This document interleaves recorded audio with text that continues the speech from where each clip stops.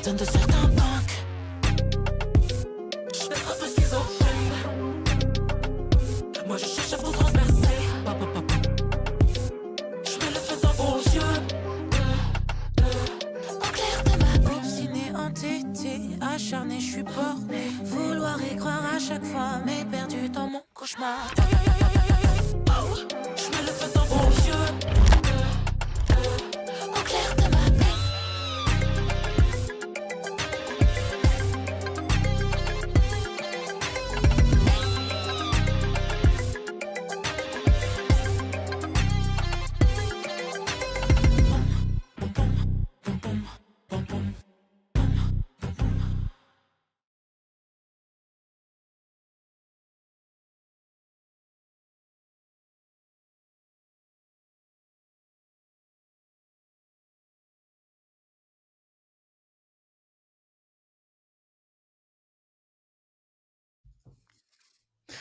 Hello and welcome to the finals here of the PUBG Mobile Super League Europe. My name is John Allen. With me is Blank. You can see the players are getting locked in over on the stage. And we will be too. We'll be kicking off fairly soon with proceedings. We've had to wait a little bit longer than I know you guys are used to, but thanks for sticking with us because we are going to be heading on in very, very shortly. The road to the finals has been a rocky one for a lot of these teams. They have had their trials and tribulations in spades, but we have selected the best 16 of them, and they're all going to give it a good go, I'm sure.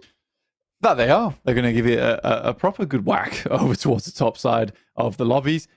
So far, we've had some very, very good gameplay. I think it is a weird one where we have the 12 matches played per team of the knockout stage, where you don't have a lot of time to get your points on board. I think we're quite lucky in the sense that I think the 8 teams that did actually go out here, John, they're probably the teams that I would have expected to have gone out, and also the teams that made it through to the top 16, the ones that I thought were most deserving. So we got lucky. I think we got lucky in terms of the teams we got towards that top 16. And I think it should be a very, very fun finals in terms of competitive gameplay. We have all the greatest hits here from PUBG Mobile at the top side from Pmsl EU. So yeah, very, very excited to get into it. Yeah, it's going to be a good one. There's a couple of big names on the cards. We had a lovely little intro there. All the players doing their cool poses, making sure that we know just how badass they are at video games because of the way that they stand. I always love those videos. And to be fair, they do look pretty cool when they do that, right? Like they do. The media team knows what they're doing, but I always find it amusing just thinking about someone doing that in real life, like in front of you, and you're just like, what are you doing? I think the thing for us, maybe not for you guys at home, but we've worked in esports quite a while now, and we've seen all these poses before. They all come through every single time, but they still managed to make it look good. I thought in terms of an opener, that was kind of sick. Yeah. Yeah, I like Sarah's like flexing over the head. That was new. I think that was off the cuff. I think Sarah's a little bit of a wild card. Same with Redox. I think they'll bring something new to the table. So yeah, it's good. It's good. You can definitely see the personality in some of our players, which is nice to see. But yeah, we do have 16 teams here and 3 days ahead of us before we go over towards that smash ruling, right? So on the last day, it will be 10 additional points from the first 2 day scoreline of these teams. The first place, that would be. So say we went into the final day, first place team had 80 points.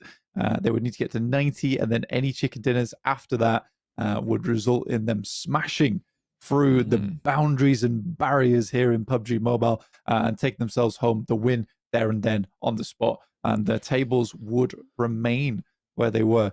So it wouldn't give teams extra amount of time to get those additional points on board to maybe break into that top 4, because that is the difficulty with the Smash rules, that it's all good and well in terms of just solidifying your position in number 1 right there and right then, but it does put a lot more pressure on the first 2 days to get into the top 4, because we could have the games and all the proceedings end on game 2 potentially on the final day.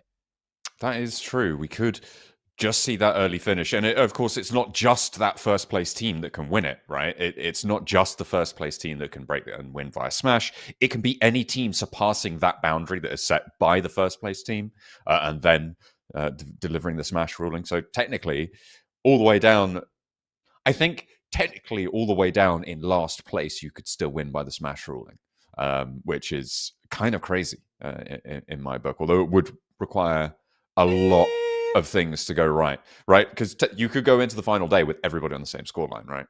You could just be on time. You could definitely. You know, you're not wrong. You're technically not wrong. All right, okay. But I think if we were living in not La La Land, likely it would be a case of, you know, game 5. One of the bottom teams has really worked their way up. They had a lot of strong points that day. A lot of the top teams have sluggishly moved through the finals. In that case, yeah, absolutely could be a big old smash ruling for one of our last place teams. But by that point, they would be likely up towards the top of the lobby anyway, right? Yeah. In my opinion. Who are you thinking? Is there any team, let's say, out of this one that you think is the team that is most likely to not win on points but win on smash rulings? Is there like one team that you're thinking, these guys, I don't think that they can consistently win it, but there is a greater chance that they win it via smash? No, not really, actually. Okay. I think potentially Thunder Talks, potentially. But again, I think that it's so weird where the teams that are getting the most of the chicken dinners, there are very consistent teams up towards the top side of the table. So I'm thinking S2G, I'm thinking Regnum, Carya. And then the teams that would be able to accrue the amount of points needed to get themselves into a situation where they could hit that smash ruling, like Thunder Talks, I think they'll struggle to hit that chicken dinner on the last day. I think the pressure will get to them. So yeah, I don't think right now I would pinpoint any one of these teams to be going through via smash ruling unexpectedly, at least, right? If you look at S2G, I think that is a team that I could quite comfortably expect to go through on a smash ruling on the last day, where they are just consistent 2 chicken dinners in a day. They've done that quite a few times this tournament, so I think it's not out of the world of possibility. No. It is an interesting dynamic, and I think that with how the standings went down, it could be anyone's game. But let's head down to the stage to kick things off.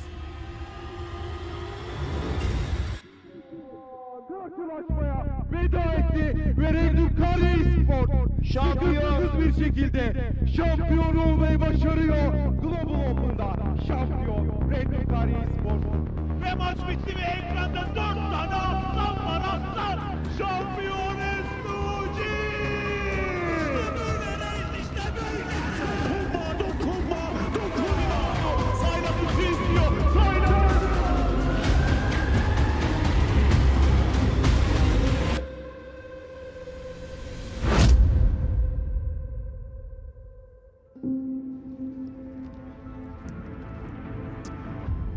Hello there, and welcome into the PUBG Mobile 2025 Super League EU Spring Finals. Make some noise! This is going to be glorious. Welcome in, everyone. We have got 3 days of action coming your way. One thing is guaranteed for sure. It is going to be wall-to-wall, back-to-back chicken dinners. My name is Adam Savage. I'm delighted to be stood beside my guy, Billy G. Hanımlar beyler, 2025 Pmsl Avrupa Bahar finalleri için hepiniz bir kez daha hoş geldiniz! Önümüzdeki 3 gün boyunca hep birlikte tarihe tanıklık edeceğiz burada. Ben Mertcan Bilici, sahne sunumunda Adam'la birlikte sizlerle olacağım. Şimdi, back to you, Mr. Adam Savage. Thank you very much, my friend. Oh, it's getting hot in here.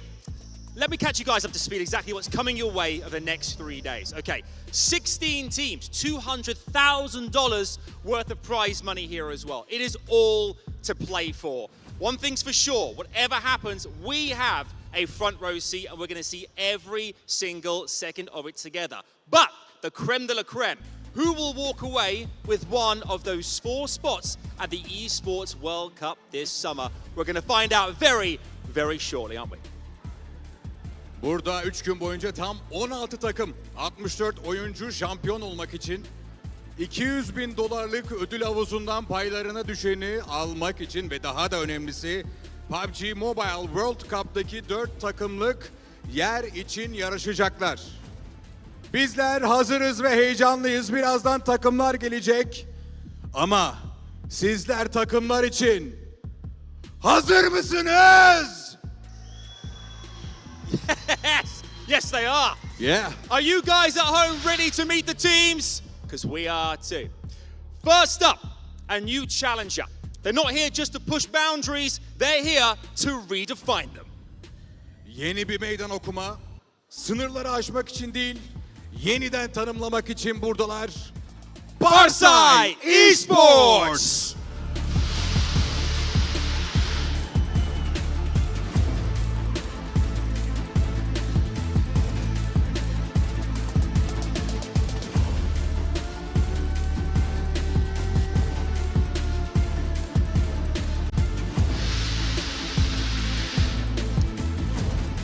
All right, next up from PMNC to PMGO, they've left a mark at every stop. Now it's their time to make history at the finals. PMNC'den PMGO'ya her turnuvada iz bıraktılar. Şimdi ise onlar için final zamanı.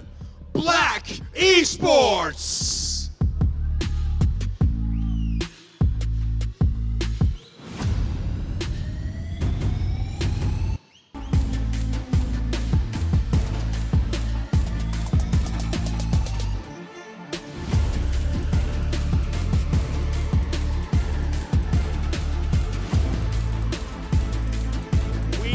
On a roll. Comebacks are always special, the perfect mix of youth and experience here. Geri dönüşler her zaman özeldir. Gençlik ve tecrübenin şekil bulmuş hali. Fenerbahçe Esports.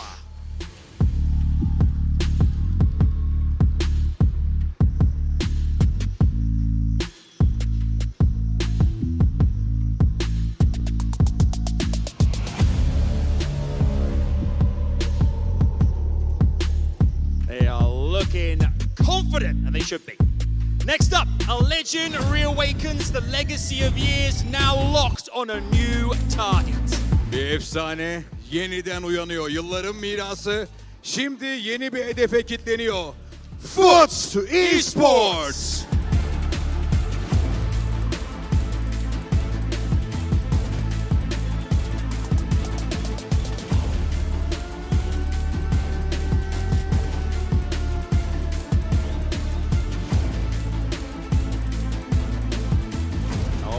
Now, before the storm comes silence. Now that silence is breaking. Brace yourselves. Fırtına kopmadan önce sessizlik olur. Şimdi o sessizlik bozuluyor. Thunder Talk!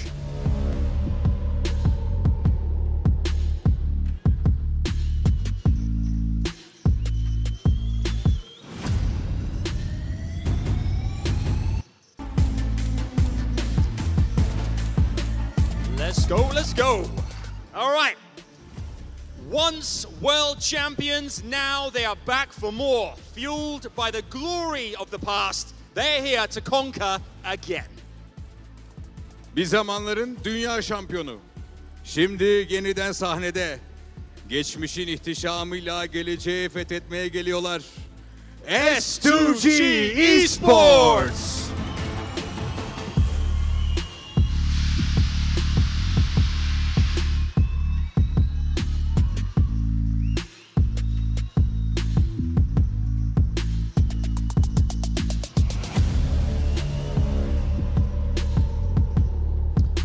Right, now next up, they came quietly, but they're about to shake the stage and everyone will hear their name. Sessiz geldiler, dikkat çekmediler ama şimdi herkes onları konuşacak. IDA Esports!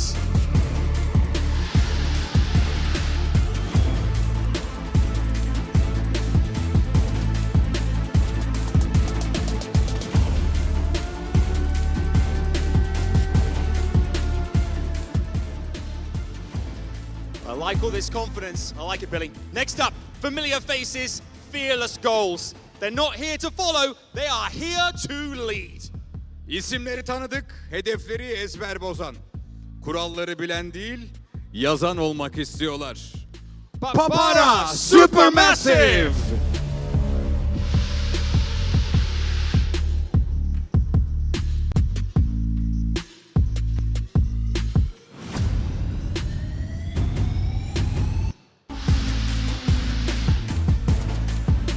Big confidence. I like what I see. Next, they fly high, lock onto their target. They glide in silence but strike with noise. They are coming. Yüksekten uçup hedefe kilitlenir, sessizce süzülür, vurunca ses getirir. Onlar geliyor. Team Falcons!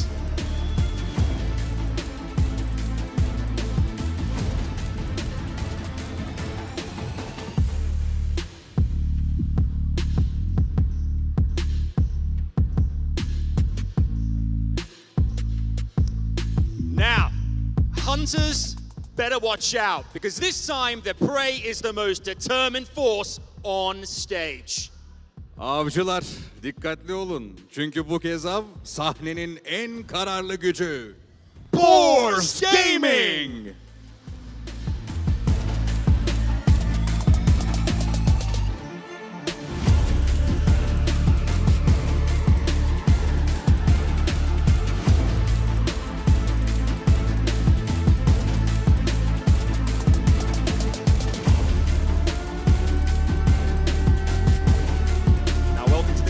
The master plan behind the silence, every move calculated. They've taken the first step, now it's time to write a legend. Sessizliğin ardında plan, her adımda strateji. İlk adımı attılar, şimdi ise destan yazma zamanı. BRX Mumia!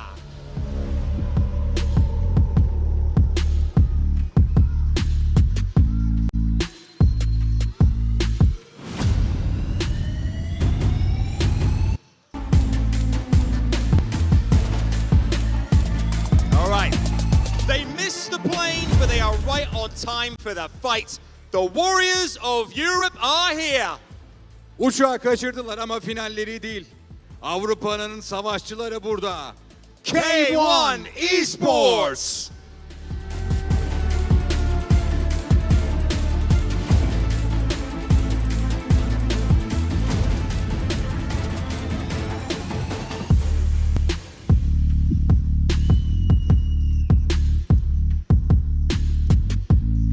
Always there, always consistent. Now they're on stage for a PMWC ticket. Their goal, being crowned as champions. Her zaman orada, her zaman istikrarlı. Bu kez PMWC bileti için sahnede. Hedef şampiyonluk. Bushido Wildcats next Ria.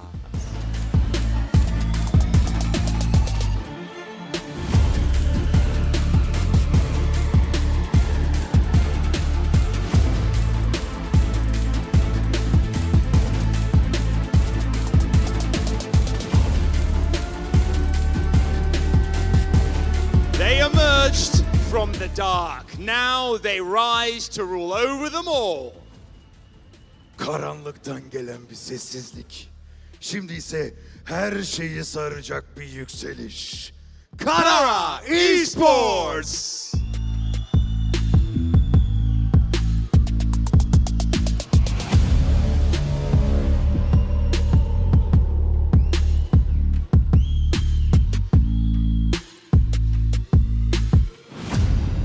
Okay, just 2 teams left to meet. Next, success is a habit and they're not done yet. Reigning champions of PMGO returning to continue their winning streak.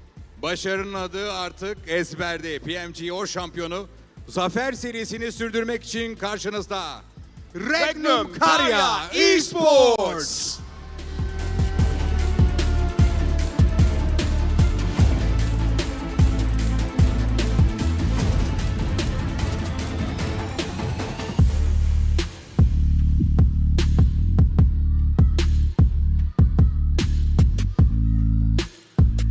It is getting warm in here for a reason. They're coming in flames, burning to become the champions. Here they are. Alev alev geliyor, şampiyonluk ateşiyle yanıyor. Flux Esports.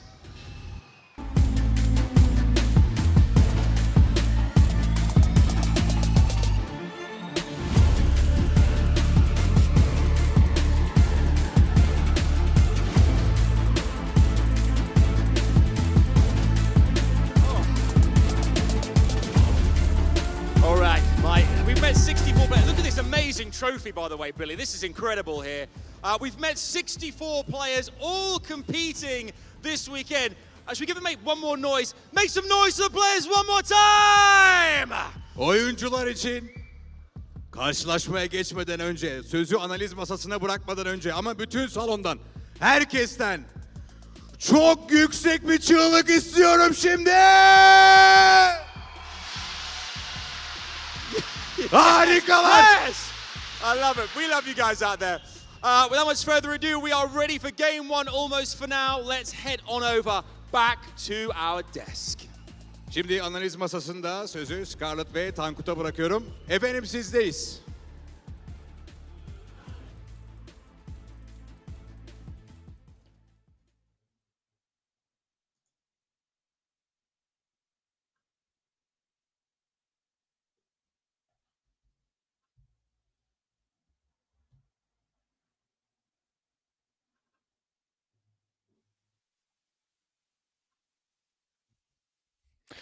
Thank you very much to the guys over on the stage for running out all of our teams, letting them stretch their legs before they get in that plane. Always make sure you stretch before you get on a plane. Very wise to be able to do that. Avoid any of that deep vein thrombosis nonsense. Don't want that coming in, especially when you're competing for the big old juicy wedge of money and that spot at the PMWC.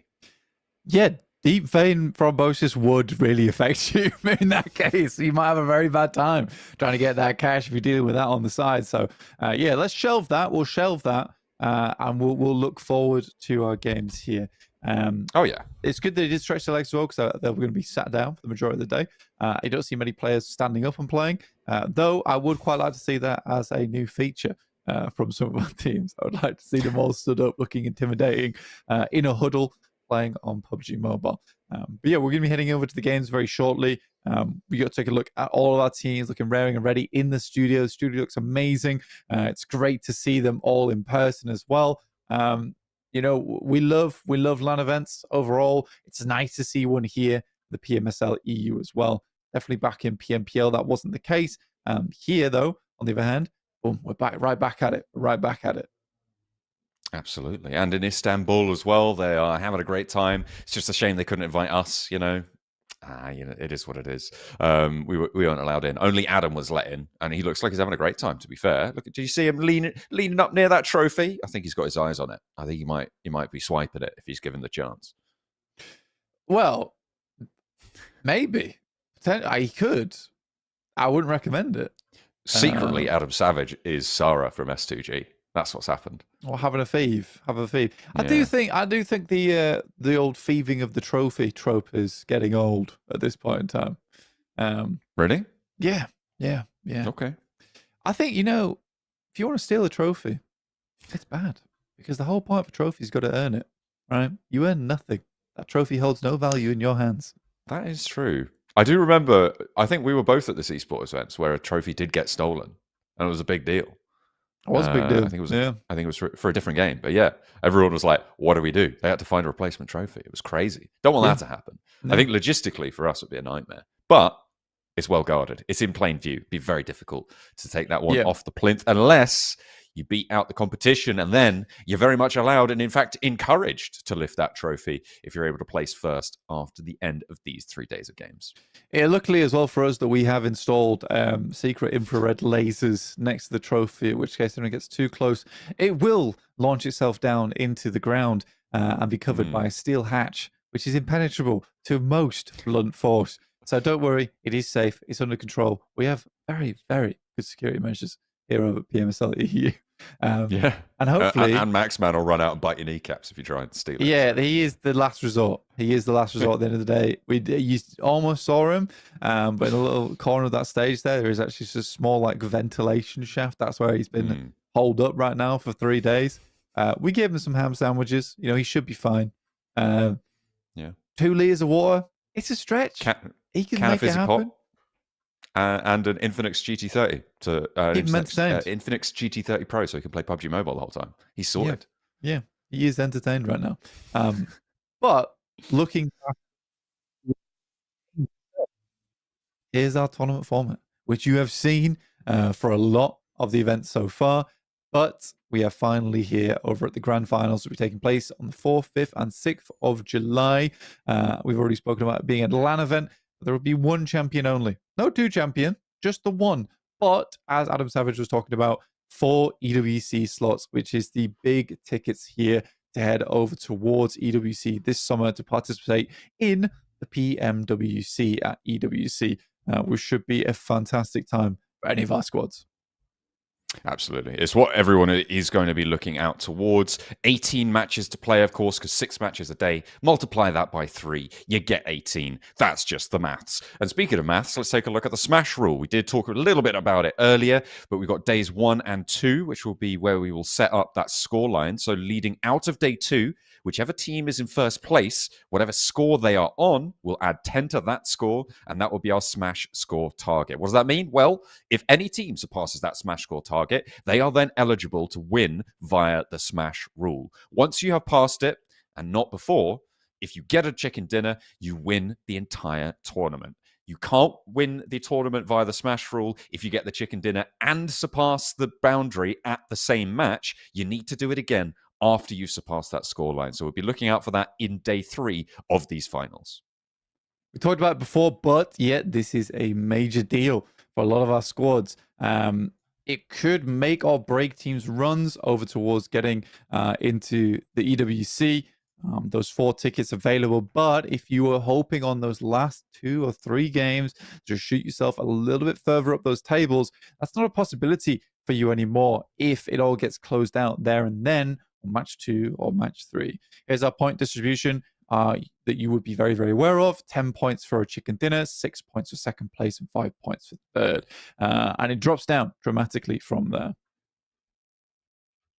Yeah, there you can see how that is all distributed. You need to make it to the top half of the lobby to be in for the points, and 1 elim is 1 point as well. So we'll be taking a look at how our teams are able to earn. During the league and knockout stages, some teams were a little bit more placement point focused. Some teams were a little bit more elimination focused. But in terms of the top of the tables, it felt fairly balanced in terms of what performances we were seeing. Teams, granted, weren't necessarily playing for those top spots. It was all about avoiding the bottom 4 slots in each of those scenarios. So we'll be interested to see how strategies develop potentially to play around that. Up towards that top side as well. I mean, you are going to have to have those make or break moments, right? Where you're going to have to push a little bit further in terms of managing the amount of placement points you're getting, or if you're just going to go for the full send on the eliminations just to squeeze out those few extra points that are necessary to get in towards that top 4. And here is our prize pool. We've seen it a lot, but finally it matters here for us here in the finals, because it is 35 grand that these teams will be taking home. 20 grand for second place, 15 for third, and a cool 10 for fourth place. So there is a lot of money on the line here. $200,000 spent on these teams over the course of this entirety of the tournament. There's MVP rewards. There is special rewards for MVPs in your own little category, like Gunslinger, like Long Shots, things like this, as well as the $250 that we have handed out for every single chicken dinner, of which there will be 51 up for grabs during this tournament. Absolutely. They have already seen quite a few of them. Obviously, we've only got 18 remaining. $250 a pop each time.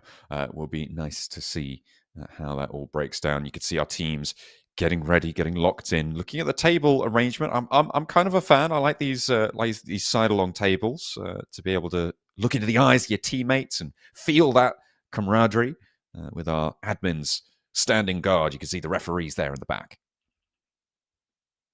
I want to make sure No these funny teams business. do not get up to any secret business, like stealing the trophy, but we already covered that base, right? But yeah, everyone's ready and raring to go. All the teams will be getting into the games shortly. And every Do you think single they've team... got yellow and red cards, these referees? I'd like that.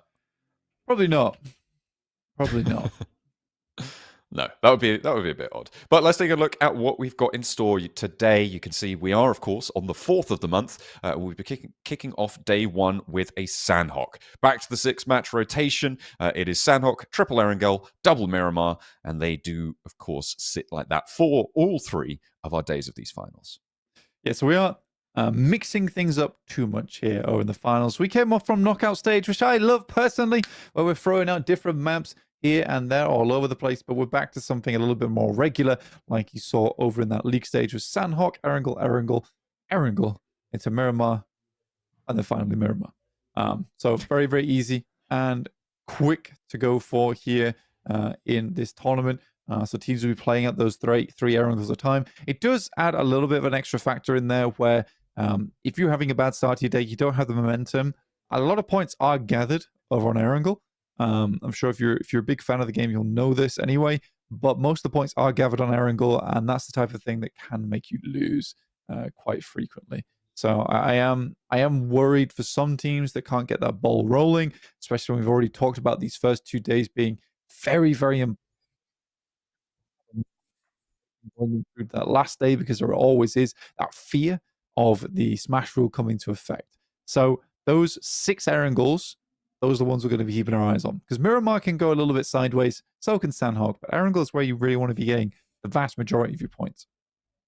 Yeah, I mean, you'll be getting 50% of your point scoring opportunities from Erangel, so you do need to make sure that that's going to go well. And I feel like if we're going to talk about point scoring opportunities on Erangel, we do need to talk about Papara SuperMassive and the Falcons, right? This hot drop in Pachinki, we've criticized Falcons for sticking to it. They underperformed compared to Papara SuperMassive in Pachinki, but it's going to affect both of these 2 teams in that scenario, right? It's going to affect both of their point scoring opportunities. And no, it's no longer the case that you can just say, you know what, it's fine, we can do a little bit shoddily on Erangel, we'll still be able to get into the top 16 based on our performance in general, we'll probably be okay.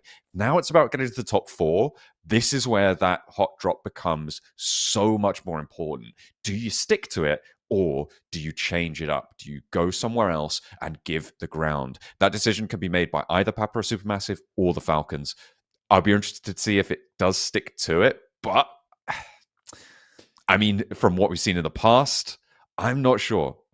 Yeah, I think at the start of the tournament, the onus was on Papara SuperMassive to leave, right? Where it wasn't their drop spot in the first place, right? You know, that drop spot's always been for the Falcons. However, with the shoddy performance, let's be quite frank, from the Falcons at this point in time, with the pressure behind their namesake as well going through to the EWC, I think likely now the shoe is on the other foot, and it will be the Falcons having to leave Pachinki. I think staying there just hurts you far too much. I don't think it's necessary. I don't think it's necessary to go far. I think the Falcons can get a lot more done from elsewhere on the map. We've seen them move away from that position before, try and share it. Even then, though, Papara SuperMassive are so hungry for the eliminations on the Falcons that it's hampering the Falcons terribly, because Papara SuperMassive don't know how to play the early game. Like, realistically, what Papara SuperMassive is like, okay, we now have the south side of Pachinki. That's great. We're going to give them church. Yes, they have a bit more high ground control over us. We have vehicles on our side. We can just leave. Let's not remain here until the 10-minute mark, scouting out when they're going to come see us. Let's just move and make these first initial rotations count, because right now the lobby is very center focused. I think you do need to be moving a lot earlier. Yeah, I think that's not a terrible idea. And what will also be interesting is the fact that all of these teams will now be playing in this set 16-team lobby for the entirety of the 3 days, right? It's a dynamic we haven't seen over the course of this tournament. This specific lobby makeup, I think, hasn't happened in any of the stages. There has always been one or more of 8 of the 8 eliminated teams in the mix as well, to change things up in terms of the dynamics. But as the days go on, the specific meta will start to develop, right? You'll start to see more targeted rotations, more well crafted and well strategized early game rotations. And so at the start, I would definitely agree in terms of getting out early, getting nice and central. But as you have a little bit more maturity in terms of how many matches this set of teams has played together, I think things may start to diverge moving in towards day 3. Yeah, potentially. I think that's where the adaptations come through. But like I was saying, though, John, in terms of the Smash ruling being in place, like, is that adaptation coming too late? You're scared the entire time. I think now that you've played knockout stage, you've played league stage, it's been a pretty quick format. You've had a pretty sizable break as well between. It's not the longest break in the world between a knockout stage and a finals, but it is a break nonetheless. And they'll I be think during traveling that time, as well. yeah, and they'll be traveling, so it's a little bit shorter. But during that time, what they should be doing is analyzing all the VODs, checking out which rotations they should make, which they shouldn't, what teams are surrounding them that will be playing against them day in, day out here in the finals, and how will they combat that. For some of our squads, it's definitely a big concern for me that they're just not going to adapt quick enough and go into day 3 and really struggle.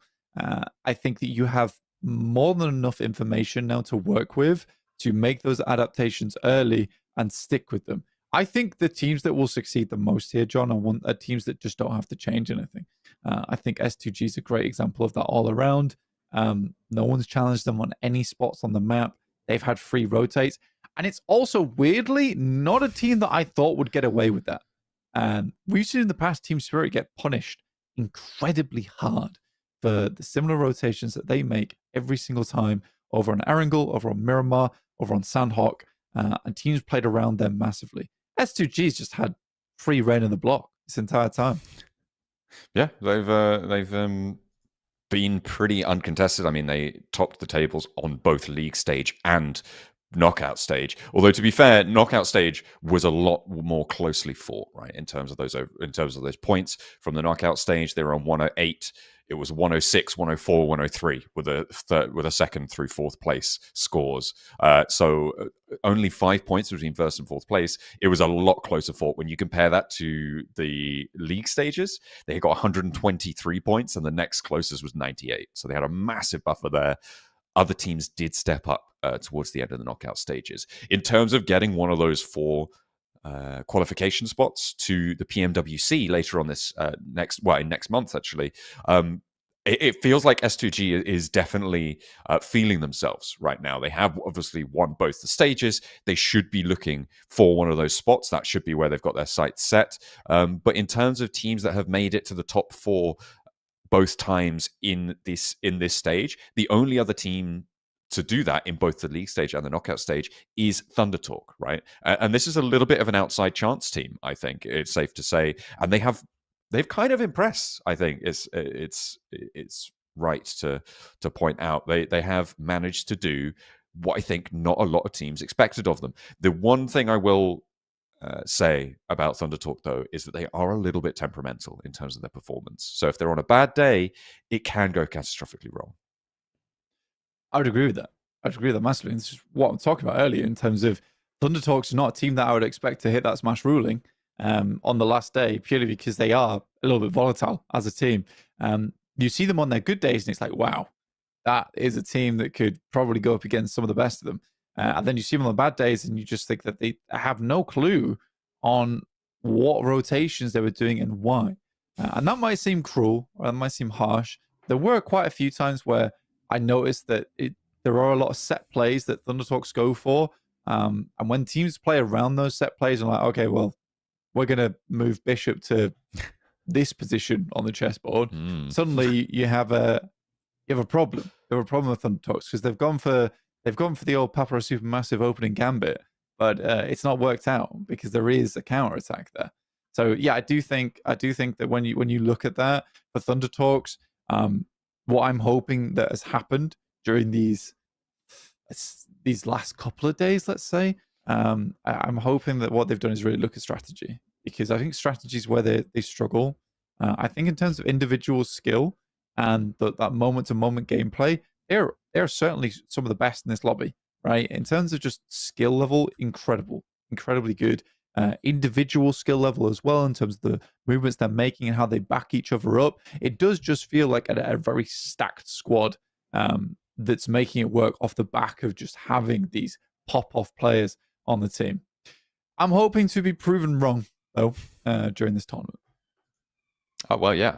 I mean, it would be lovely to have something crazy unfold, like well, actually, to be fair, I was about to say Falcons winning, right? Which is, I think, not unfair to say it might be a little bit crazy at the moment. As a team that could contest, I think it's still true that the Falcons have got that potential, right? We talked a little bit about it just before. This is a team that has got pedigree, right? They did really very well at PMGO earlier this year.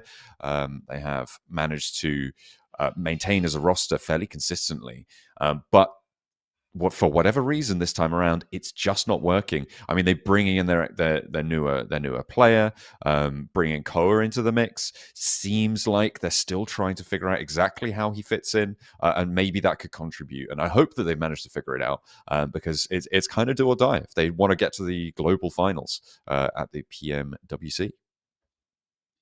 For Falcons, there's still hope. There's still hope for that team. Like I said, I do think that the shoe is on the other foot now where they have to move out for Chinky. But I don't think they're necessarily a bad team. I think they're a team, you know what I will say about them, which I really do like from the times I have been able to speak to them, is that they're a very humble team where they're very quick to own up to the mistakes that they've made and what could have gone differently. I think that's very important in a team. So in terms of maturity, it's certainly there for them. I think when you look at other squads, when things go really badly, they're like, well, what could we have done? There's nothing we could have done better. We're a pretty good team, and we just got unlucky. And that really does affect you in the long run because you never pick up on your mistakes, you never fix them, and it's why you see these teams stick together for 2 seasons and then just crumble. That's exactly why that happens, because no improvements happening, and they're just bashing their head against the wall. For a team like Falcons, on the other hand, because they are so humble and quick to improve, that's the big benefit. And I think that's why this little break in between the knockout stages and the finals itself is going to be so important for that squad.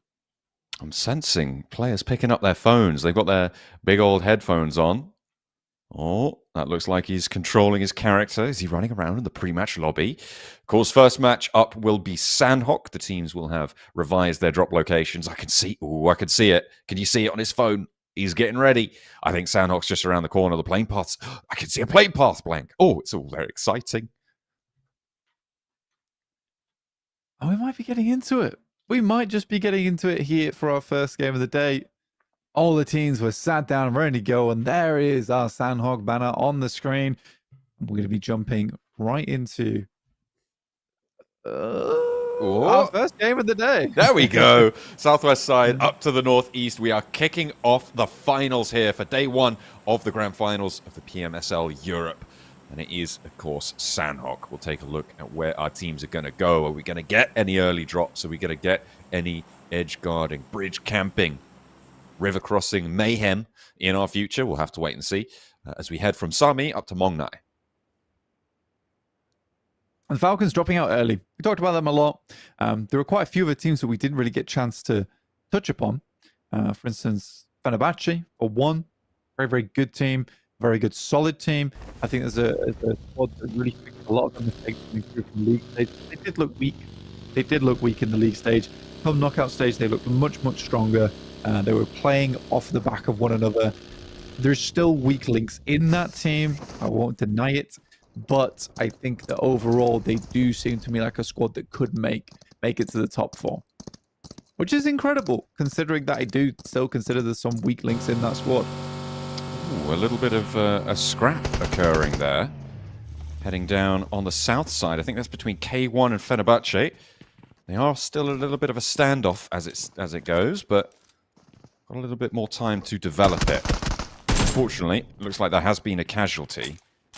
As I believe K1 have lost one of their players, Fenerbahçe, picking that one up and seeing how much further they can get as well in this little engagement. It looks like it's not going to be easy to disengage from it either, Blank. They're sat in this compound together. They're going to need pickups from the rest of their team.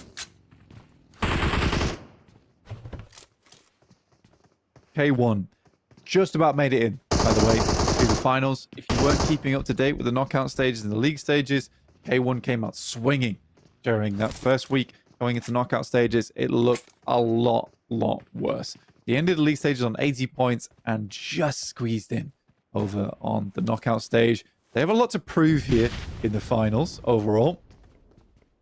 Caprice does get handled by Savian. A lovely nade sent over the top. Won't fully flush him out just yet. Depending on the amount of medical supplies, might not be refreshing that health bar anytime soon.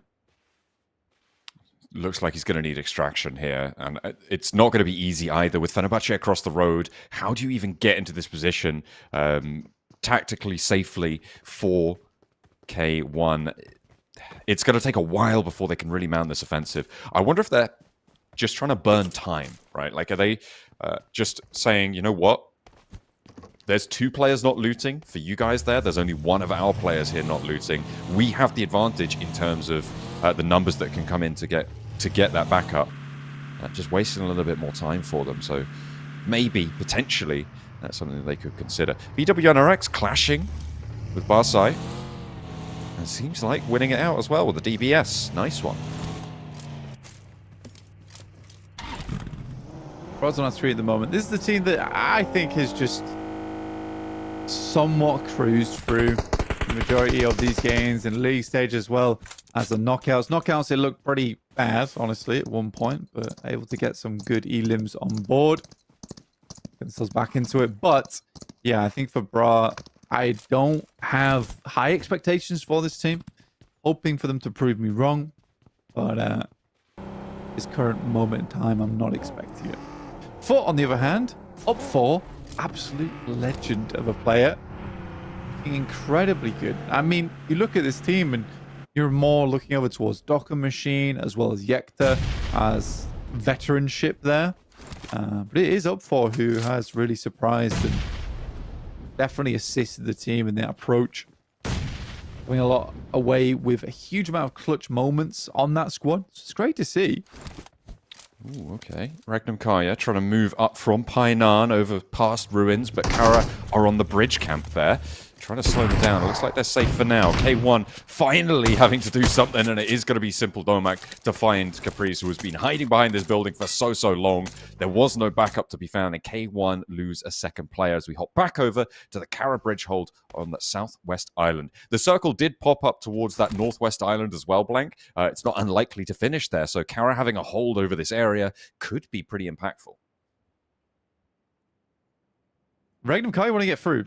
And all the time that's delayed here is more time the teams will rock up over towards Regnum Carya's spot on the map. See BRX Esports moving in alongside as well. I think it's a really good thing to highlight here, actually, John, because BRX Esports haven't had the most tremendous performance throughout the entirety of the tournament. However, they've been consistent. On top of that, I will say that their team play is phenomenal. The way they bounce off one another is really nice, and it's something I'd love to see more in other teams.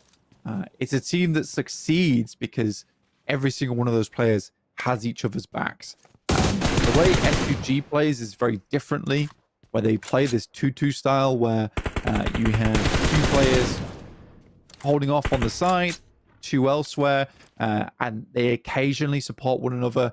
I would put BRX Esports much more in the camp of being a 4-man squad that is really capable of taking those off angles and supporting each other on those pushes. So even when trades go badly, there is always a possibility to retreat and to recuperate energy. TalQ having transitioned over, I believe, to that northwest island now. A little bit ahead of S2G as they moved out from Paradise Resort. They've headed west towards the compound. This is a very powerful compound, but unfortunately it's on the edge of the circle, which does diminish its capacity to have an impact. However, it does control that North Bridge crossing. As teams try to make their way through, I'm sure that may be a bit of a sticking point. Regnum Carya, so they're satisfied right now to just chill in their little river valley and play a little bit quieter for the time being. TalQ a little bit ahead on that northwest island right now. not too many more players going down. I think it was just a player from Barsay and the 2 from K1 that we've seen fall so far. So we'll have to wait a little bit more for things to kick off. Nice spot from Poser. This is a very cheeky spot. Obviously, he's on an island at the moment, so he does go down. Not really a massive amount of support for him. I like the way that Carya right now are just closing the grip on towards Regnum Carya. They're going to struggle to get themselves out of here. And it is definitely a bit of a vice being applied now to Regnum Carya overall. With a flying pick up there against the overlook from Striker. Seems successful. Goes for the reload, and there's an answering shot from Hamzy. What a nail of a shot to the head there. Beautiful. Up towards the northern side. The circle's pretty nasty, though. So S2G going to have to get a move on. They get the flush onto Striker. That was crazy from Hamzy to be able to pull that one off. Very surprising. I mean, Hamzy G is just one hell of an aimer. Extreme distances as well. That's why he loves Miramar. Definitely a Miramar player, that guy. With that circle, you're right. It is a crazy shift. By all means, it felt like it was going northwest, right? So it coming down towards that south side, encompassing ruins, which is a very awkward spot to play in. Fireflux quite pleased with the position they were to hold. I mean, Carya stocks just went way up as well. They control that bridge. They've got, yeah, I guess so, yeah. They've got a lot of control over towards that north side from it as well. Regnum Carya being sort of a buffer zone for them. Regnum Carya unlikely to want to get too aggy from their position, as the circle has sort of helped them out there. And we're going to be in for a tough time otherwise. I feel like Carya right now are in prime real estate to get points on the board. But it is going to be about getting points on the board, because I think that at some point, one of these points is going to fall for them. You can see they're fairly split on a 2-1-1. It's going to get dangerous. I said Regnum Carya didn't want to get aggy. Maybe I'm wrong. I think for Carya, the difficulty they run into here is that they've been set up to cross the bridge, right? With Poser off in the distance behind the bridge, that's where they really wanted to anchor over towards. So now they're looking for an initial pick. Initial bit of damage. If Silas goes down to the shots ringing through from Poser, and CEO Leia can quickly follow up on that and get a flush. Similarly, you know, we can go back on the other side of things where Poser's able to hit that flush. I think it was the first nade from CEO later that tagged Silas so low. 2 nades and not getting the knock is pretty unfortunate. He's actually out of nades as well. Boars in the meantime, trying to play the corner here, and yay, meet the wrath of Pusher. He goes low, but he's going to hold down that fire. And will be able to burn them down. 2 players fallen in his face. CEO later, crawling ever forward. Silas spotted, steps up, auto shotgun. A little bit far for the insta-knock, so waiting for them to push onto him. Carya as well, flexing out that trifecta compound. Carya move back. But Boars, easy pickups. Very, very easy pickups there. 2 elims start off the day. Lovely stuff versus Ida. They're going to struggle because of that. Again, Ida, I think that throughout the majority of the tournament, as a up-and-comer team, I would call them. 100%. They've done very, very well. As we went further and through, we cut out more and more teams. He just struggled more and more. Poser goes down, though. Again, this is why I was worried about the position. The end goal was always bridge. And now you have a case where a lot more teams are starting to squeeze themselves in towards this area. And I think Regnum Carya kind of have the better end of the stick here. Carya is so split apart from one another. They were never expecting people to come back down the bridge, right, John? They were expecting people to come across the bridge. Yeah, that is kind of true. So take a look at our next map circle pop. It does again go south, so fully isolating that northwestern island. Will not be played into the next circle, so everyone will have to go for a new crossing. We'll have to wait and see who's going to be able to make that successfully. You've got Boars, you've got BRX Esports, you've got you've got Barsay, as well as Thunder Talk on the northern side. BWNRX as well, playing from that river crossing compound, will have to transition out to the hill on the southwest. But I feel like holding out the teams to the north is probably a better time for them on that compound. Yeah, likely.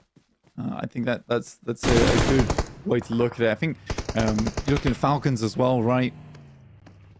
Was the bridge side. There is plenty of positions they could pick it up, but we'll see where they want to actually head over towards. A lot of prominent teams as well in this final circle. Regnum, Carya, Flux, Fenerbahçe, as well as Papara SuperMassive coming in. K1 currently holding out S2G and Painan. Curious to see how that pans out. At the moment, S2G has lost one player. Found an elimination of their own. S2G, I mean, they swept all the way out. They were on the northwest bridge, leaving from Paradise Resort, and they swept all the way back down and around on the main. BRX Esports getting torn apart as they try and crash into Regnum Car. You can see Flux just looking on, thinking, what the hell do you guys think you're doing? You're rolling straight into the Hornet's Nest, and Regnum Carya happy to pick up the points. Regnum Carya just pushed immediately towards this building. This was a very, very fast rollout from them. It has to be said. Remember, they were locked in with Carya, and they made a very quick decision to head here, one of the few safe locations on this northwest side. I think in terms of a landing spot, great. They will have to weather some big nades, though, going their way. Already taking a knock, but should be easily reservable. Barsay taking some more damage. That's from Nico on ThunderTalks, who are pretty bruised and busted up here. But Nico down now. And 2 players up for ThunderTalks. A lot of 2 elimmers this game, John. Yeah, teams are starting to shred down to size a little bit. With just near hat though to face, you can get the res out in stage 3, but with only 30 seconds before the blue zone is unresable, it is going to be a little bit of a race to get Nico back up, and I think they are... Have ThunderTalk lost another? Looks like they may have done. That is getting dangerous there. But Nihat does go down. ThunderTalk can carry on for a little bit longer. Falcons, in the meantime, they are covering this western side of the circle, Blank. They've got a lot of control, a lot of space to play with. Fenerbahçe have moved in from that south side. They'll be taking a look out there. But the 2-2 split right now for the Falcons, pretty powerful. I think for the Falcons, if they're able to get a strong game here on Sanhok, it will be a big blessing for them. Sanhok is a map that they have struggled with throughout the entirety of this tournament. Getting a good start here will be nice. Again, you can't really blame Falcons too much for having terrible Sanhoks throughout this event, because every single Sanhok that we've seen has either been towards that northwest island or up towards Cow. Without fail. It's been almost hilarious how many times we've headed up towards Tap Mock. So Falcons have had, from Sami, the longest rollout to get there. Finally, we get a southern shift on the circle. And even at the start of this game, right, John, it was over towards the northwest mountain. Falcons probably sighing, oh my god, not again. The circle takes pity upon them. And this will give them a good game off the back of it. I think my main curiosity, though, is how well do Falcons do off this game. If there's something like this, you have to capitalize. It's Falcons and it's Fenerbahçe as well. It's sort of the same story. Not necessarily in terms of what they've been able to do previously on Sanhok, but they have got a central compound here. The run out from Ruins is what I'm worried about. For these teams up on the northern side, you've got a lot to navigate, right? There's this massive cliff wall that sits on the south edge of that Ruins area. It's so open. As soon as a team takes a shot at you, it's open season.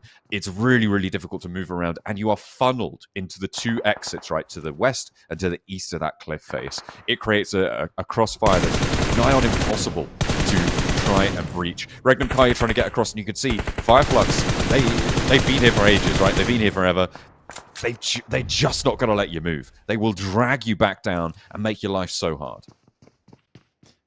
Where Flux is, if it moved away from Ruins, they were going to go down. So what Flux needs to do right now is pick up the points. Which is why they are putting so much stock, so much ammo over towards Regnum Carya. There's plenty of team shots coming through here. They know they need to earn points now. Before the circle does move away. There is still a fairly high chance that we center up over towards Ruins, in which case Flux has a great time. But I do appreciate that they're not just sat inside Ruins at the moment, waiting for that to happen. They know they need to absolutely strike out. They need to cause casualties around them. So there is no hope at a team overtaking their spot towards the center of Ruins, which I'm a big fan of at the moment.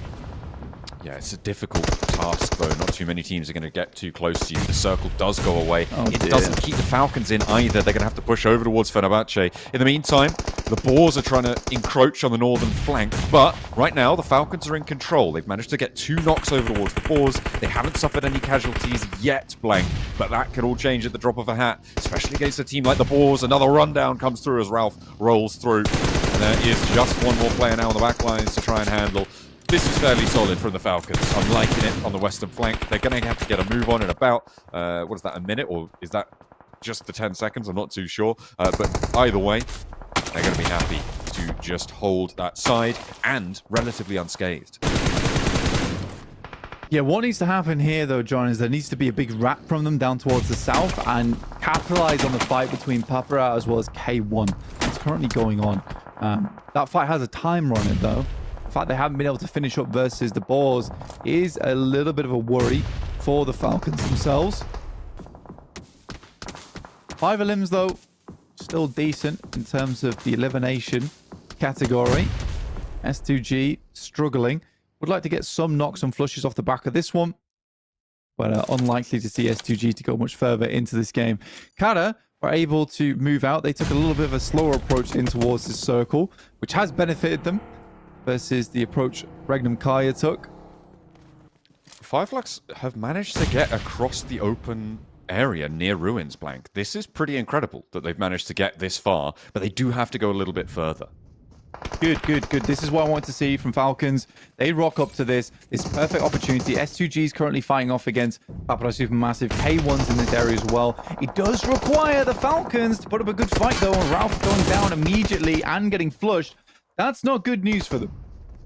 In the way of well, a little bit risky. Ralph goes down. It looks like Redox is going to fall to the fire as well as K1 pushing on through. There's ragtag remnants encroaching onto their space, and the Falcons are suffering heavily.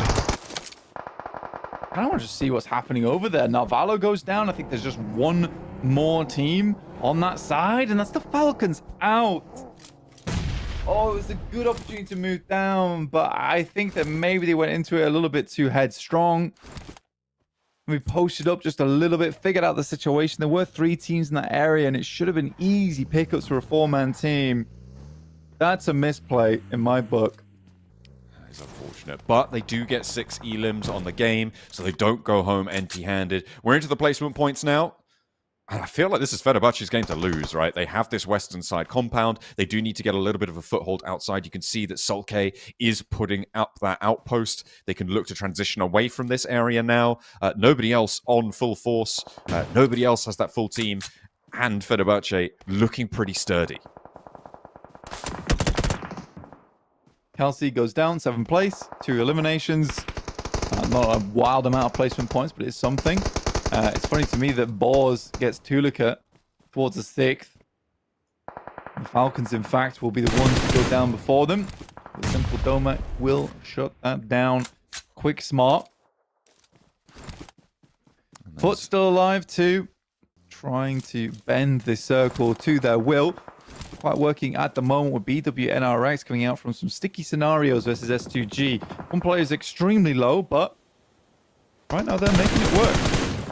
Kazi thinks he's got a slither, but doesn't quite catch it. Goes for the spray down. The answer, easy for Bad Boy. Catches him on the step out. Now Kamikaze is out in the open. That is a dastardly place to be. We'll see if he can turn things around, but I just don't think so. Savian. Nade in hand. This could be Fenerbahçe's game to take. Honestly. Very, very strong in the way they rotated from the eastern side. I do think that for Falcons, there was a possibility. Again, there's been multiple times in the past where Falcons have refused just to pick up a nice compound. Kakali seals the deal against FUT. They will fall in 4th place. And BWNRX wanting to try and res as many as they can, but the blue zone's pushing them in. K1 surviving up into 3rd place guaranteed is pretty nutty. Remember, of course, they were on 2 players very, very early on, and now they're going to put pressure on the south side of Fenerbahçe. They've got 7 elims. It's big. It's very, very big right now. Playzone will take down Kine, but he was left behind. Now, where Kakali went over to try and pick up someone else, in this instance, it is just 1 player left. for BWNRX. This should be an easy finish here for Fenerbahçe. K1 get themselves a lucky pickup over towards second place, potentially. It looks like Fenerbahçe is looking their way first. Easy for Bad Boy. Down and dirty, and they haven't spotted him. This could be nasty. This could be dangerous. He's now into the crossfire. Kvik waiting to step up, launches some ordnance forwards, drawing the attention. He goes down, and it's all up to Easy for Bad Boy. Third place, they're trying to lock in second, maybe. Allow him to sweep through. When does the backstab happen, though? You've got to think the value of getting an elim here, pretty high. Sure, you can tag the backline, and Solke is going to think he's completely safe. Come on. But surely you go for Solke in this spot. This is very... Well, he's just waiting for the second place, isn't he, really? He knows that his teammate's down. As if they haven't seen him yet. I mean... Yeah. Big shade on K1 for that. They played 7 elims up to third place. That was an easy knock and flush. That's another point, right? And that is a huge difference maker. But you are getting so many more points from just getting second place. Really, though? Are you? Fenerbahçe do close it down. I mean, you ladder up from 5 to 6 points. Like, you get 1 point. Yeah, but the idea is that he gets second place and then he gets the elims. I think it's fair enough for him to wait. I think it's absolutely fair enough for him to wait. I don't know about that one. I mean, they were sweeping. They didn't know his position. He's looking for second. Then he tries to pick up some eliminations because they don't know his location, but they wrap back down. I think that's more Fenerbahçe just not being able to find where Kakali was playing that entire time from BWNRX. So, yeah, nicely done. Very, very nicely done there. Fenerbahçe taking themselves a chicken dinner, which I do think could have been in the hands of the Falcons equally. Yeah, I think you're right to criticize the Falcons there. They didn't go away empty-handed. They got 6 points on that match, but it could have been a whole lot more. There were a lot of like solos and duos on that south side as well, and K1 contributed to the fall of the Falcons as well in that scenario, which it makes it kind of all the worse, right? You're not even facing against a full team. It's a bit of chaos on that south side. So sure, they get 6 points, but they could have been where Fenerbahçe was, or at least where K1 was. Yeah, even just that push that they made up against the boys on K1, S2G, as well as Papara SuperMassive, it could have been way better. Could have been way, way better, in my opinion. There was a huge opportunity for them to take that fight and win it. I don't think K1 was in the best of spots. I don't think Papara SuperMassive was in the best of spots. I think for Falcons to lose that as a 4-man squad, it just feels clumsy. Clumsy is probably the word I'd use for it. Yeah. Okay. I think that's pretty astute. I liked their split. I liked their fight against Boars even for the Falcons on the west side, but it wasn't to be. They were one of the highest point earners on this match, though, and if you could put up 6 points a match every match, and then have a pop off or two maybe over the next few days, that's going to see you pretty solidly, and they should be quite okay with that. So we'll see if they can turn things around. It's probably the best performance we've seen from the Falcons on a Sanhok so far, even if they did make a bit of a misstep. But we know what's around the corner for them as well, right? It's Erangel. And that is where they're going to have to cast their minds because of that Papara SuperMassive engagement. Looking at Fenerbahçe, they didn't really have to do anything super fancy there. They got into the compound. The circle went to them. They held it very well, and they were able to flex out. The thing I think they did best was not just sitting inside that walled compound, right? They knew that they had to put outposts out to be able to transition away from that compound when they get pushed out of it. And I will give them credit there. I think that was really heads up. And Fenerbahçe are a team that really stepped up towards those knockout stages, right? They placed in 4th, 103 points, only 5 points behind first place S2G. So Fenerbahçe still on a little bit of a high. And Fenerbahçe, I was very pleased with the performance over towards that knockout stage. I think they're a strong team overall. I don't think that... I think, like I said, I think there's moments where they struggle. There's moments where they're having difficulties in terms of their end games. I think as the tournament's gone on, it's felt like they've got more and more comfortable with how they want to play these scenarios out. So really, really glad for them. Massively glad for them, in fact. Yeah. It's great news for them to be able to close that one down. I didn't quite catch how many eliminations Fenerbahçe were able to find in those final moments, but they got at least 3, right? Just at the end there, taking down K1 and I think it was like 8. Kakali. I think it was 8. Okay, 8 so maybe? a pretty decent chunk there. K1 as well, getting a decent chunk of points, and that's a good result for a team qualifying in 15th place from those knockout stages. Yeah, 8 elims, chicken dinner as well on top of that. So 10 points total with the 18. So that's nice. It's a nice start for them. I do think it was quite interesting that game there on Sanhok. The amount of teams were able to get eliminations of their own, because we've seen like 21, 22, 24 pointers over on Sanhok. But there was a crazy amount of squads that got 2 elims here, 2 elims there, 3 elims over there. So pretty wild. Let's take a look at our MVP of that match, and it was easy for Bad Boy with the 4 elims, 771 damage. I think that, again, he was one of the key players on the squad that really held back Falcons when they pushed in. If it wasn't for that, I don't think K1 gets half as far into that game, at least towards that end game where he's potentially getting himself a second place and some more points. So well played, Dave. And he has been a strong force on K1 throughout all of this tournament, in fact. I mean, especially when you consider that K1 were playing as a duo from very early on into the game, right? They were able to, they weren't able to hold on to half of their team. So easy for Bad Boy there, topping both the elim count and the damage count. But I think it was Kvik who was playing as a second. He got 3 elims on that game as well. So big credit to those two for being able to carry K1 so deep into the match. For Regnum Carya, the nade elims came through and they were able to transition away from that river basin, coming through for Loxy. Taking a look at our winner stats, you can see fairly low elim count there. You were, I think just, so they were on 7 elims there across the board. So a 17-point match, it's good. It's not huge, but it's the most points anyone got this game. So credit to them. It's less than what I thought, so that is even more surprising for me, where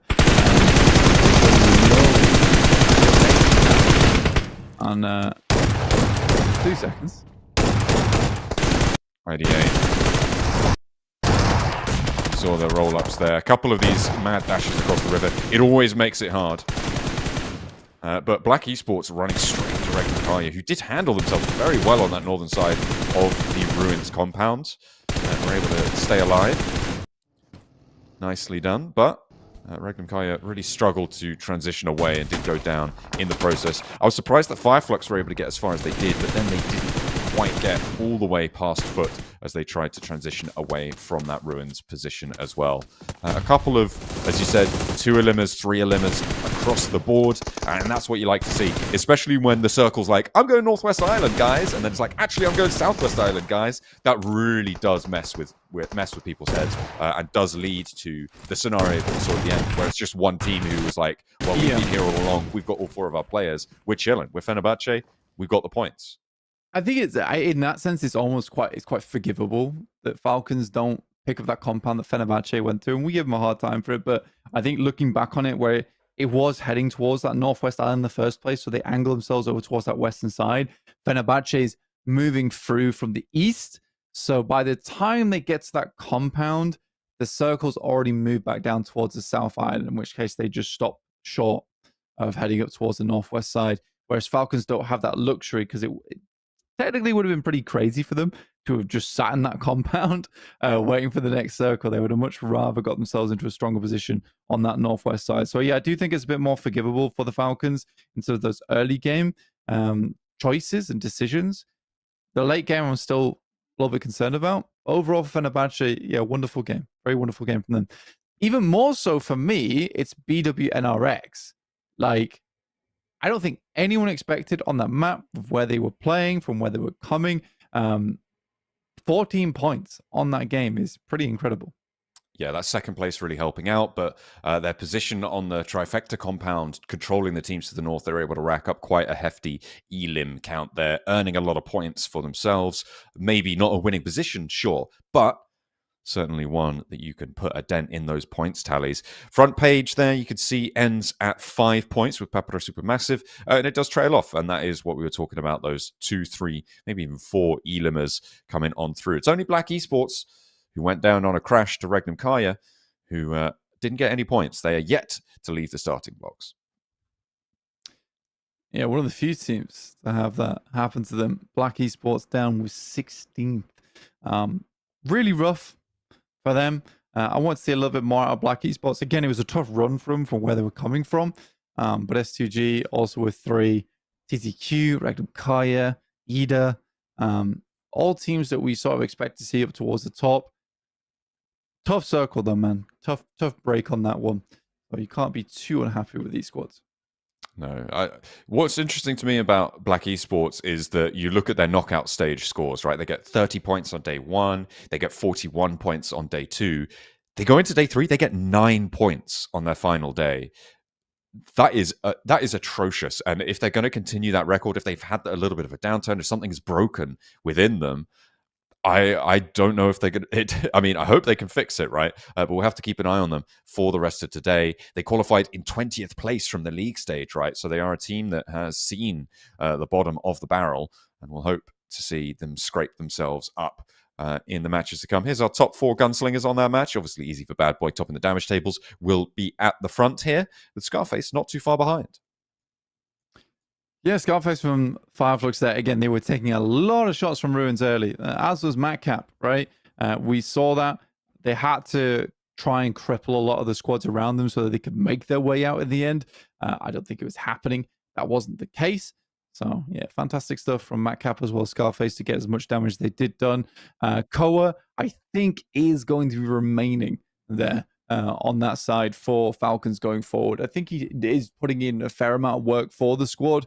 And I hope that they do keep him on side because he is an important factor in that roster right now. I think some of the other teams are not feeling quite as warmed up as him.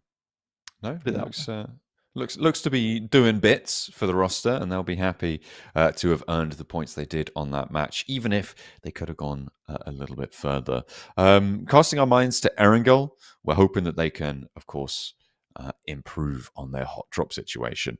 I think that we're going to see a little bit more of shared Pachinki coming on through in the course of this one. I don't think either team is going to be willing to leave, but we have a couple of times now seen that both Papara SuperMassive and Falcons sort of drop either end of Pachinki and get away. Maybe one Elim goes one either way, but I think it's sort of like the healthiest compromise in my mind, right? You just sort of allow that sharing to come on through, and you don't give up your drop spot, which could be seen as weakness, especially at a global stage, right? You can be pushed off your drop spot. That's bad.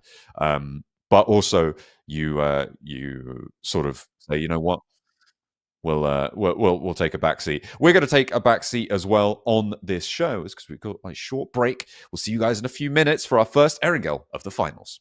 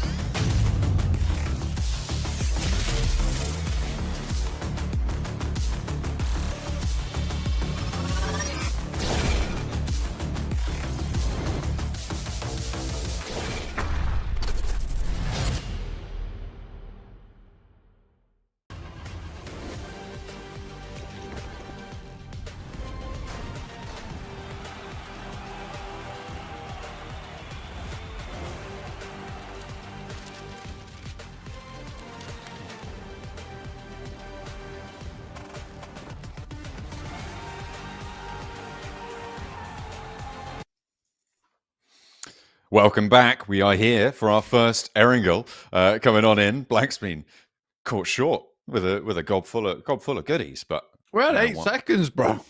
So I was like, I'll just get a quick snack to eat. I haven't had any lunch yet, so yeah. It is what it is. Got to think fast. Got to chew fast. Got to be fast if you want to take on the best of Europe here at the PMSL. We saw at the end of that match, of course, Fenerbahçe taking the top spot, but plenty of other teams earning a whole bunch of points. I'm talking K1. I'm talking BWNRX. These guys have got off to a flying start, unlike the Falcons, who did get off to a sort of a little shuffling start, but they are off the blocks nonetheless. But we'll have to wait and see what more they can do. That we will. That we will have to see what happens. Sorry, I was just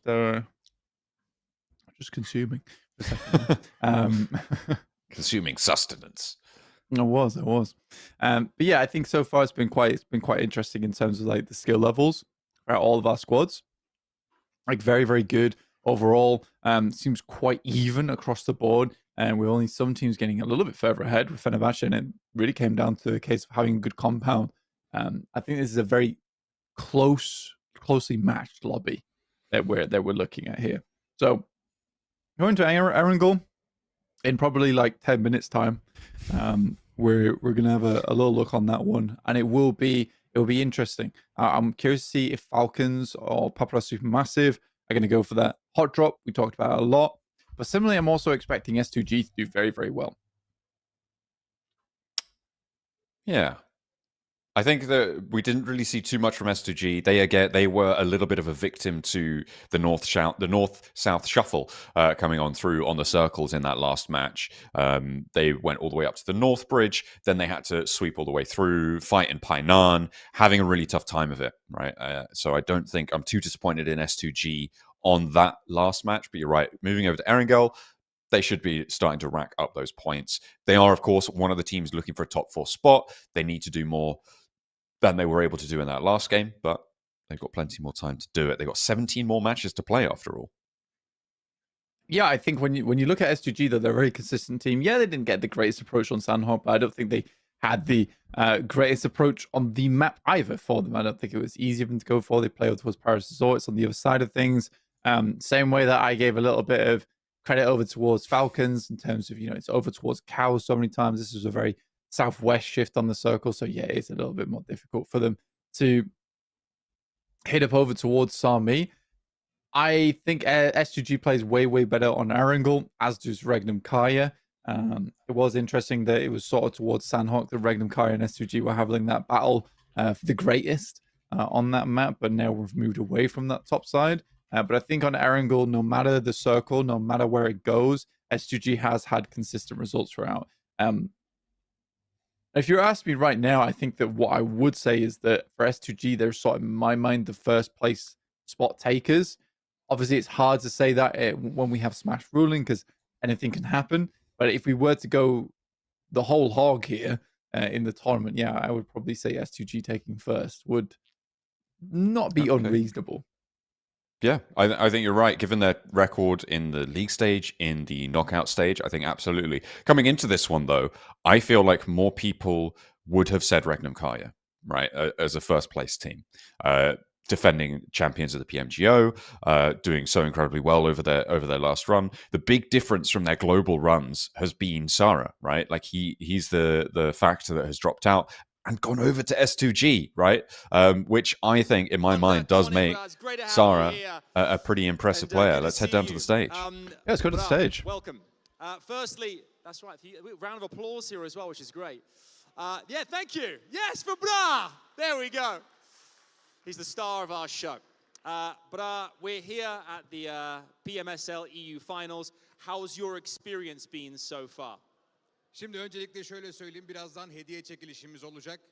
Sizlere girişte biletler verildi, her bilette numaralar var. Ödüllerinizi de o biletlerle alacaksınız gösteriden sonra hediye alanından. Çekilişi Bra çekecek, sayıları biz söyleyeceğiz sırayla. Rastgele bir numara, kazananı bulacağız. Sonrasında da hangi ödülü kazandığını kararlaştıracağız. Ama önce Barış Bra yanımızda. Hoş geldin diyoruz abi, hoş geldin. Şunu soralım sana, Adam da sordu. 2025 PMSL EU Spring finalleri senin için ve takımın için nasıl başladı, nasıl gidiyor, ortam nasıl? Her şeyi söyleyebilirsin. Her şey değil ama sorumu yanıtlayabilirsin en azından. Yani bizim için yeni bir tecrübe tabii ki. Daha önce Türkiye'de yapılan bir offline'a katılamamıştık. Ve takımımdaki oyuncuların hepsi için bu çok yeni bir tecrübe. Zaten biz dediğim gibi buraya çok şampiyon olmak için değil, biraz daha tecrübe kazanmak için geldik. Biz aralıklarda genelde kendini gösteren ekiplerdeniz. Çalışmalarımız devam ediyor. Burada alacağımız her sonuçta tecrübe olarak olacak ama finalde belki de şans yüzümüze güler. Global bir turnuvada da yarışabiliriz. Sadece deniyoruz şansımızı. Çok iddialı değiliz ama bu süreçten sonra, yani bu turnuvadan sonra çok daha iddialı olacağız, öyle düşünüyoruz. Genel olarak ortam da çok güzel. Şu an benim yayın setup'ı gitti. Onu nasıl yapacaklar bilmiyorum ama elektrik sıkıntıları falan var. Ama yine de ortam, ambiyans çok güzel. Biz sahnede olmak istedik. Burada olmaktan da mutluyuz. Taraftarla iç içe olmaktan mutluyuz. Her şey keyifli onun dışında ya. Siz Türkçe anladınız ama ben yine yurt dışında izleyenler için İngilizceye çevireceğim dilim döndüğünce. He is really excited to be here and with his team. This is the first offline tournament of their team, so they're really very excited. Yeah. I think that they're here mostly for the experience, and maybe if they get lucky enough, they will be competing in the world stage. He has belief, he has excitement, and I think we are ready to give the gift. Excellent. Love to hear it. Love to hear it. But we're going to get you to help us with our Wheel of Wonder here, okay? So everyone in the audience has been given a ticket of some sorts. We're going to choose one number each between 1 and 560. Yeah. And if that's your ticket number, you're going to stand up, we'll spin the wheel, and you'll take home a lovely prize courtesy of our wonderful finals here. Bize gelen bilgiye göre 560 tane bilet dağıtıldı. 560'ın içinden rastgele sayılar söyleyerek bir rakam belirleyeceğiz. Sonra da o rakamın çıktığı kişiyi bulacağız burada. Sonra Barış Bura çarkı çevirecek, ödüller verilecek. Ödüllerimizde atkımız, tişörtümüz, mousepad'imiz, bir sürü şey var. O yüzden ilk sayıyı ben söylüyorum. 3 diyorum. Bileti 3 ile başlayanlar şimdiden biletine baksın. The first number that I pick is 3. And we're ready for the second number. İkinci numara from Adam. The second number from Adam. 4. 3, 4. 3, 4. Ve son number, the last number is coming from Barış Bura. 1. 1. 341. 341. Burada mı 341? Does anybody have 341? Anyone? 341. Stand up, call it out if so. Anyone? Var mı? 3, 2, 1. We have to go again. I don't see it. Okay, next number. Let's start with 2. 2, 1. 1, and I say 1. 211. 211. 211 de burada mı? 211.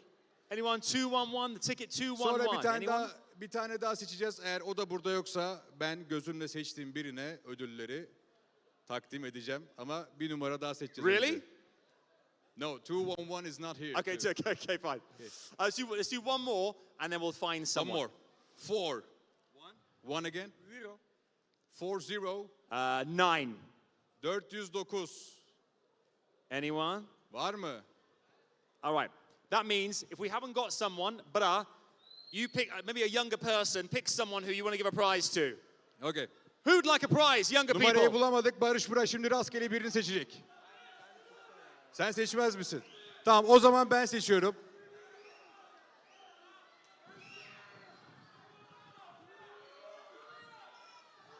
You're choosing here. Yukarıda beyaz tişörtlü, gözlüklü bir arkadaşımız var.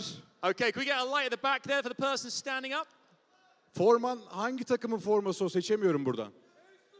Okay. S2G'den seçtik, tamam. Okay.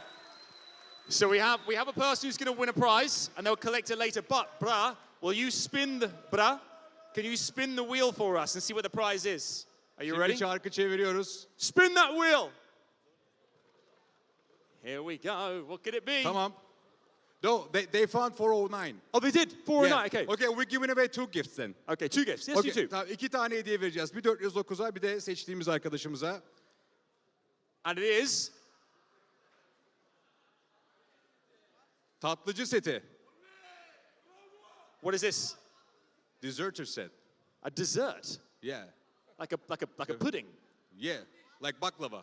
Not Okay, pudding, okay, baklava. dessert. Fine, that's a I think it's price. something like that. Okay, great. They should know better. That's the price. There you go. You can Tamam, collect that ilk later on. ödülümüz gitti. That's all Şimdi yours. 200 numaralı bilet. The number 200 got the first prize.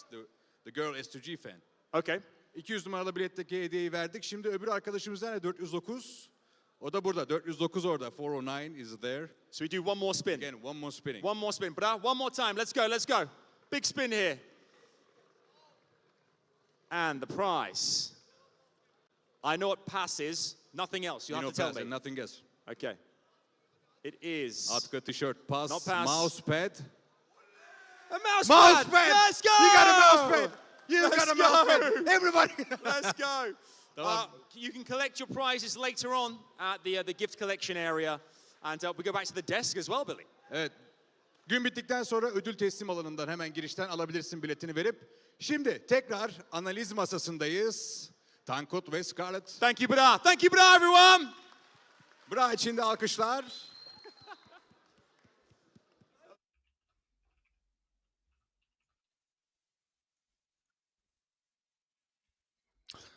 Look at that. Thrilling scenes down on the stage, dishing out the prizes. A little bit of pudding there. I'm with Adam. I have no idea what that was coming on into it. I did Google it, though. Apparently, it's just like some sweet treats, which is nice. I could do with that. Yeah, I like a sweet treat. I'll take a Turkish delight. I do enjoy them now and again. But yeah, it's overall, that was curious, right? No crowd.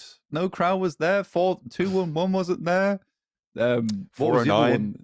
409, 429 wasn't there. 3-2 something. I don't know. I can't Yeah, remember. I was worried then when he started saying everyone was getting a mouse pad. I was like, I don't think they've got enough mouse pads for that. That's not right. No, not everyone. No. Just the one mouse pad, actually. It's just the one mouse pad, to be honest with you. But yeah, let's. I didn't even know mice needed pads, but there you go. Well, they do. Well, mice have paw pads. Mouse pads. Ah, that's true. Yeah, mouse pads. It's not for a Yeah. computer mouse. It's actually just a pad. Don't say it. No, Don't that's say not it. good, is it? Don't say it. Yeah, it's actually a whole mouse, but It's the actually mouse pads are pad included. is slang for house, so it's actually just a mouse house. Mouse house. Yeah, we're handing out mice. You come to a PUBG Mobile tournament, you get a mouse for free. That's how we treat you. There you It go. is, it's good. Absolutely. You know what I was quite happy about is that we didn't land on any passes, which I imagine is just you don't get anything. Does it mean pass? Pass? I think in so. It's like Turkish nothing. translation. Use it. Oh. Use your translator. Rust. No, that can't be true. That's what it means. Oh, there was an accent No. on it, wasn't there? I don't believe you. Pass. No, It I'm actually is telling you. rust. I'm telling you, it Oh, no, no, translates no, as no, rust. no, no, I think no, there was no, an no, no. accent on it though. No. Additionally, pass can also refer to pass in a sports context. Actually, no. Just means pass the ball. I don't Well, know. hopefully, we're not giving out rust to anyone. That would be very mean. Let's be Yeah, no, honest. we find the closest bit of metal that they own rusted. Yeah. Your phone, rusted. Rusted now. Is it not a GT30 Pro? Or you're rusted. You're rusty. rusty. You've been rusted upon. Yeah, cool. Yeah. Interesting stuff. Yeah, I mean, Papara SuperMassive, super happy to be here. Good time. First LAN event. Big time. Big time. Big time prize time. That's right. I wonder what the other Indeed. things were on that wheel. I've no idea. Should really Yeah. have a look. Should really You have know, a look. Let's get a I list of that. I was disappointed that Adam didn't know them all. I think Yeah, he should have well. known them all. Yeah, he should have learned all Turkish before he came here. Should have learned fully. He should have been presenting He in should both have been languages. fluent. Adam, come on.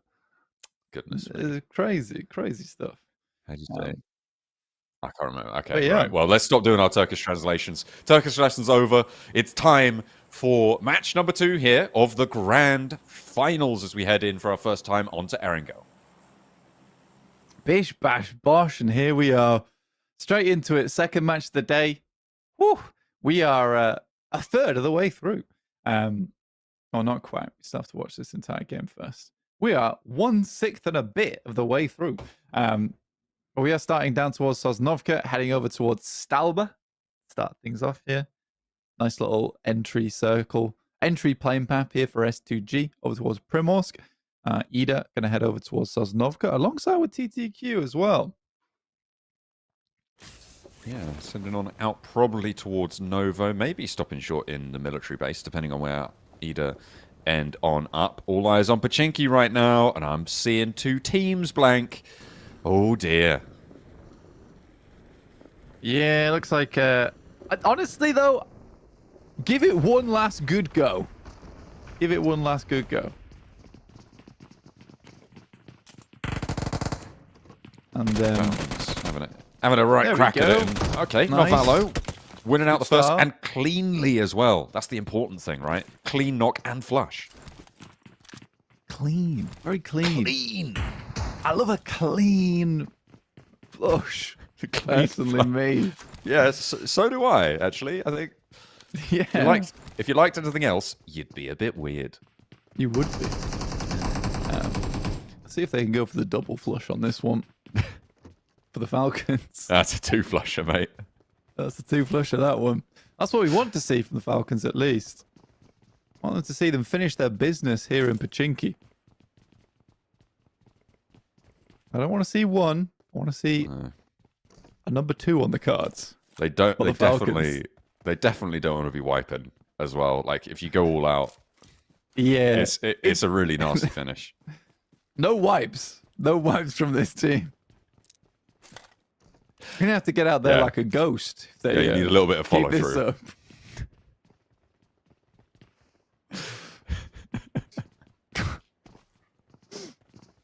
Oh, Oh no.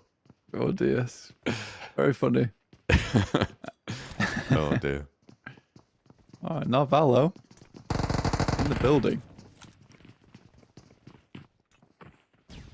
I dropped a nade off towards this building. Some more eliminations coming through. Supermassive moving off. This is where Falcons cannot lose pacing. They've got Papara SuperMassive on the run. Question is, though, John, for me, What's Quick how doing? much? No, well, not that. How much does Papara SuperMassive being at land affect this hot drop for them? As we know, the Falcons have far more experience on a high pressure stage like this. They certainly do. Ooh, lost catching a little clip on the sideline transition there, but not going to find the knock. Potential for a couple of meds to be on board as well at this stage for both teams. The Falcons, with the high ground on the back line, are there, but off in the distance, is there a third-party potential coming on it? We'll have to wait and see. Now, there's been a couple of times teams have sent themselves over. From Carya currently shooting on past. Bras on our screen right now. Towards mansion side of things. That's what I heard. Fenerbahçe's on our screen right now. Just keeping it chilled out. Simple Domek has had a pretty successful run overall throughout this tournament. Very, very clutch. 3-man shotgun spray down over towards Papara SuperMassive earlier. It was lovely to see. Looks like the Falcons want to get froggy fresh with it. And Narvalo finds another, clips the wings of Kamikaze. And that is going to be probably a flush being picked up there. Koa is able to seal the deal, but the point still goes to Narvalo for getting the knock. Ralph pops out over onto the windowsill, and Narvalo wants more. Ralph straight across, and Papara SuperMassive hit with a doozy. And that is what the Falcons wanted to see. This is what we wanted to see as well, Blank.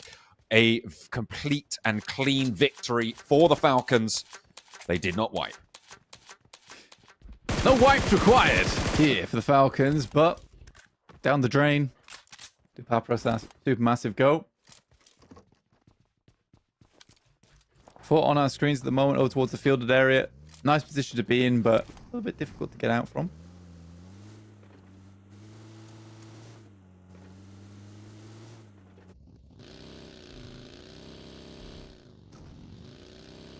Barsay on the road, crossing the fields, hits a divot. It's okay. fair chunk of his health out of there too, but I'm sure he'll be fine.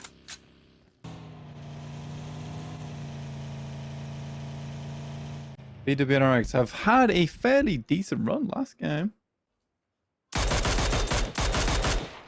Pretty wild stuff.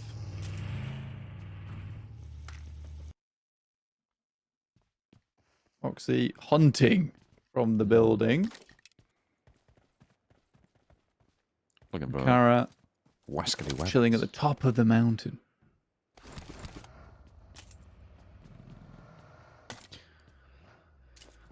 Everybody on the move now, Blank. We're into the 6th minute of the match, so teams are starting to look for their position into the circle. It's fairly open, though. Obviously, this first circle encompasses quite a lot of land, and most of that circle is playable terrain as well. Teams will be starting to move in around those Gatka fields, around the hills to the west side of Pochinki to try and take up positions. Maybe teams flexing out as far north as Everest, but that's a little bit lower of a priority position as it stands, unless we get that second circle shift out that way. S2G close to BWNRX and looking maybe for a little bit of a scrap. Or maybe not. Maybe we're just gonna move away. And beat the BRX as well. As S2G likely don't want to come into contact with one another at this point in time. You know, we're quite close. We're 1 minute away from stage 2. Not an ideal time to be fighting, especially in this area. A bit hairy.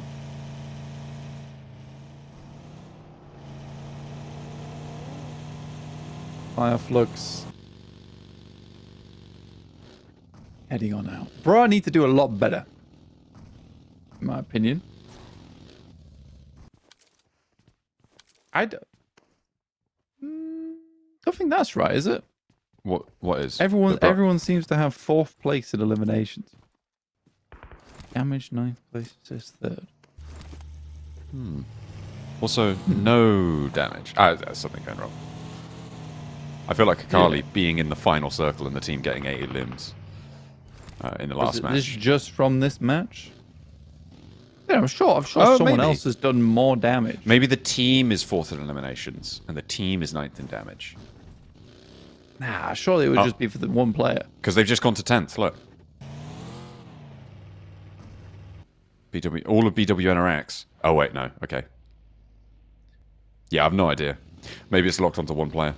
Ah, it's cryptic. Yes. We shall... What do they mean? Oh, the it's numbers. 11 now.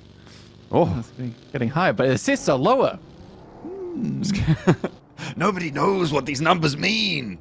Goodness me, it's a mystery. We are going to have to wait to find out. Oh, an elim just happened. Barsay did just lose a player. Over to, I think it was Carya over on the south side of Pochinki. We learned how to Barsay it recently. Yes. So sorry to everyone. Please Barsay. We are simple Englishmen. That is true. We do struggle sometimes. You have to forgive us. It's our burden to bear. It is our burden to bear. I'm so sorry. You could make fun of us for it, but just give us a little time. We'll get to it eventually. After a cup of tea. Yeah, obviously.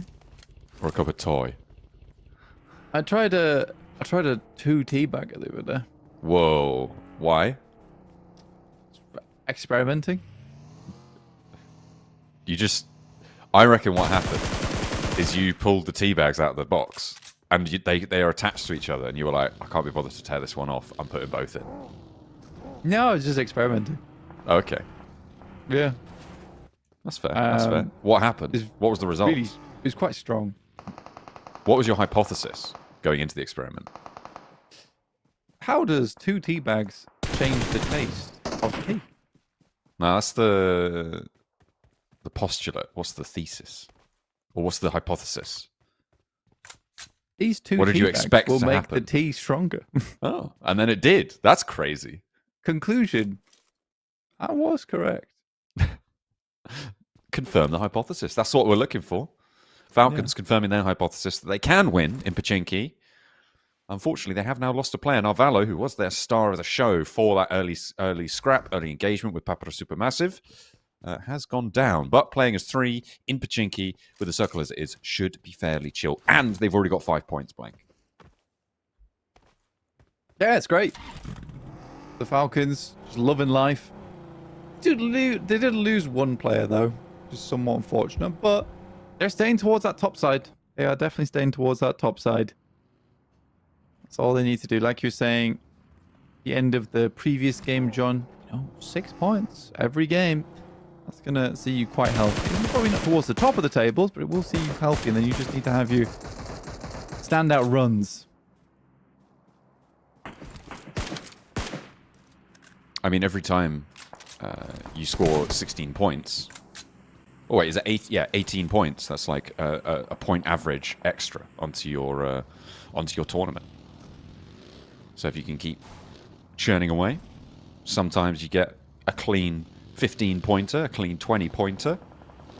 Clean That's what what? you're looking for. That's absolutely. That's what everyone should hope for. Aspires to. Yeah. K1 with the That's drive-by embarrassing. shutdown. Gonna miss over the heads. They're just Yeah. pretending to fight. They didn't really want to hit. He really was just shooting over the window as well. Rita does go down and Ida will have to move away. Not sure what Darkin was attempting. Sarah even finds Aaron. Ooh, it's all gone wrong here. Out in chopsticks. Feels like it's been a while since we've been to the Gatka Chopsticks. Happy to see them. Yep. Have we seen the map feed yet? I don't know about this circle, but we've just seen the next one start to shrink. I'm not sure. Maybe. I think we have. Maybe we were too busy talking about something else. Unfortunately. Yeah, that does sound like us. Like teabags. That does sound like us. Sorry. Sorry, guys. Apologies. Again. You can make fun of us, but you have to bear with us. You're stuck. You're stuck in here. IDA, pretty stuck in their position. A lot of teams taking to the fields now, Blank. And in general, it will form this sort of isolationary ring around you. You can stay safe, but getting out becomes a lot harder, especially as more and more teams start to pack the area and move on in. Makes it all the harder to get on out, which does increase the amount that the circle will impact these next few stages. So in a minute, expect to see the number of teams drop fairly dramatically. It will get tough. It will get tough out in those fields. Teams that have some kind of compound to play around with please themselves going forward. BWNRX is still playing on the outer edge as Bra attempts to make their way. And this is a cruel positioning from BWNRX as well. A lot of teams will take that spot down the hill there in the compound as a nice little stop-off point. But for BWNRX, now they have a very easy way to gatekeep them. Carya up against TTQ off in the distance. A lot happening there. And we do jump on board. I believe the fight is all but over. But we got another one. It's Bra versus BWNRX, and it looks like it's all just kicking off. BWNRX losing Zed Wolf to Swash on the pump action. Nice little shutdown there, but it is traded off, and timely as well. Another set over towards Rolexes. Are they going to be able to find the cavalry to roll on in? You can see only one player still has been down from BWNRX, and he's already folded in to the rest of the team, but Frozen's the second to fall. They're holding it down. Kakali, last to stand for them last time, last to stand for them this time as well, as now 3 players from BWNRX have fallen, and they will all go down the drain as Swash is the only casualty. Rolex, oh no, he did get flushed away. But what a hole over the top from Quantum and Gabri. That was a gatekeep set up by BWNRX as well. So I wouldn't say embarrassing, but not the way you wanted that to pan out at all, right? Over for BWNRX. Losing all their players on what should have been an easy gatekeep. Regnum Carya come to play neighbors with S2G, and S2G are not happy about it. Will be sat outside the doorways. We're getting phasing bullets here straight through the rock itself over towards Regnum Carya.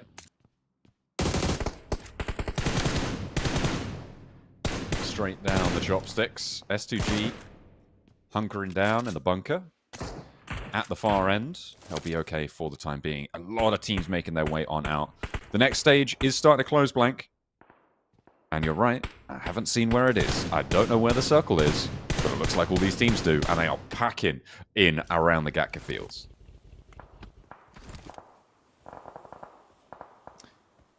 So I wasn't wrong. Well, you might have been last time, but Definitely not this time. Not this time, though. Yeah. Oh, okay. So it's a hidden map feed. Crouching Havlik. Keep your secrets, then. We'll wait and see where all these players are holding up. But for the time being, like we said, it's a secret. It's a Gandalf, sir. I tell you, we don't have a map feed currently. Otherwise, I would try and let you know where people are playing. But we will do our best in terms of general location. Oh, and my Fenerbahçe down. time spent in Erangel. Yeah, they got sideswiped by S2G as well. It's pretty wild. Ooh. Falcons STG only get also. 2 points for it, though. And Falcons, yeah, struggling to leave Ooh, Pachinki. one player. Yeah, just the one player. I mean, this is not a horrible run out from Pachinki, in my opinion, John. I think that probably quite frustrating for the Falcons.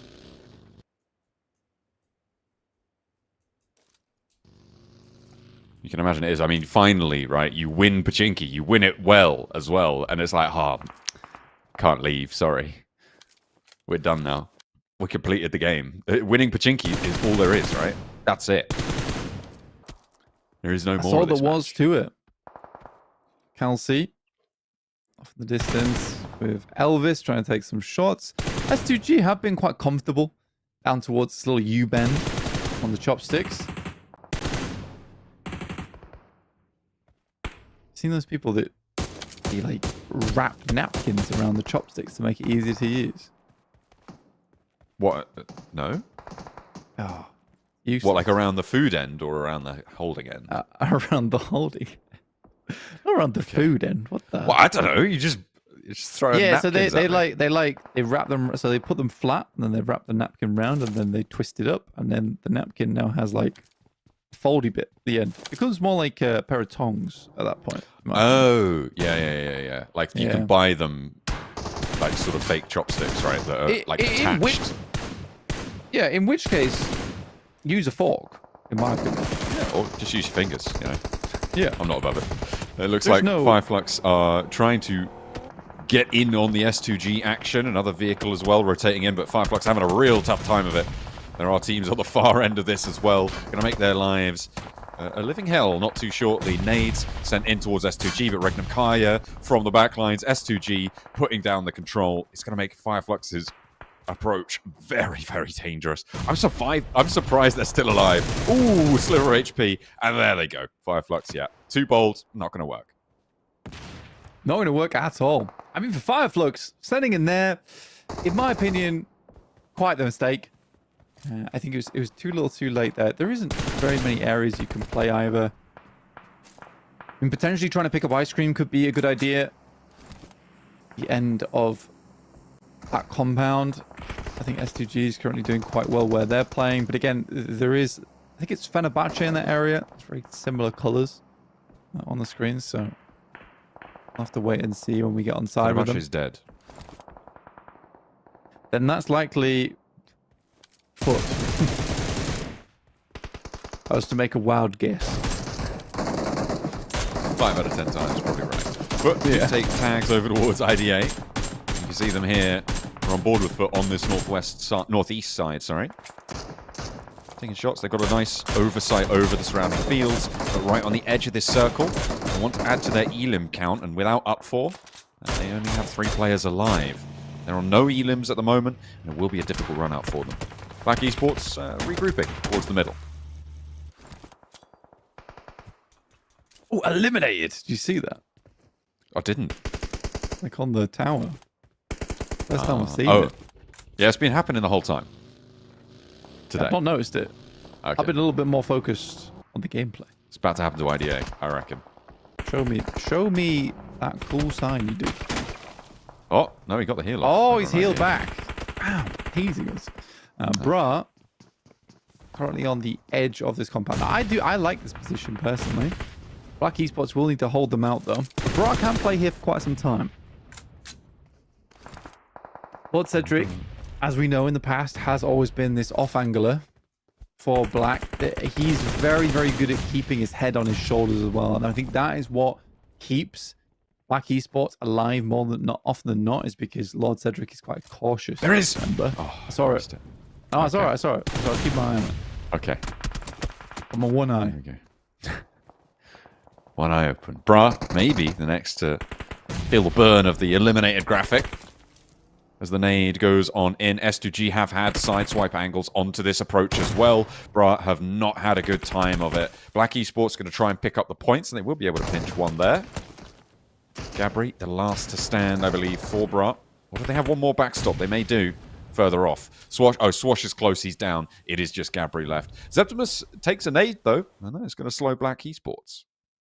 Well, we've lost the tower now as well. We're slowly losing more and more of the UI as we go on.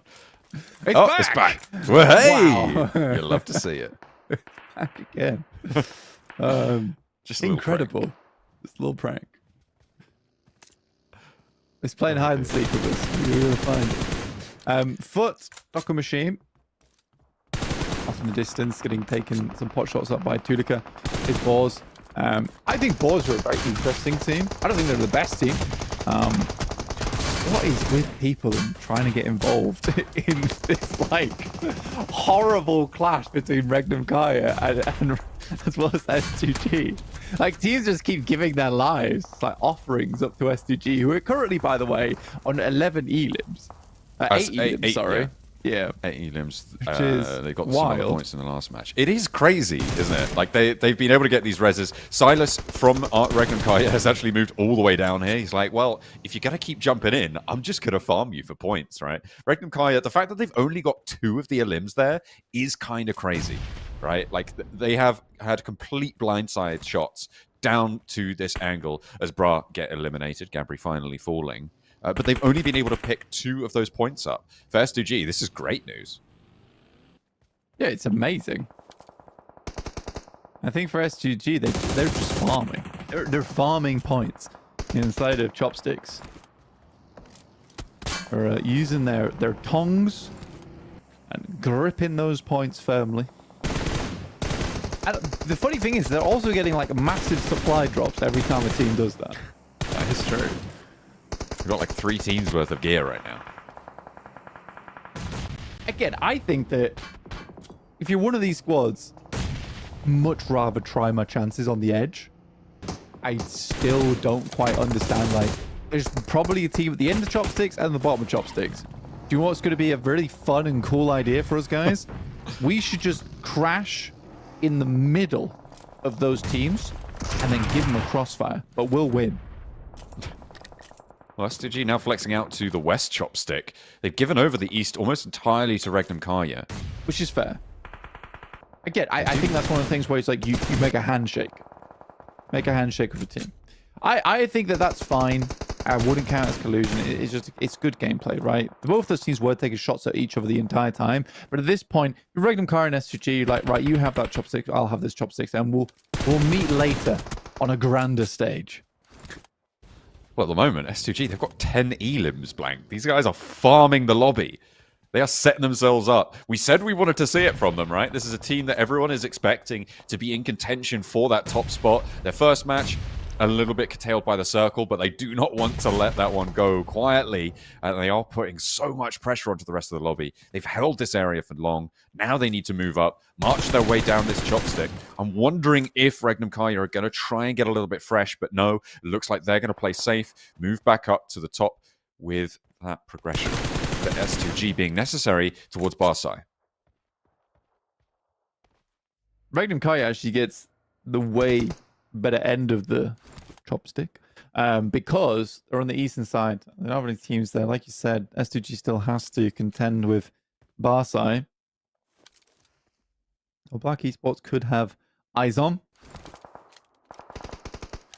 S2G will be very careful with how they approach this. 200 bullets in the mag as well from Elvis. Well, a lot of ammo to work through.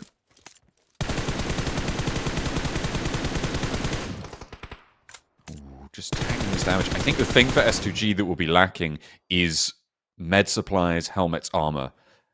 That side of things is going to start to get a little bit ropey. They've taken a couple of fights now, and with the amount of damage that Barsay are starting to pour into them, I think their approach is going to be made harder. But Barsay have more than one fish to fry. They've got multiple teams stood around them who can take shots. You can see Black Esports there on the northern edge. They're going to be putting pressure on. And S2G are just this ever-lurking danger. I mean, I said the helmet might be raggedy. No, he's got full level 3. That's pretty cheeky. As K1 do go down, but trying to crawl out. Commando on the open field. Yeah, Barsay is trying to pull a bit of a magic trick through the smoke there. Get those bullets to curve a little over towards S2G, but it's not quite working just yet. FUT not moving out on foot, in fact, trying to get in a vehicle. But on the northern side, will Regnum Carya try and flex out, flush them out? Only time will tell as 4 teams remain. S2G with 4, looking to finish off Barsay. Elvis takes a hell of a lot of damage. Boars still going. Again, for Boars, I talked about being an interesting team earlier, and it's specifically because they do just weather the storm a lot of times. Like berserkers off in the distance, giving their life for points. Icy. Whew, very scary there. Still, 5 first aid kits. Like I said, they got themselves a lot of loot earlier. It seems like they put a massive emphasis on the fact that they wanted as many medical supplies as possible. They knew that they would be going through the ring of this game. I think that's smart.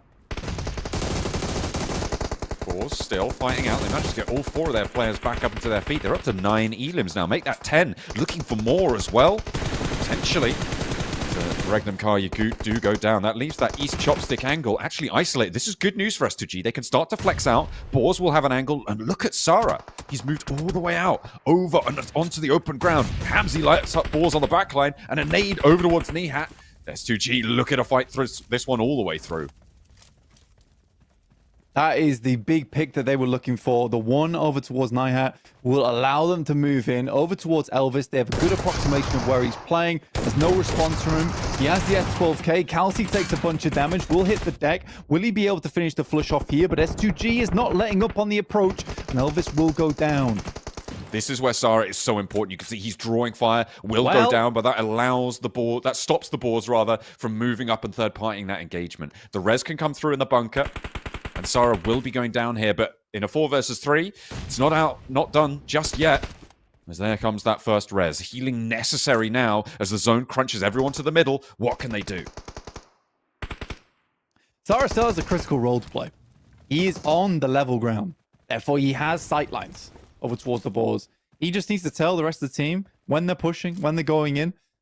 Right now, gear still seems fairly healthy for the boys on S2G. Nice. That's a big pickup on the side over towards Havlik. That was the flex angle. Not likely the Boars are getting that back up again, especially with the circle starting to push on in. Nade over the top to the back line.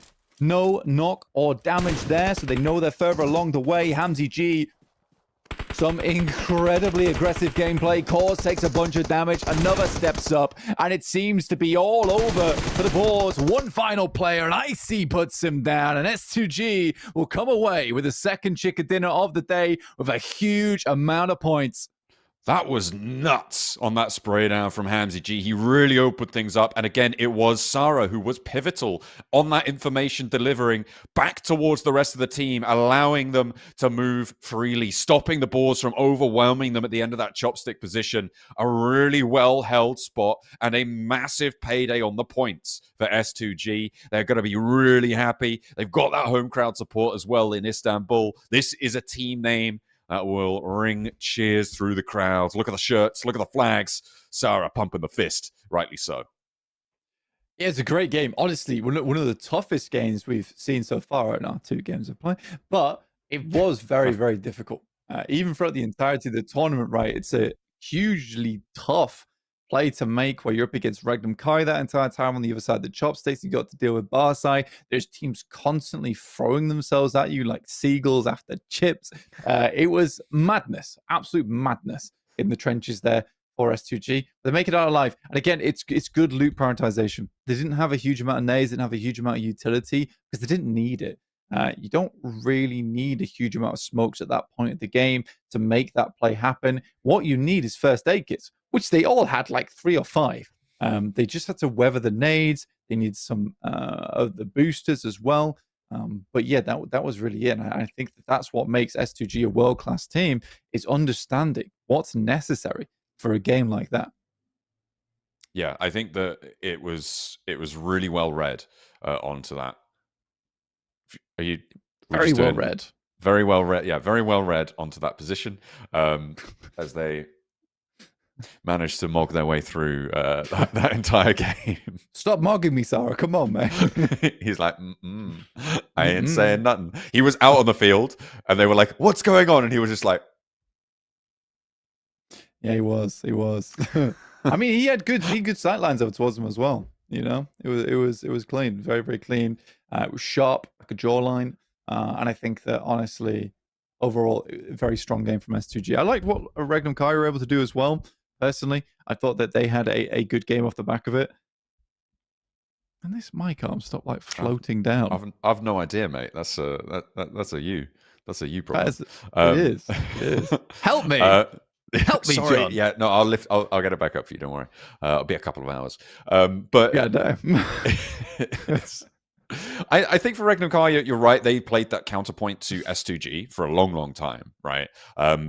Unfortunately, they just really didn't profit off it as much, right? They were starved of the elim points that S2G were able to snaffle down, and as well as they played it in a comparative style, they didn't get the reward in the same way. I think taking that U-bend was the big changer right there for the guys on S2G, because every time Regnum Carya tried to pick up on those points where people were just throwing themselves in like fish, I think that they were also taking shots from S2G, right? Every single time. They do. They just throw themselves in. You know, this is the way it be. It's the way it be. I think that for S2G, it was a case where they had that cover to work off the back of, and Regnum Carya didn't. Right? They had the 2 angles to play around with, so you just have a case where one player can take shots at the players floating in towards the trenches, whereas one player on the other hand can take shots back over towards Regnum Carya. I think overall it was a very well laid out plan, and I genuinely do think the boys played it out phenomenally well. Yeah, I think that there were some very solid plays. Obviously, a field finish does always make things a little bit harder for a lot of teams. Let's take a look at the final moments here with S2G. I mean, it was really up to this massive pickup of the Havlik that's just about to occur. You can see as soon as that spray down goes through, Hamzy is up and in. The nades to the backline, Icy suppressing. Hamzy does go down, but there's nothing actually that we can do here. Against 2, I mean, there was still potential, but they made it work. It was really, really well handled, especially considering they had to fight out of a ditch 3 versus 4. They absolutely nailed it. And rightly so, the MVP goes to Hamzy G with 7 elims. Not quite 1,000 damage, but he certainly bruised a few egos along the way. Slay to stay as well. All right. I like that tagline coming through from S2G. Love it. Again, it's nice to see Icy in his fancy new outfit as well. We've seen Icy along in plenty of other teams throughout the years. And again, he's always been a bit of a force over in the Europe region. I'm genuinely very pleased to see him find success here on S2G as well. Again, S2G has for the longest time felt like, I think we even called it in the past the Kelsey Hamzy G show, right? That rings a bell to me. And it always has been. They were very much lacking on the final 2 members. This is post S2G breakup, by the way. You know, as the boy band left, they all went separate ways, other than Hamzy G and Kelsey. But yeah, they've been struggling to find that 3rd and 4th member who works well.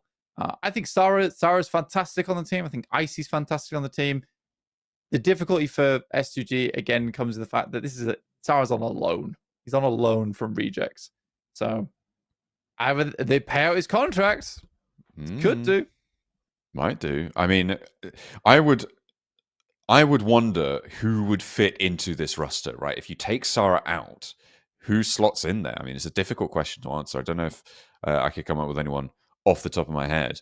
But Sarah has been a really big impact player. We've seen Icy grow in this scene as well over the course of it as a big impact player. I think he's played on a lot of different teams in Europe and finally, seemingly finding a home. We saw the stats there as well for the chicken dinner. I think they were up to 15 elims on the match flank, which is a pretty massive points total to be able to earn.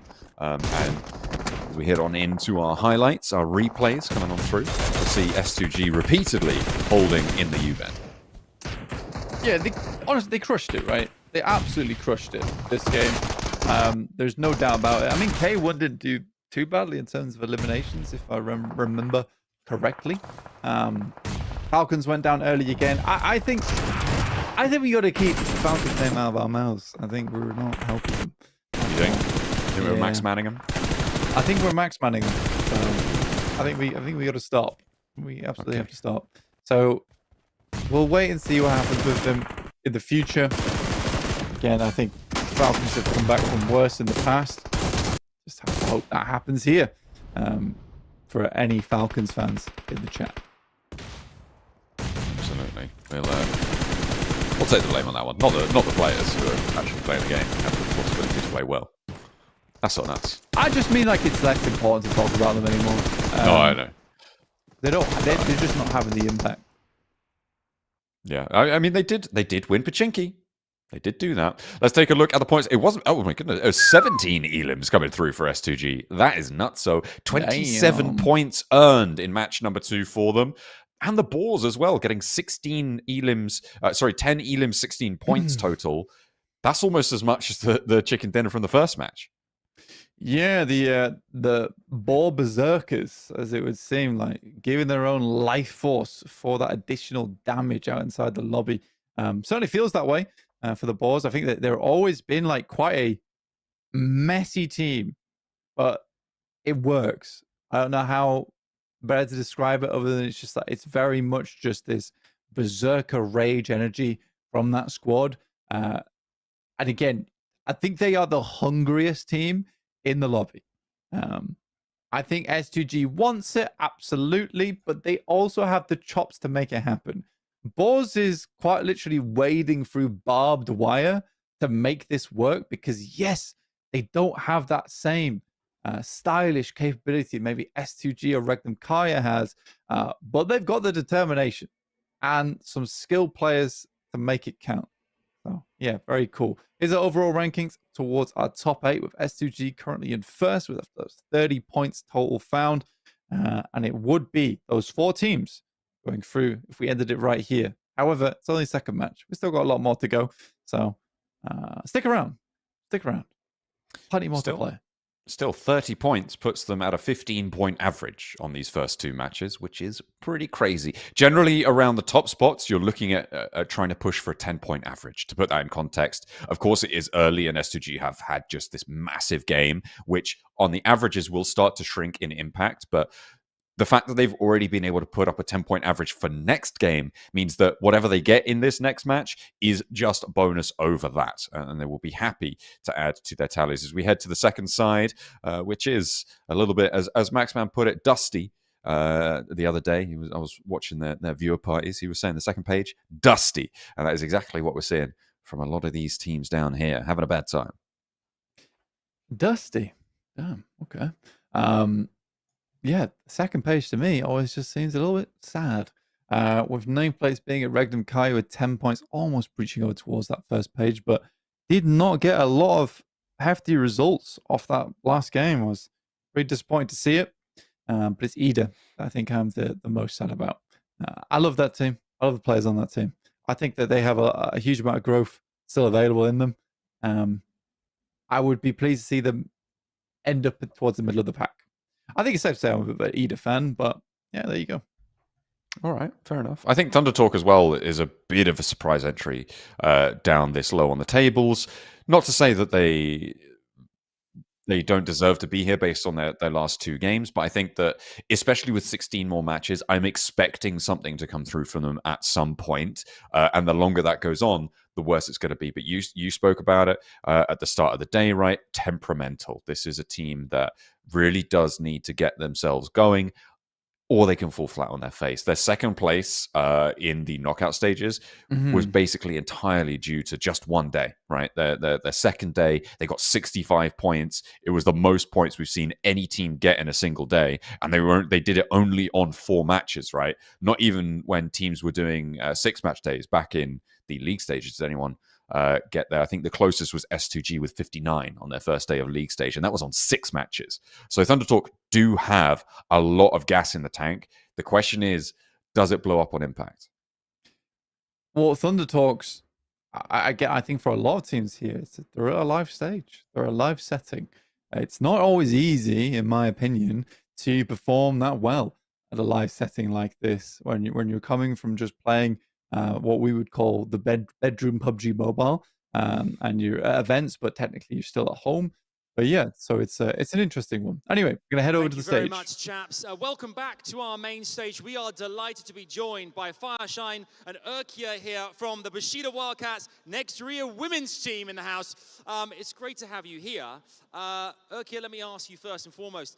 You're competing in PMEWL as BWNRX. What are your expectations for the team this season? Evet değerli izleyenler, şimdi yanımda Öykü ve Fireshine var. Kendileri Bushido Wildcats Next Rüya kadın takımında mücadele ediyorlar ve ilk sorumuz şimdi size çok kritik bir soru. Cevabını ben önceden aldım ama yine de burada herkesin önünde, yayında izleyenler için de bir kez daha vermenizi istiyoruz.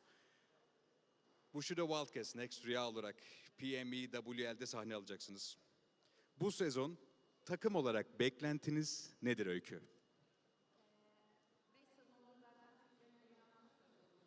Birazcık Galatasaray ön plandaydı. Bu yıl Galatasaray'dan alıp Wildcats'i zirveye koymak istiyoruz. So she says that for many years Galatasaray was on the top, but this season it's going to change and we will be victorious. I love that winning talk there. That's really good. I love that. I'll ask you, Fireshine, what does it mean to you to compete on a stage made exclusively for women? Sıradaki soru Fireshine'a. Kadınlara özel bir sahnede mücadele etmek sizin için ne ifade ediyor? Kadınlar Ligi'ne açıklayayım. Mike right there. Perfect. Tamam. Kadınlar Ligi'ne verilen önem bizim için zaten çok önemli. Bizim de tek amacımız bu şu an burada bulunduğumuz gibi bu kupayı Kadınlar Ligi'ne getirmek. Umarım bunu yapabiliriz. The importance that given to the women's teams are really big. And our goal and dream is to win this cup as a women's team one day. It's going to happen. I can feel it. It's going to happen. I'll ask you, Erkia, your roster has been getting a lot of attention this season. What do you think sets you apart from your opponents out there?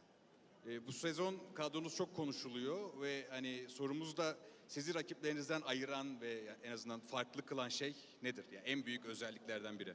Çok çalıştık. Özellikle hatalarımızın üzerinde durmaya gayret gösterdik. Hazır olduğumuzu düşünüyoruz finale. Bakalım. İnşallah gelecek şampiyonluk. Yeah, they worked really hard, she says that. About their mistakes, the things that they do wrongly. So they are working on it. The biggest difference is they're hardworking. Hey, I respect the hard work. Love the hard work. Fireshine, today we're here at the Pmsl EU final stage. It's good, isn't it? It's good. How do you feel about your male team competing here, and do you have a message for them? Şimdi Fireshine 2025 PMSL Avrupa Bahar finalindeyiz. Buradan erkek takımınız için, Bushido Wildcats Next Rüya için özel bir mesajınız var mı? Onlara böyle söylemek istediğiniz, onları motive edecek, haydi çocuklar yaparsınız gibi bir şey var mı söyleyeceğin? Erkek takımımız zaten şu an ligde domine ediyor. Yani eğitimlerden gördüğümüz kadarıyla. Sonuna kadar arkasındayız. Onlar şu an şampiyon olsunlar. Biz de Kadınlar Ligi'nde şampiyon olalım. Takımımıza bir sezonda 2 şampiyonluk getirelim. So the men's team they're dominating this season. And her dream that she knows that they're gonna win this year too. And she wants to be victorious as a female team too. So they want to bring 2 cups in 1 year. I love that. Hey, again, we said it's going to happen. We can feel it. It's a good vibe here. Lastly, Erkia, what would you like to say to the young girls and the female players watching you right here, right now? Öykü, sizi izleyen genç kızlara buradan ya da kadınlara ne söylemek istersin? Onları motive edecek bir şeyler. Biz yaptık, siz de yaparsınız gibi. Şanslarını denesinler. Bir sonraki sezon için hazırlansınlar. Ve aslında yapabileceklerini görsünler. Çok da zor bir şey değil bizim aramızda olmak. They should take their chances. They can do it. Like şey diyorsun değil mi? Biz yaptık, onlar Siz da de yapabilir. yaparsınız. So they did it. You can do it too. Yes. Inspirational, inspirational. Now, before we lose you both as well here, and we go into our next match, Kelme, one of the partners here at the show, have given you some wonderful gifts to take away with you as well. We're going to hand these over to you. That's there for you. That goes with your dress. It's perfect. That's there for you from Kelme. And look, enjoy the rest of your time here, and here's to a glorious future as well. Sponsorumuz Kelme'den, şimdi Öykü ile Fahir Şahin'i göndermeden özel bir hediye. Teşekkürler. Biz var. Çok teşekkür Thank ederim. you very much. Şimdi 3. maça geçeceğiz. Karşılaşmalardan sonra tekrar ödüllerimiz devam edecek. Şimdi sizlerden bir alkış Öykü ve Fahir Şahin için. Teşekkürler. Şimdi tekrar analiz masasına dönüyoruz. 3. maça geçeceğiz. Tankut ve Scarlett, sizdeyiz bir kez daha. Thank you very much for the interview there with the Bushido Wildcats next Ruya female team who want to be making waves there, and hopefully whatever they were given in those bags of secrets is going to help them on their way. Turkish to delights. Hopefully. Are you talking about the bags or our lovely co-host on the stage? He's a Turkish delight. Love that. Okay, let's talk about the bags. What? He's a nice guy. He's getting on great with Adam. Do you know him personally? He just seems like it's just the vibes, you know. It's just the vibes I'm getting. He's a nice guy. All right. You know? All right. Yeah, it could be. It could be. All right. I'd need to meet him. I'd need to meet him. All so right, far, okay. you know, he's been doing pretty well. Yeah, I need to meet him. Yeah. Okay. Cool. Good opener from from your man on the stage. Yeah. Good to hear that they were very keen to not only make waves in the female scene, but maybe one day step up with the teams here at the PMSL Europe. We'd love to have them if they can qualify. We'll be seeing them soon, I'm sure. Yeah, we will. I mean, honestly, I think the coolest thing for me to hear from that was the fact that whenever they were asked about having a stage exclusively for women, they flipped it around and flipped the script on it and just said, look, it's nice and all, but realistically, what we want is to be here, winning against these teams, right? Like S2G, like Regnum, Carya. And I thought, you know what, that's a goal and a half, and fully support you in it. Go for it, make it happen. So I hopefully one day that could be the case. Again, they are quite competitive, and again for BWNRX, I reckon they'll be cheering them on similarly, so they can take both of those trophies home. Yeah, cool stuff. Well, let's refocus back over towards the PMSL finals that have been unfolding for us to our delight and delectation over the last 2 matches. Obviously, a massive chicken dinner coming through from S2G, putting up 17 elims. A 27-point game sees them far and away into the lead. They'll be very, very happy to be able to have earned that one nice and early. We were saying, after their first match, they had a tough time. Let's hope they can bounce back. They really definitely did, right? They absolutely came out swinging. And it wasn't like they were being too passive in their location, right? They took control of their location. They were fighting out, and granted, teams did throw themselves in, as you said before, like fish who do throw themselves into things. And they were able to pick up those points, but they were able to execute on that, right? They would be able to hold a firm blockade on the teams who thought, we'll crash and then fight one of the directions. S2G was like, well, you're not coming in here, mate. That's our ground. We're holding it. And they did that very well. Mm-hmm. Yeah, I think they had a pretty extraordinary approach over towards the chopsticks area. It would have been nice to see a little bit more of how they got themselves into that spot. And I'm sure we'll probably recap that at some point tomorrow. But overall, very, very good game. I think Regnum Carya having all that space over towards Easton's chopsticks, it was weird. They weren't able to quite make that one happen. Again, moving out from there was difficult for them. For Boars, though, there definitely was a potential, right? They only had to hold so many angles. And I think that initial shot from Hamzy G, I think the fact that he is so accurate and so good, losing that flex slot, just that flex angle really does just hurt Boars massively, right? Not being able to have that angle over towards them and hold them in place allows S2G to effectively like flow out from the left side and then just sweep round. So yeah, for Boars, it was just a mismanaged end game. And I do think it is a bit of that overconfidence, that boldness that comes back to bite them. I think I'd agree. I mean, they only had that one-off angle as well. I think as soon as they'd taken down Sarah, they could have flexed out over the whole field a little bit more, potentially made a little bit of a mad dash. I think they must have been quite low on smokes, right? Because if I'm Boars in that scenario, I'm smoking the rim of the bunker that S2G were holding and allow you to push out a little bit further, right? Sure, Sarah can ping away, but you put a nade there, you know where he is, you know where he got knocked. If you have a little bit more utility in those final moments of Boars, that fight goes completely differently. Because as it was, they had nothing to stop S2G just rolling straight over them as soon as they got that first pick. Yeah, it was also weird because Boars ends up nading out one of the players from Barsay. I think he nades out Elvis on the side. It might have been Nihat. I think it was Nihat. I think it was Nihat. Yeah, so Boars actually nades them out. And that provided the opportunity for S2G to walk up. So there's a lot of things that went wrong there for Boars. And again, it's because they're very elimination hungry. They do have a bit of that rage in them.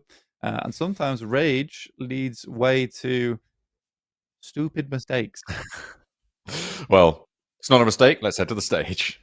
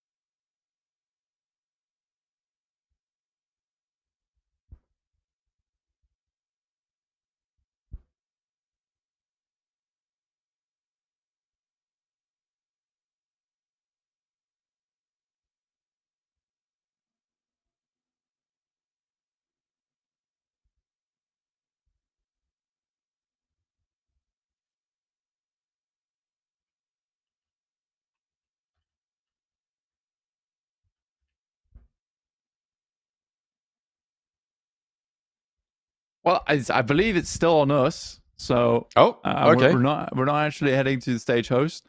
Hello again. We do return. So we're just on board with the players as they're getting ready for the next game. And they all look very ready to me. He's maybe might need a nap, potentially. I mean, any moment you can grab, right? Try and get it done. Get rested. Get recuperated. As always. Well, they're pulling the chairs in. Yeah, K1 looking pretty chill. Yeah, Love Heart's been thrown up as well. I think that's Capri's on the far end and then Quick close to the camera. Having a good time. Look at you. Naming and shaming.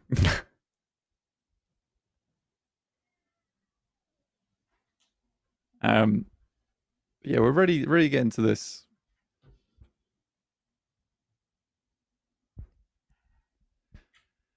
One player currently has a network problem. I think last time that happened was around about 20 minutes. Hopefully it will be less. I think we've been told 3 minutes. But we will wait and see. Goodness me, there's a lot of tired faces Was in that the Narvalo arena as well? at the moment. Or was that someone else? It was Narvalo. Yeah, it was Narvalo. It's classic French yawn there. It's identifiable. Yeah, you can tell.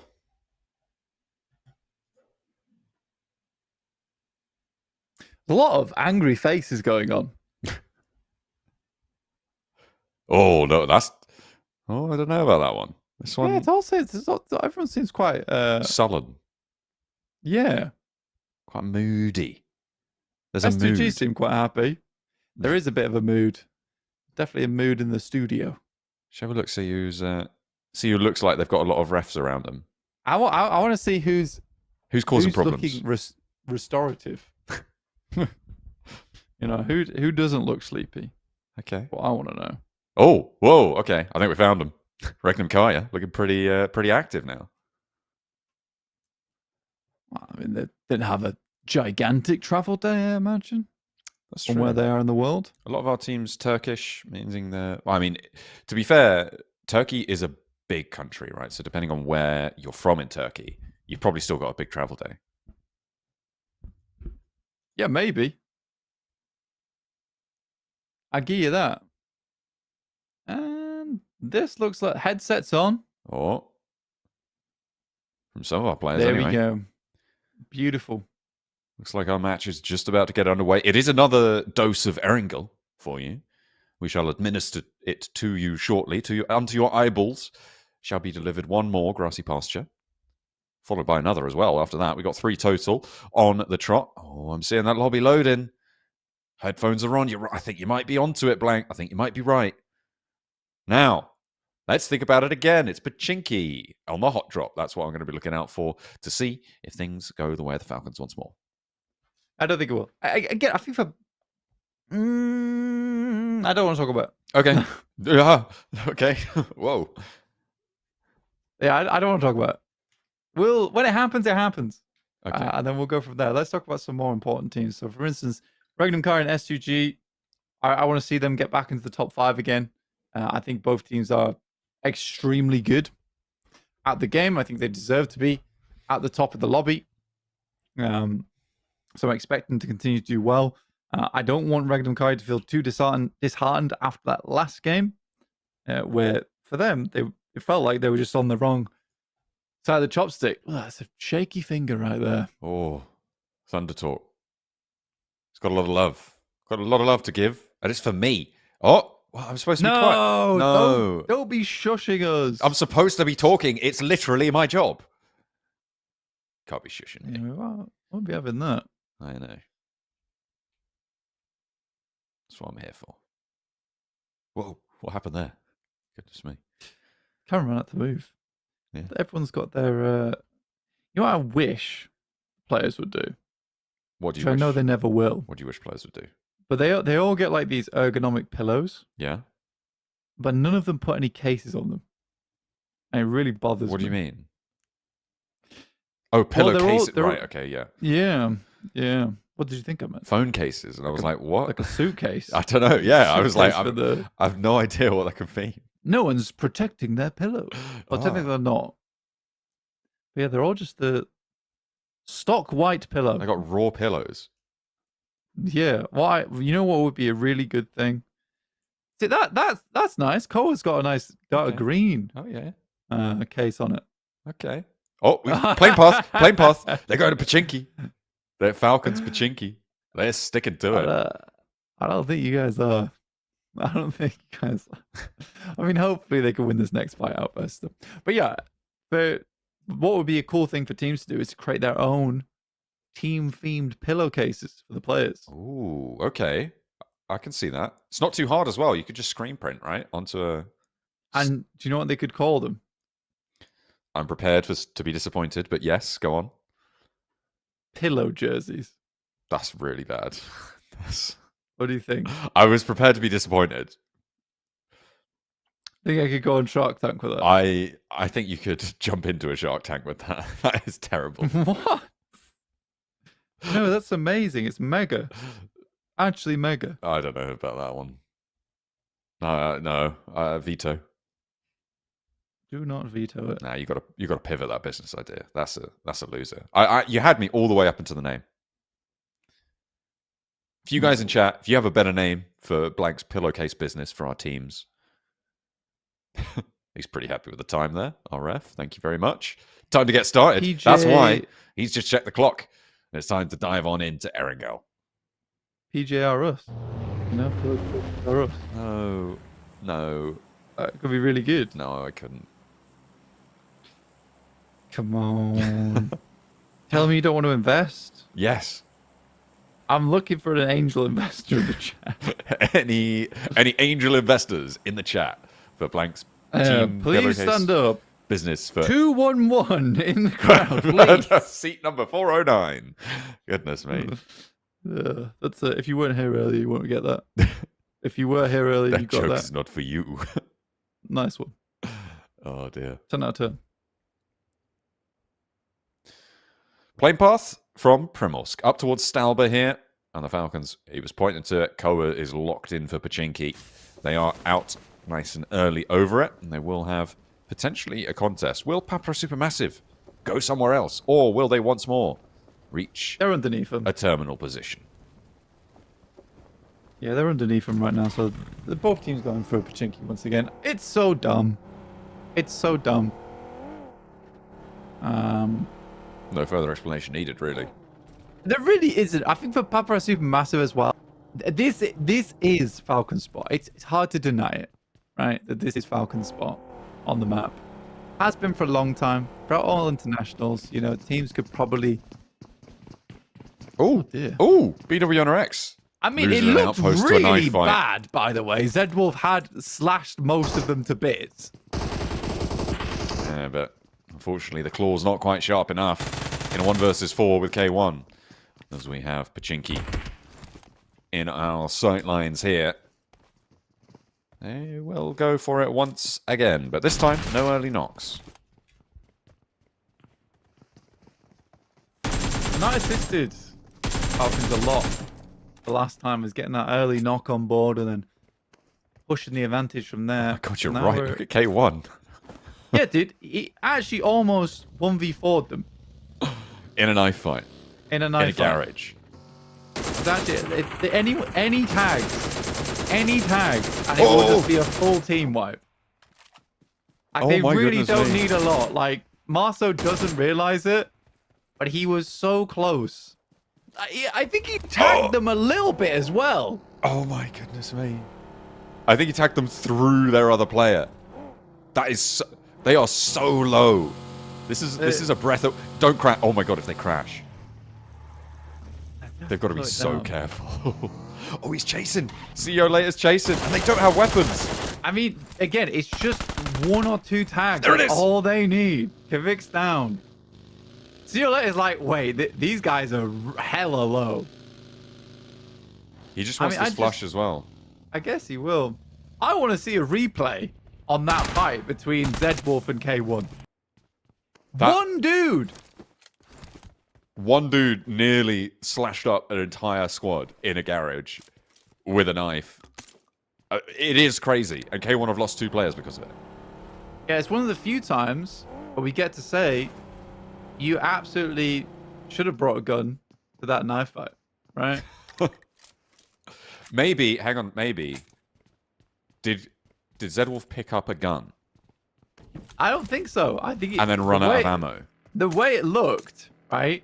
Because they were all on such equal amounts of HP, I think he was just carving them up. I mean, I feel like you might be right.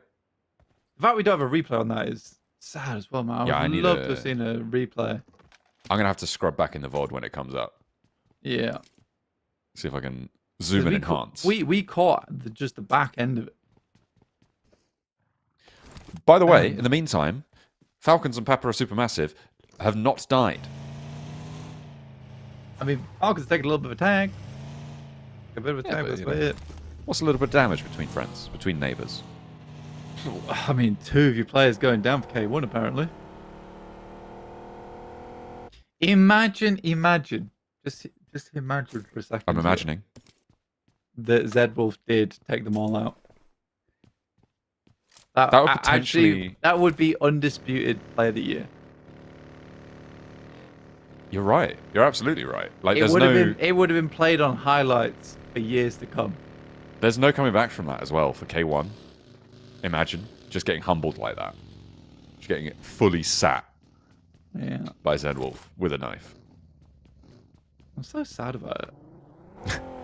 You wanted him to get at least 1 point for that, right?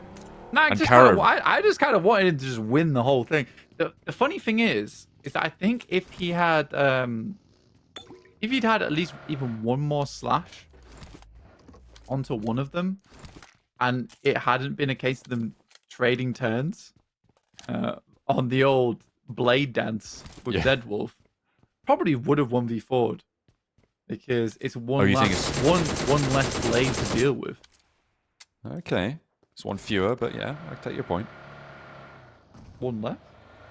It's one fewer in this instance. It is a discrete value. Is it? Rather than continuous, yeah. It means that you say fewer instead of less. One fewer blades. One fewer, yeah. Doesn't sound right. One fewer blade to deal with. You'd go singular. I said one less blade. One fewer blade. One less blade. It's one fewer blade is technically correct, but people definitely understand what you mean when you say less. What I'm doing is pedantry. Fewer versus less. And you would like me to do less pedantry on the whole. Oh yeah, you are correct. Yeah, there you go. I hate it though. For discrete values. When you say fewer blades. Fewer blades or one fewer blade. One fewer blade. It just sounds dumb though. But it does sound correct. No, that's the thing. Yeah. It doesn't even sound correct either. It does because it is. So however it sounds, it does sound correct. No. There's a difference. It's correct, but it doesn't sound correct. Does that make sense? Do you? I mean, logically, no. But what you're describing is the vibe, right? Yeah, well, that's how it sounds. You're saying it's a bad vibe. By the way, it doesn't sound right. Boars have fewer points than S2G. They have less for points. Instance. Now they have fewer points. Well, now you have to say fewer all the time. No, if it's a continuous variable, so for instance, no, but for points, you scored less on a test. Now for points, you have to say they have fewer points from now on. Yeah, I have been doing that for a long, long time. You just haven't noticed. No, I've heard you say less points before. No, you haven't. Many times. That's not true. In fact, I could probably clip you yesterday saying it. If you I don't think that's true. No, I don't want that. I will. Because you couldn't do it. And that would be a lot of work for you to not be able to find any clips. No, I'm going to find it. Unfortunately for you. There are fewer than one clips of that. You have opened up a can of worms that you're not prepared to eat, sir. Yes, that's one wormy can. Yeah. And there's going to be one fewer can after you've consumed it. There you go. But I would say one less can. Would you? Yeah. Every time. You'd be wrong. Here's the next circle. Few things I hate. And that's one of them. Look. It's fine. You're fine. Don't worry about it. The circle pops down towards the south coast, and S2G on a 2-2 split. Going to look to hold. Barsay trying to get into a scrap, a knuckle duster, with a team of Knife Guy himself, and the rest of them do fall. If only they'd have had the wherewithal to bring the knife to that fight, they might have been able to win it. But BWNRX topple, and they are down with nil point. It depends on the wielder. At the end of the day, depends on the wielder. Carya. We're all over the place right now. We're on the side with Flux and Regnum Carya. They look to lock it down, but Ketch is not having a great time as TTQ is also involved in this engagement from up on the high ground. I think the Regnum Carya is getting bailed out by TTQ. until We did see Striker Flux calls it back. getting eliminated. Fenerbahçe up and off into the distance as Striker now dealing up close and personal with Nico as well as back. Striker's doing work but does go down. Looks to get flushed. Simple Domac getting sprayed down, and that is a really nice flank coming through from Nico. Finds a third. Fenerbahçe crumbling here with one player now left standing, and it's Nico now has to be on the swivel. Luckily, he's able to snap around in time, but will be able to land a beautiful shot there. He takes 3 of them down on his own. Nice stuff from Nico. It's great stuff. I mean, for Nico, has always been a pretty top dog for the team. Papara SuperMassive on the outside. The Falcons still haven't lost anyone just yet. We're going to wait and see exactly where they end up. But Papara SuperMassive have left. Now in contestation with Carya. Again, Papara SuperMassive don't really have a super succinct rotational path out of Pachinki. The amount of times they've made it out has been very, very late.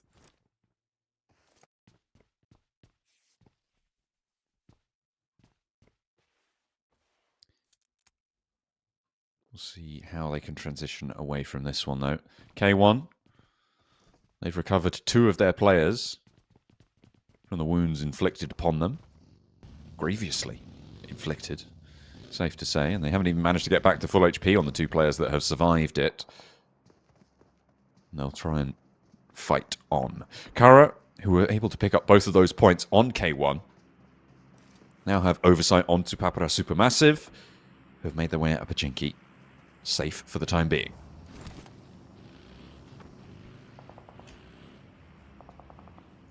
Down to farm. See the map itself where the circle lands. A lot of water in this one. S2G over towards Sharkfin on the dock side. It's a bit of an odd 2-2, and I think that I would much rather boys from S2G regroup at some point in the near future. There's Falcons found a pick-off over towards BRX Esports, picking up 1 elim in the process, and Barsay back against Ida. I think that Barsay's been really struggling to find a place to stay. Ooh, the roll up from Falcons, getting the first, and looking for a second through the window. That is a brilliant news being delivered for the Falcons. But looking for the heal as well on Dakoa. They haven't taken a knock just yet. That could change, but for now, they've been able to find an opener. They're up to 3 points on the match blank. They've managed to transition away, and they're trying to get involved further into this circle. So a good start for Falcons, moving on that south. Ooh, nobody struggling here. Barsay's just had a hard time finding any kind of location here, but get 2 players in, Nihat as well as Merciless. Inside, but it's Ida who struggles a little bit more in this instance. 2 players more than likely to go down here.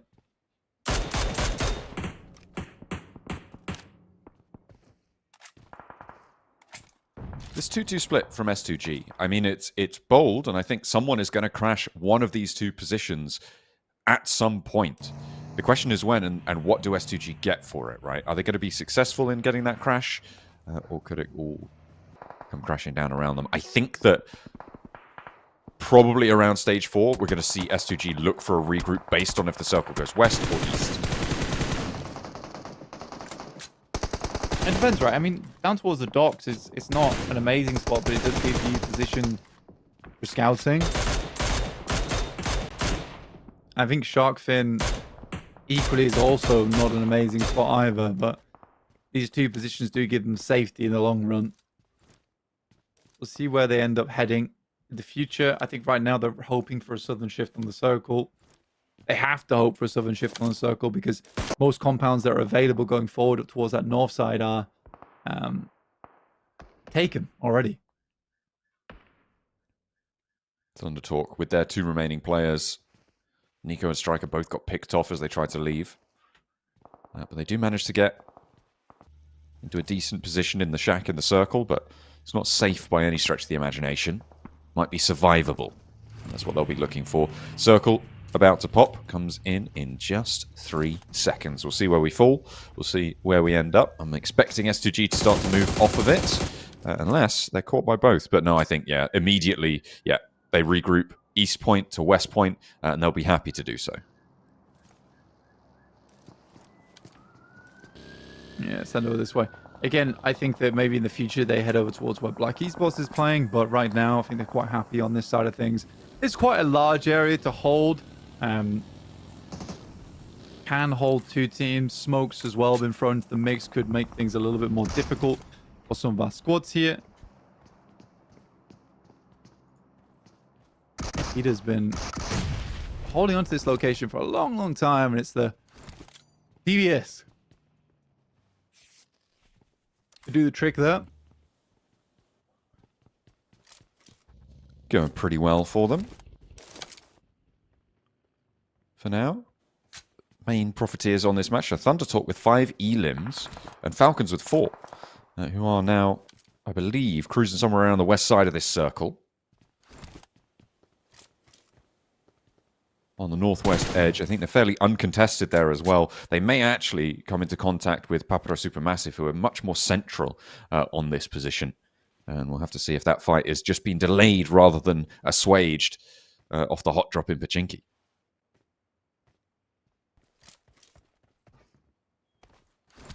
I mean, 4 elims so far for Falcons. Not terrible, but yeah, I think both Papara SuperMassive and Falcons are slowly coming to an understanding. I do think that first Erangel was very important though, right? Very, very important. In terms of Falcons showing something extremely aggressive, like a rabid dog at the doors of Papara SuperMassive that they weren't to be messed with going throughout the rest of the day. It's very much just showing them we can do this the easy way or the hard way. I think both teams have opted for easier route. Boars off the chain now. They roll straight on down towards Carya. Lewis is low. Nade clips him around the edge as well. The Boars are doing well. Cause has been set on fire a little bit, but he's healthy for the time being. Oh, no. Someone sent a headshot out his way. The Molotov as well to follow it up. But Carya are eating damage just as quick as they could dish it out, and they have lost one already.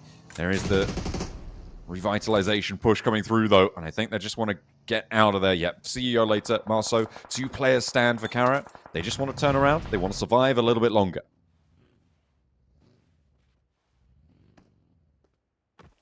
About 17 minutes is this game with 30 teams down, 30 players down, and 10 teams remaining. So half of the lobby been cut out, but not half of the teams so far. So a lot of squads on their last legs here. Next circle will be coming in 25 seconds. You can see the Falcons backs to the blue. Not really too many strong positions to try and push towards. They may have to crash into this fight and try and play a border to it. The circle really an ominous threat coming in for the Falcons on that northwest side. Let's see where it goes.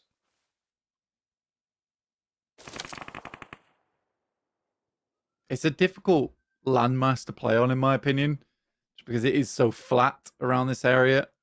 Black Esports, they have a unbelievable spot to play with. Good scouting from Hamzy G as well. Absolutely necessary over towards that northern side of the map to ensure teams aren't wrapping down towards them. Like I said, on the western side of their compound, they were a little bit more exposed. Hamzy G playing there does alleviate that pressure. They still have some high ground to work with, but yeah, this is very open ground. It's tough to make your way in. Again, Boars are just the kings of the Hail Mary. I mean, they may have managed to cross quite a bit here. They take a 1 knock. Remember, they lost a player early, but Sarah being on this forefront high ground, he could just scope these players out. They know exactly where they're playing against. Havlik is the last to go. They do fold back, and that may give an opportunity for teams to the east to actually push on in, depending on how long they spend fighting off Havlik, trying to find that final player. And they're being pretty cautious about it. They don't know where in this backyard he is, but he has actually dipped into the water. Goodness me. Boars are such a funny team, man. I mean, what I will say is that it is a breath of fresh air for me at this juncture of PUBG Mobile, because there are so many teams who just don't go for these types of plays anymore. they will play so scared, so safe. The Boars are not afraid to make the tough call when it comes down to it. I mean, Ida trying to make that same call as well, rolling straight on the heels of the Boars, and S2G more than willing to take this fight, but Kelsey may be biting off more than he could chew. Fortunately, Sarah is there to eviscerate anyone who tries to take down his team. More than happy to get involved in the scrap, and now it's just Darkin who's taken very low. But hang on a minute. Could it be danger afoot? Kelsey is flushed, and Darkin doing a lot of work against S2G. He's taken down 2 on his own. Now it's up to Sarah, it's up to Icy. And Ida changing the tune, and Falcons are here to play. They're moving into the hills to the north of the Dockland and will look for oversight onto this fight. They have such a brilliant angle onto Sarah, who just about ducks into cover. Again, all of this started because of Boars' random push in over here. Hamzy G was the one holding this angle versus Falcons. They've been struggling to get down this way because of that reason. Now that S2G has been cut in half, now Falcons have a very good opportunity to move in here. With 5 elims already, it's starting to look to be a pretty decent game for them. Falcons just need to clear them out. Again, though, there is a little bit of a flashback scenario going on here for Falcons in their mind over towards Sanhok, where they didn't really do the diligent process of clearing out all the angles and what could have been in the area when they went up against Papara SuperMassive as well as K1. So this time they're taking it slightly slower, and I think I respect that approach from them. Again, this is a team that I always say loves to improve. We will continue to follow their improvements, hopefully, as time goes on. But S2G suffering pretty heavily there in a 1 versus 2, losing half their players, leaving the Falcons actually in a prime location now to do good things on this match. With 5 elims already under their belt, they are onto a bit of a winner. They can't let it drop now. This is a golden opportunity, especially with the teams ahead of them starting to falter. The Falcons could throw themselves up the tables pretty heftily.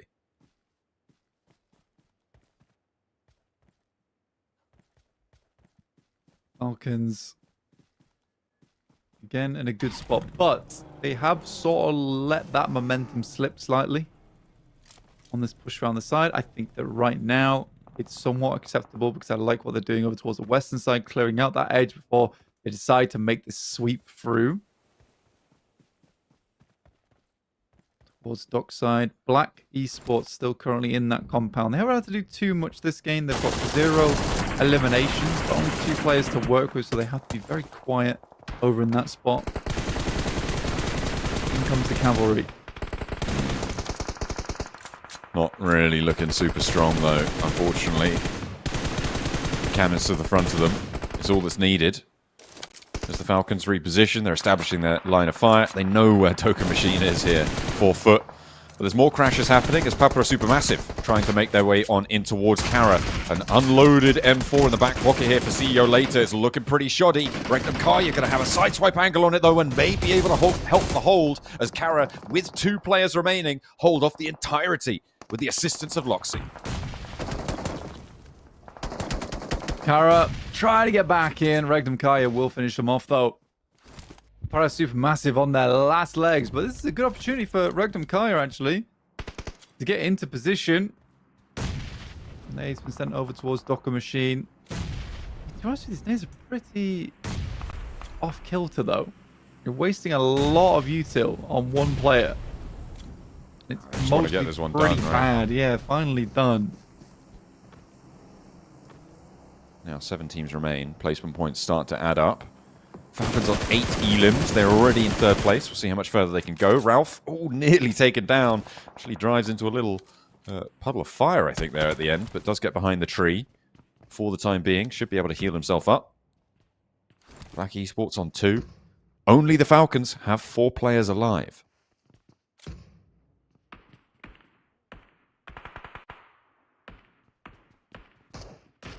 Yeah, 8 elims as well to work with. They're doing very well. Like, given a slow and measured approach, I think they're fine. They understand that a lot of the teams and players within the docks are somewhat threatened in terms of capability. S2G are on 2. Ida on 1. The Falcons are very happy to hold here. They've got a ton of space to work with too, so yeah, this is nice. Next circle, 5 seconds. Will it push the teams out of the dock? Not for now, no. It will keep those warehouses in, and crucially, the Falcons' positions out on the west side are safe. This is going to make it hard for the teams out in the northeast, and by teams, I mean Regnum Carya, right? This is going to be the hard push for Regnum Carya. Try and see what they can find. I'm not expecting too much. I think it's going to be a really, really difficult push to make work.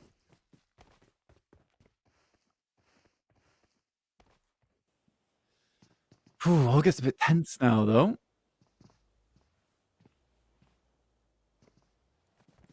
Esports. Falcons.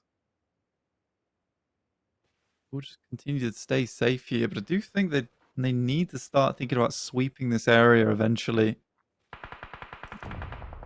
Into stage 8, it gets a little bit late. Oh, nice response nade there from Kamikaze, though. Tron, sure, he's gone down, but it looks like Kamikaze's going to be able to hold the window nicely, the nade over the edge, and now he's just got one more to deal with. Solo holding the push from Regnum Carya, despite Tron going down to his own nade. And will leave the last to his teammates. Nearly naded his team out there as well. Nice call across. And BRX Esports wanting to get involved, leaving 3 players to deal with it. Zeptimus first to try and breach, wanting to find some players on their last legs. Will be able to clip one here and needs to find the next. The second through the door frame, and Aussie is there. And Tron in a 1 versus 1 needs to make up for lost time. As that nade, a big misstep. Will he be able to give back as good as he got? Zeptimus will get the first aid kit through. Tron around the side will pop one of his own. Finally happens. Fully reset here. Good shot from Zeptimus. He will be BRX Esports to win the fight versus Papara SuperMassive. Tron off the back of a self-nade leads into complete explosion within the team. And not only that, in the midst of it all, Regnum Carya going down on their push. That is the biggest factor here, leaving Falcons as just this powerhouse on this circle. On the western side, they've got 8 elims. They've got all 4 players alive. They've got the high ground here. They can cover the runouts for S2G, for Ida, who still have a solo there, by the way, and for Havlik, who has been surviving for the longest time from Boars. But I just don't see a way that Falcons could reasonably lose this. I will throw in the caveat, though, that it is still Sarah and it is still Icy for S2G. And these 2 guys are firecrackers in the right scenario. Yeah, both teams incredibly worrisome to go up against. I think Boars is a loose cannon. S2G, like you say, with Sarah and Icy, never to be underestimated. The Falcons have to play it not perfectly. They can't make too many mistakes here.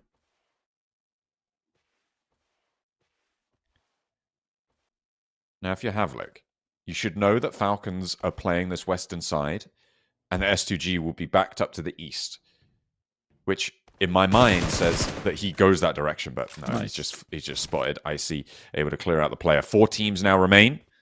S2G, the only duo to stand in the 4 players of Falcons. Icy's been keeping a good eye out over towards that side for a long, long time now.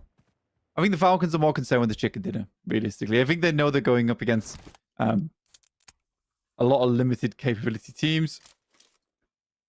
In terms of players, in terms of supplies. With the Falcons, those 4 extra points for getting the chicken dinner are what they're looking for. Anything they get on top of that is a bonus, but I think they'll play safe up until that moment. Yeah, I mean, just on, even if they haven't been tracking, which they should have been tracking, who's been going down, which teams are left, they'll know that given the player count, they know there's 4 teams alive. There are 4 other players. It's guaranteed that you're against a 2, a 1, and a 1, right? They'll know it's a duo, solo, solo. Just mathematically, it's the only possible combination that works in the rest of this lobby.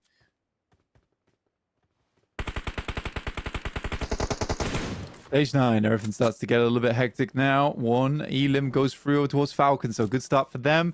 Icy and Sarah are going to struggle. Look at this lineup coming through from the Falcons right now. They start to rock up with the vehicles they still have in hand. Darkin takes a tag. Redox. No, he's out there in the smoke, but good shots from the sidelines. Will push him back off. I mean, for S2G, even if they go down in second, as Ida do fall, it's another great game for them. They've got 6 elims. They will fall in second here, most likely. Asara is being battered back. Koa doggedly in pursuit, and they will find it. The Falcons do ascend. They get out of Pachinki and they find a chicken dinner here. Blank, I think that's going to put them up into second place, and they should be elated by that. S2G going to be pretty happy as well with a second place, 6 elims. That's going to put them on 12 more points that they've been able to earn. I said that anything that they were able to do helps. They've already got their 10-point average. Well, they've exceeded that again. Yeah, also makes sense that they don't look elated after that win. You know, they're happy the way they played it out. But Ralph is still, you know, making these comments. You can see he looks a little bit frustrated with some of these things that has gone down. And again, it completely makes sense here to me. I think the Falcons realize that they haven't done amazingly well for this entire tournament. However, this is just the first step for them. The rest of the team, yep, they're dropping the love hearts. Redux always happy, but Ralph is the player that is making a lot of these crucial decisions. He still looks determined. He still looks focused, and he looks not sullen, but he's focused on the goal. He's focused on the goal right now, which makes sense to me.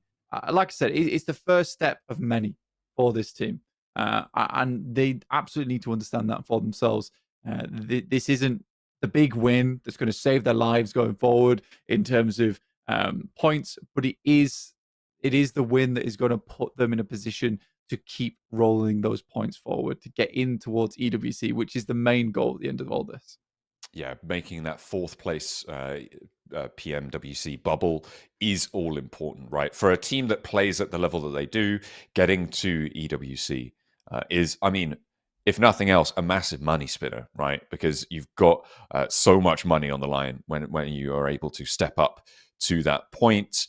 You can also contribute to the club championship when you're over there as well. So for the Falcons, they would absolutely love to have a roster playing at the tournament as well to try and up their chances there.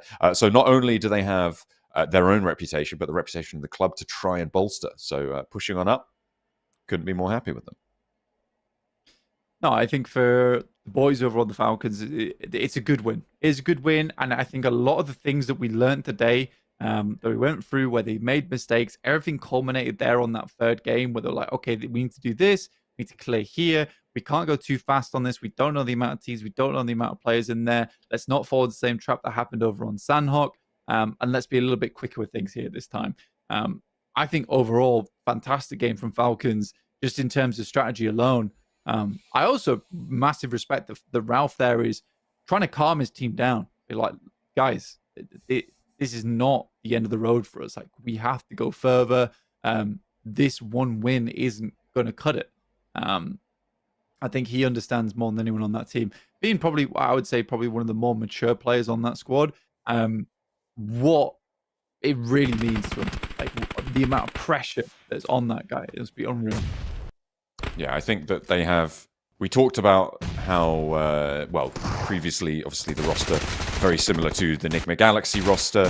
And in general, we've talked about Ralph having this sort of renaissance over the last year, and he's trying to carry that one forwards. This is really a testing ground for him. MVP for Koa on that match, 4 elims, 750. But yeah, I think you're right to praise Ralph here. He has had a tough league and knockout stage.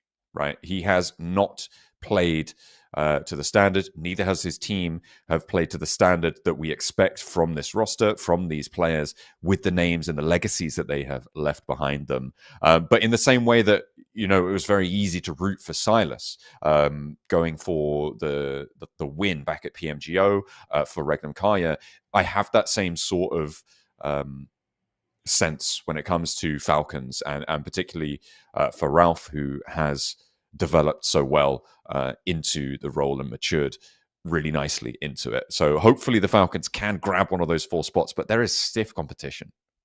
There's 4 spots right there on our screen, with Koa being able to take the most amount of eliminations, most damage, and Narvolo taking most distance on a shot, as well as the total distance covered. So they really did go on a big adventure that game of where they wanted to actually end up after it all. But well done to that squad. While they're getting 2 elims on the nade. Here is our final scoreline with 7 elims between Ralph and Koa, and the 5 between Narvalo and Redux. So a total of 12 elims that game. So a 22-point match is very, very nice for their scoreline. If they want to get over towards EWC, they probably need to get another, I'd say probably 20 points today, if I'm quite honest. A conservative amount. Oh, no way. Can we roll back on the highlights slightly to see what Zedwolf was able to do? I don't know if we caught that, but that is unfortunate. It seems we're denied again. But yeah, I think you're right in terms of what Falcons are going to want to do. 4th place, it's very difficult to call where this sort of bubble will be at this stage, certainly. I think it's likely we're looking in sort of the mid-hundreds at the moment. I haven't done any calculations on that. That is purely based on sort of vague estimations of where I imagine it will be. So to be able to put up 50 points in a day, that's the sort of metric you're looking to be in contention going into that final day. So for the Falcons, they did eat a chunk of that in that first in this chicken dinner, right? Absolutely. And again, funny thing is, we have seen in the past, like, multiple times a 10-point average team. I think we've even seen an 11-point average team in the past as well, where if we were to set that here at a 10-point average, let's just say that, for example, it would be 180 points in first place. We're more looking over towards that 4th place, aren't we, really? So, again, with how competitive this lobby is, and, you know, there's only those 2 teams in S2G and Regnum Carya who I would say are up there at the top, and even those teams are not always getting the most amount of points. I mean, S2G is doing fairly fantastically well, but again, I think that you're right where we're looking 102 mid-hundreds at this point in time. Like, it could be very much down to the wire where it's so close on that stairway coming up from the 8th to 4th place. It could all be interchangeable on that last day, and it's nice for the Falcons to start out strong here. And we're looping back to the very beginning of the show where we said you have to start strong over on day 1 and day 2 because things can just end over on that final day because of Smash ruling. S2G will finish up with 42 points as we get through half of our day here. Falcons get that 2nd place, like you're saying, 33. And Boars, with a lot of that Hellraiser gameplay, get themselves 28, which is a surprising place to find them. They're in 3rd place. Yeah, absolutely. I mean, at the moment, I am looking at about 50 points a day to be where I would consider a team for those top spots. And the fact that S2G have got 43, was it 43 or 42? One of those. After 3 matches, after half of their day, is absolutely insane. They do keep things under control as we go to our dusty 2nd page to look at the bottom of the tables. And it is starting to look a little bit unfortunate down here. It's something that needs to step up. Absolutely. Papara SuperMassive down on 13 points as well. So I think for them, definitely need to change something. I think that they gained so much freedom because the Falcons are going down early in Pachinki. So a lot of their rotates over on Erangel were a little bit easier for them. And also, there are a few of the teams here who are somewhat more forgivable just because it's first day land jitters, right? I mean, Ida in 9th place, I think that's a fairly decent result. Same for Carya. Papara SuperMassive, first land ever. Very, very scary stuff, in my opinion. And here's our head-to-head between Koa as well as Sarah. 8 elims on Koa, 7 elims on Sarah. 1,600 damage almost done there for Koa. I think that he is really added a little bit of an X factor there coming through for the boys on the Falcons. Yeah, and it seems like maybe in the finals, he's started to find his place here. Over the course of the tournament, it has been a bit discordant for the Falcons, but maybe this experience that they've got on stage is really helping them as well. We spoke about how it's a detriment to teams who maybe aren't as familiar with it, but it is also a massive boon to teams who are familiar with that. And Koa, certainly with the rest of the roster, taken to it very well, seemingly. So not letting old mistakes overshadow new goals. Absolutely. I think that as we get further and further through the day, teams will start to get used to the format, to the offline setting, and a lot of that nervousness will start to flow away a little bit as they get into the routine. It's always difficult. I would say it's always difficult. Match 1, match 2, match 3. That's the hardest point of any offline event, in my opinion, barring game 5 or 6 if you're in a position to get towards that top 4. But right now, as long as they can get through that, tomorrow's going to be a lot easier for them. They can start to make some better decisions overall. But yeah, I think Regnum Carya being on that second page is the craziest thing. But in the meantime, we're going to take a little break and be back. Hopefully some of our teams can start to pick up the pace.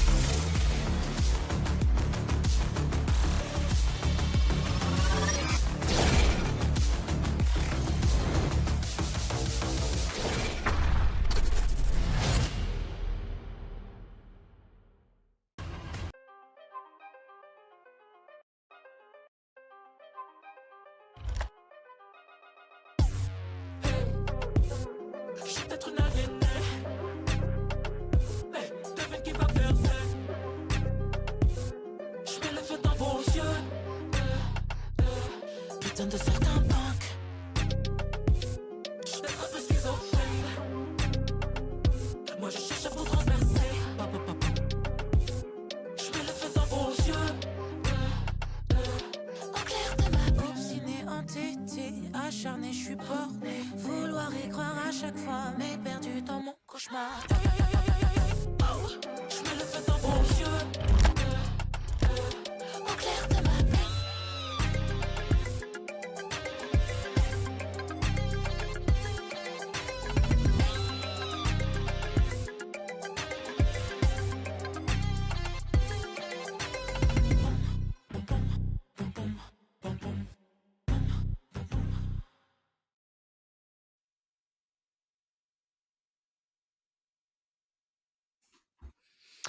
Hello and welcome back to the PMSL Super League Europe here. We are in the finals. We've seen Falcons take a win. We've seen S2G take a win. We're seeing some pretty crazy stuff coming in at the start of the day with S2G currently, I believe, still at the top of the tables, but Falcons will have put up a whole heap of points to jump up behind them, and there is stiff competition for these 4 spaces still to be claimed for the PMWC. Right now, Falcons looking a lot better in second place.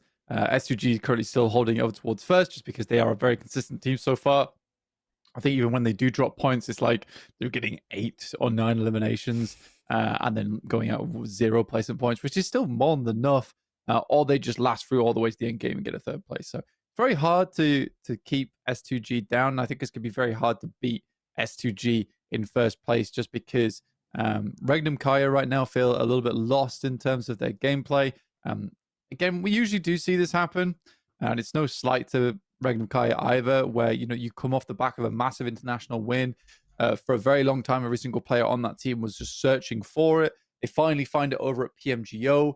You have a big exhale of relief that you finally done it. You finally made it. You got that big accolade, and you let the foot off the gas. And it's just the way it works. It's not to say they're not still a good team, because they're still putting up some good results here and there. But I do think for Regnum Carya, I'm hoping this final just kick them back into gear, basically. I mean, you hope so, right? It would be nice to see them as the team that earned the 4th spot, right? Of course, normally we would only have 3 spots for the PMWC, but because Regnum Carya were able to win the PMG earlier this year, they added that 4th slot availability to the tables, and to not see them be one of those 4 slots, I think would be fairly disappointing. All around. Yeah, it's like we did that. We did that. How is someone else going? Especially as well, again, for a player like Silas, who has, I think he's tied, right, for the most global titles, as it goes with, I can't remember who else, but I think someone else has 2 international championships, and Silas, definitely one of the greatest of all time players. I think not to see him at an international championship would be surprising. I think it would be pretty disappointing, to be honest, to not have that presence there. So we'll just have to wait and see if they've got what it takes. Yeah, I mean, honestly, for Regnum Carya, there's still a big chance. There's a big chance to make it. I think it would be hard not to. Again, I think it would be poetic almost if they made it in 4th place. They opened up that extra slot and they made it in off the back of that extra slot. And I think that it's very important now for the boys over on Regnum Carya to get into EWC, because although PMGO was a big achievement, I would be upset for them more so because I think they're a great team and they would be missing out on a lot of prize pool and a lot of recognition by going over towards the EWC. It's a great place to play against some of the best teams in the world, or in fact with the new PMSL format, the best team in the world. I would 100% say that I think without question, like, this format currently does produce the best players. It does produce the best teams. So yeah, this is going to be EWC to remember, at least for PMWC PUBG Mobile. Yeah, I think that's the feeling. That's the feeling that you definitely get here. I think for Europe, there's been a lot of development in terms of the talent that has come through. Obviously, with a European team, the Turkish team of Regnum Carya winning at PMGO, S2G doing incredibly well, the Falcons as well, who we've talked a lot about them today, are definitely. I'm proud to have them represent the region that I'm technically from as well. I think that I would like to see all of these sort of big storylines push forwards. I think that the fourth team, other than the 3 I just mentioned, right, S2G, Regnum Carya, and Falcons, the 4th team that I want to see represent, that's where I'm waiting for the tournament to show me who actually has the chops for it, right? That's outside of those 3 who I think kind of deserve it a little bit. I think I'm still waiting for it. Oh, Sarah, pleasing the crowd there for S2G fans. I'm sure here's a welcome sight, but there's plenty of other teams with support in there as well. I'm sure behind all of those S2G flags, you can pick out 1 or 2 other logos coming on through. Yeah, there's a lot of S2G fans. I mean, Stoogies has always been the big thing for Turkey, at least. And again, loads of teams just love this squad as much as they love Regnum Carya as well. And I think that it's funny as well because Sara has become, although not Turkish himself, he has become such a well-loved player in the Turkish region just because of his help from over towards Regnum Carya in the past and now helping over on S2G as well. Like, he's a very welcomed face. So I think it's really cool how he's expanded his fandom elsewhere. Yeah, it's nice to see. He's got that international presence. Everyone, they see Sara and they're like, I know that guy. That guy's cool. I like that guy. Looks like Falcons are getting ready to get on into the game. They're trying to roll off of their chicken dinner and bring it back again. We do have one more Erangel up next, Blank. So we will be seeing a little bit more from them in that hot drop on Pachinki. We'll have to wait and see just how it's going to go. Not everyone's as keen to get the headphones on. Finally, get it in your ears. Thunder Talk needing to revitalize themselves. They have had that slip. Their day is not going well. And if there's one thing we know about them, is that on a poor day, they do tend to fade quite heavily. Yeah. I don't want to see teams fall off, though. I think I do like this little extended break we have towards the middle as well, because it does mean that teams can somewhat reorganize themselves and focus themselves towards where they need to be going realistically, because I think reorientation always is a difficulty when you're just banging out games back after back after back. So having that little break in the middle definitely means that teams can just have that quick moment, that quick downtime to just be like, okay, this is what we need to do, this is what we need to improve on. The Falcons, I think it gave them a lot of time there to think about what went well on that last game and how they can continue to do that going into the future. They have one last Erangel to play, though. Will they go down early to Papara SuperMassive, or will they have yet again another strong match on Erangel to see themselves on the finish today? Flux have been fairly quiet, in my opinion, though. Yeah, they haven't really done too much. They have an 8th, a 12th, a 15th on today so far, with only 3 elims their peak. They're 15th place, 6 points overall. It's not a good time for them. So we'll hope that they can do a little bit more.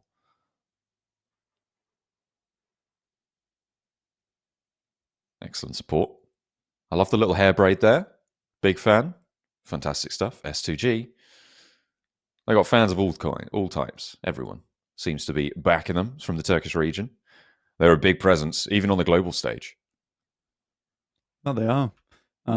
They got a huge fan base, which is very cool. I'm glad they're so well loved where they're from as well, and people come out to see them very frequently. Super cool.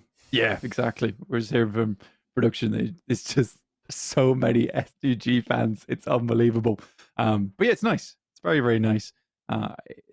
You go to different events like this and you just don't see this kind of turnout. I think that Turkey really does have such an amazing fan base for PUBG Mobile in general. And we also have a really nice region. Like, usually when you see a region who produces PUBG Mobile players, typically what you'll have is just one very strong team at the top, and then sort of just mixed in teams elsewhere. Here, I think we've got like 10. And again, you look at those 10 teams, you're like, oh, okay, well, I mean, the 10 teams, that's fine, that's great and all, but surely rogue form other 9 teams. But no, like all those other 9 teams are very competitive themselves as well. Yeah, it's very cool. I really like it. We will be going over to Erangel for our final Erangel of the day. We do still have 2 Miramars left to come, so don't worry. There's still plenty more PUBG Mobile to consume in the coming moments. But match 4 is upon us, and the plane will head to the skies once more. We're coming from that west coast, middle of the west coast, up towards Stalba, so potentially difficult to get to areas like Milta, like Novo. Could change things up a little bit, and we'll have to wait and see who's going to drop on who. Are we going to get a repeat of the knife fight in the garage? Potentially. It'd be nice just to see Zed Wolf play this game out. Personally, I think I'd much prefer that to him going down. I also, just as an aside, funny to me, you have the boys on BWNRX as well, where I'd say you Regnum, Carya, S2G, kind of the big ones. You also have BWNRX, who are also another massive team in their own right. So it's cool. Great. Yeah, I'd agree with that. I think that they definitely have a name for themselves. We'll see if they can continue that legacy. Although, I will throw in the caveat that it does seem like they haven't quite been as strong as they once were over the last few stages, but it's always good to see room for growth, you know? Be happy to have that one come on through. At the moment, they're in 7th place, and they do need to step up. They qualified from knockout stages in 12th. They came through, to be fair, in 2nd during the league stage, so they have had a decent time there. No surprises on the hot drop in Pachinki, but it looks like we've got a military circle here, Blank. All the way down to the south side. Looks like teams will have to make their way on through and expect some fast maneuvers. Yeah, straight down towards Sosnovka. We had a very northern playing path as well, so there isn't a huge amount of teams that are already down in that location. Scary. And a good shot from Redox. Fantastic stuff. We saw last time this fight started out quite well for the Falcons. It all went wrong. So there has been some serious planning and strategizing behind the scenes here to set themselves up in the best positions possible to take down Papara SuperMassive. Again, they use these little naughty strats to just find 1 or 2 pickoffs over towards Papara SuperMassive based on where they usually play in these fights. Although they could be read into, I still think for Papara SuperMassive, getting brutalized on day 1, surely you move off in day 2, right? I think that's the idea here for Falcons. And if they don't move off in day 2, well, Papara SuperMassive, their game no longer becomes about trying to get into towards the EWC or making money. It's just literally trying to prevent Falcons from having any success, in which case I think it's just poor sportsmanship at that point. It's a difficult problem to solve, isn't it? I mean, like, again, if you're looking at going to that global stage, if you show that you can be pushed off where you want to drop, it's dangerous. But, I mean, as you said before, as you've talked about repeatedly, right, coming into this one, Pachinki is the Falcons' drop spot. And it seems like they didn't get the memo. They aren't going to fight for it. And it's not like it's another team with a massive reputation for dropping in Pachinki. Papara SuperMassive, I mean, the players in the Falcons with this roster always drop Pachinki, right? And it's just where they go. When you're talking about at a global level, of course, other teams have the brand of dropping Pachinki, and you can kind of understand it there. But for Papara SuperMassive, they have moved into enemy territory, and they could suffer because of it. Yeah, it's one of those things that, like, you know, Papara SuperMassive, I know they like Pachinki as a drop spot, but they just have more name value on the Falcon side of things to take that spot. If today had gone where the Falcons had just lost Pachinki over and over and over again, I would have been massively in the favor of Papara SuperMassive. I said, stay here all you like.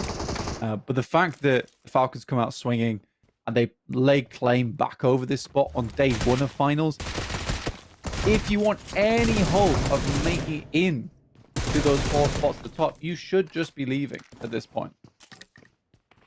But there you go. Papara SuperMassive do manage to pick 1 up at least. However, it is just lost. Kamikaze did get flushed away. Hang on a minute. No, they didn't find a Falcon. What's just happened there? What point have they been able to get? No, they definitely have found. They have found. Oh, it's just okay. not updated Okay. on the leaderboard just yet. Right. Okay, that makes more sense. I was very confused for a solid second there, but yeah, Falcons losing 1, not ideal, but still winning the engagement. A pretty positive step, but it's just lost still. Facing down on the corridor, looks to hop out, and Koa gives up the angle.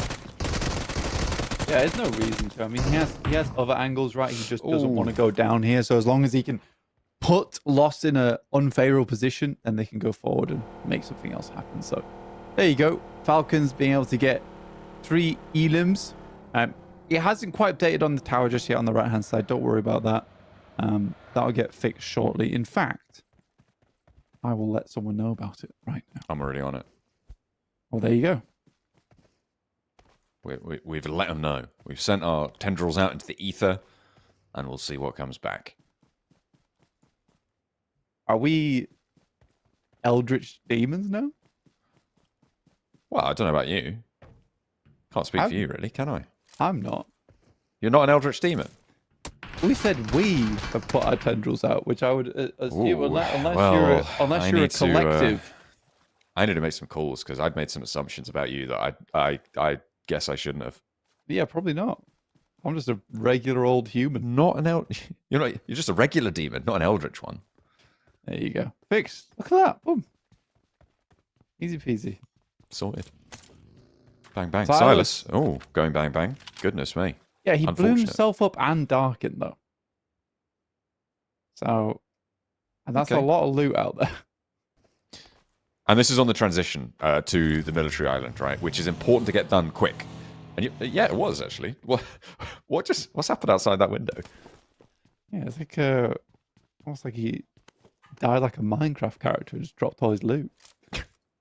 It's like bobbing and spinning around in a circle. Yeah.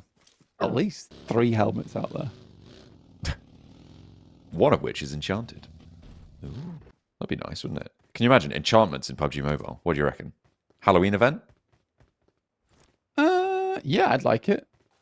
I'd cool. quite like it to be armor. really dark time in Erangel. And then, not emotionally, but just visibility. And you could have like enchanted helmets for lighting. Enchanted helmets for lightning strikes, eventually. Ooh, okay. That'd be fun. Like wherever you shoot, you drop down a lightning strike near that area. Or like a wing hat where you can do like a little hop, skip, and a jump. You can do like a triple jump, like That Mario. might be like a vest enchantment, I'd imagine. Oh, you think? Well, I mean, it should be boots, right? But I mean, Mario has the wing cap, right? You know, that's yeah. Why would does it be triple boots jump. though? Winged boots like Hermes. Yeah, but like you just have wings on your back. Yeah, The that makes wings way more usually sense. go- Also, the feet aren't an equipable slot in PUBG Mobile. No, they're not. Ooh, I'm telling on you. Well, look, we're spitballing here. I came up with the idea. Enchantments for armor. Yeah, Copyright. I'll let them know. You let it slip. I'll send my tendrils out into the ether. Stop that. Don't do that. But my tendrils. You tendies. I've got to know. Eda's made it across early. Usually they do drop down towards hit anyway. But it is Boars who, again, the Hail Mary team, which I'd love to see, directly over towards C block. I love a team like that. My favorite type of team is just, you know, they know what they want, they're going to go for it, and they're happy to fight for it if it needs to happen. Barsay actually losing players to the play zone. Not sure what's going on there. That is not good. I think, are they out in the water somewhere? I don't know, but that's so odd because they've lost 3 players now. Now ticking down to the blue. I don't know. Not ideal. Not ideal. Let's hope they can make it. In the meantime, over in military, K1 in a scrap with the Boars. Fucking horns. Seems like there's third parties coming on through as well. I believe that's some BWNRX on the western point. And over in Novo, Carya had Fenerbahçe rolling in behind them. And Carya going very, very low. Yeah, Barsay just dying. They're doing some being dead right now. And unforced error coming on through for Barsay. What happened? What actually happened? I have no idea. Like that's actually crazy. And because I don't think they got in a fight with anyone. No, it was fully play zone knocks. Off at the exact same time? Yeah, I have no idea what's just happened there, but that does seem very off for Barsay. Having a bad time. Yeah. For them, but that's just how it is. They don't even go down in last because Papara SuperMassive went down before them. However, they did get a point. Yeah, I can't tell if this is because we're only just updating everything I swear we saw Regnum Carya take pot shots over towards Barsay earlier. So... Oh, it could be. I don't know if Do you think it just wasn't...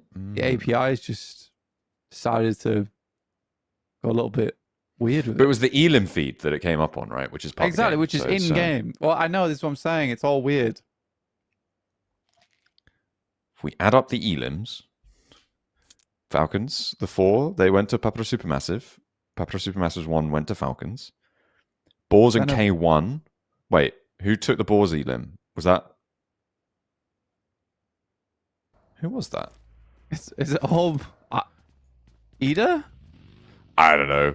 Oh well, let's take a look at the map as things will hopefully get a little bit less confusing as time goes on. Aww. Teams on the northern shore, you've got Flux and BRX Esports up there.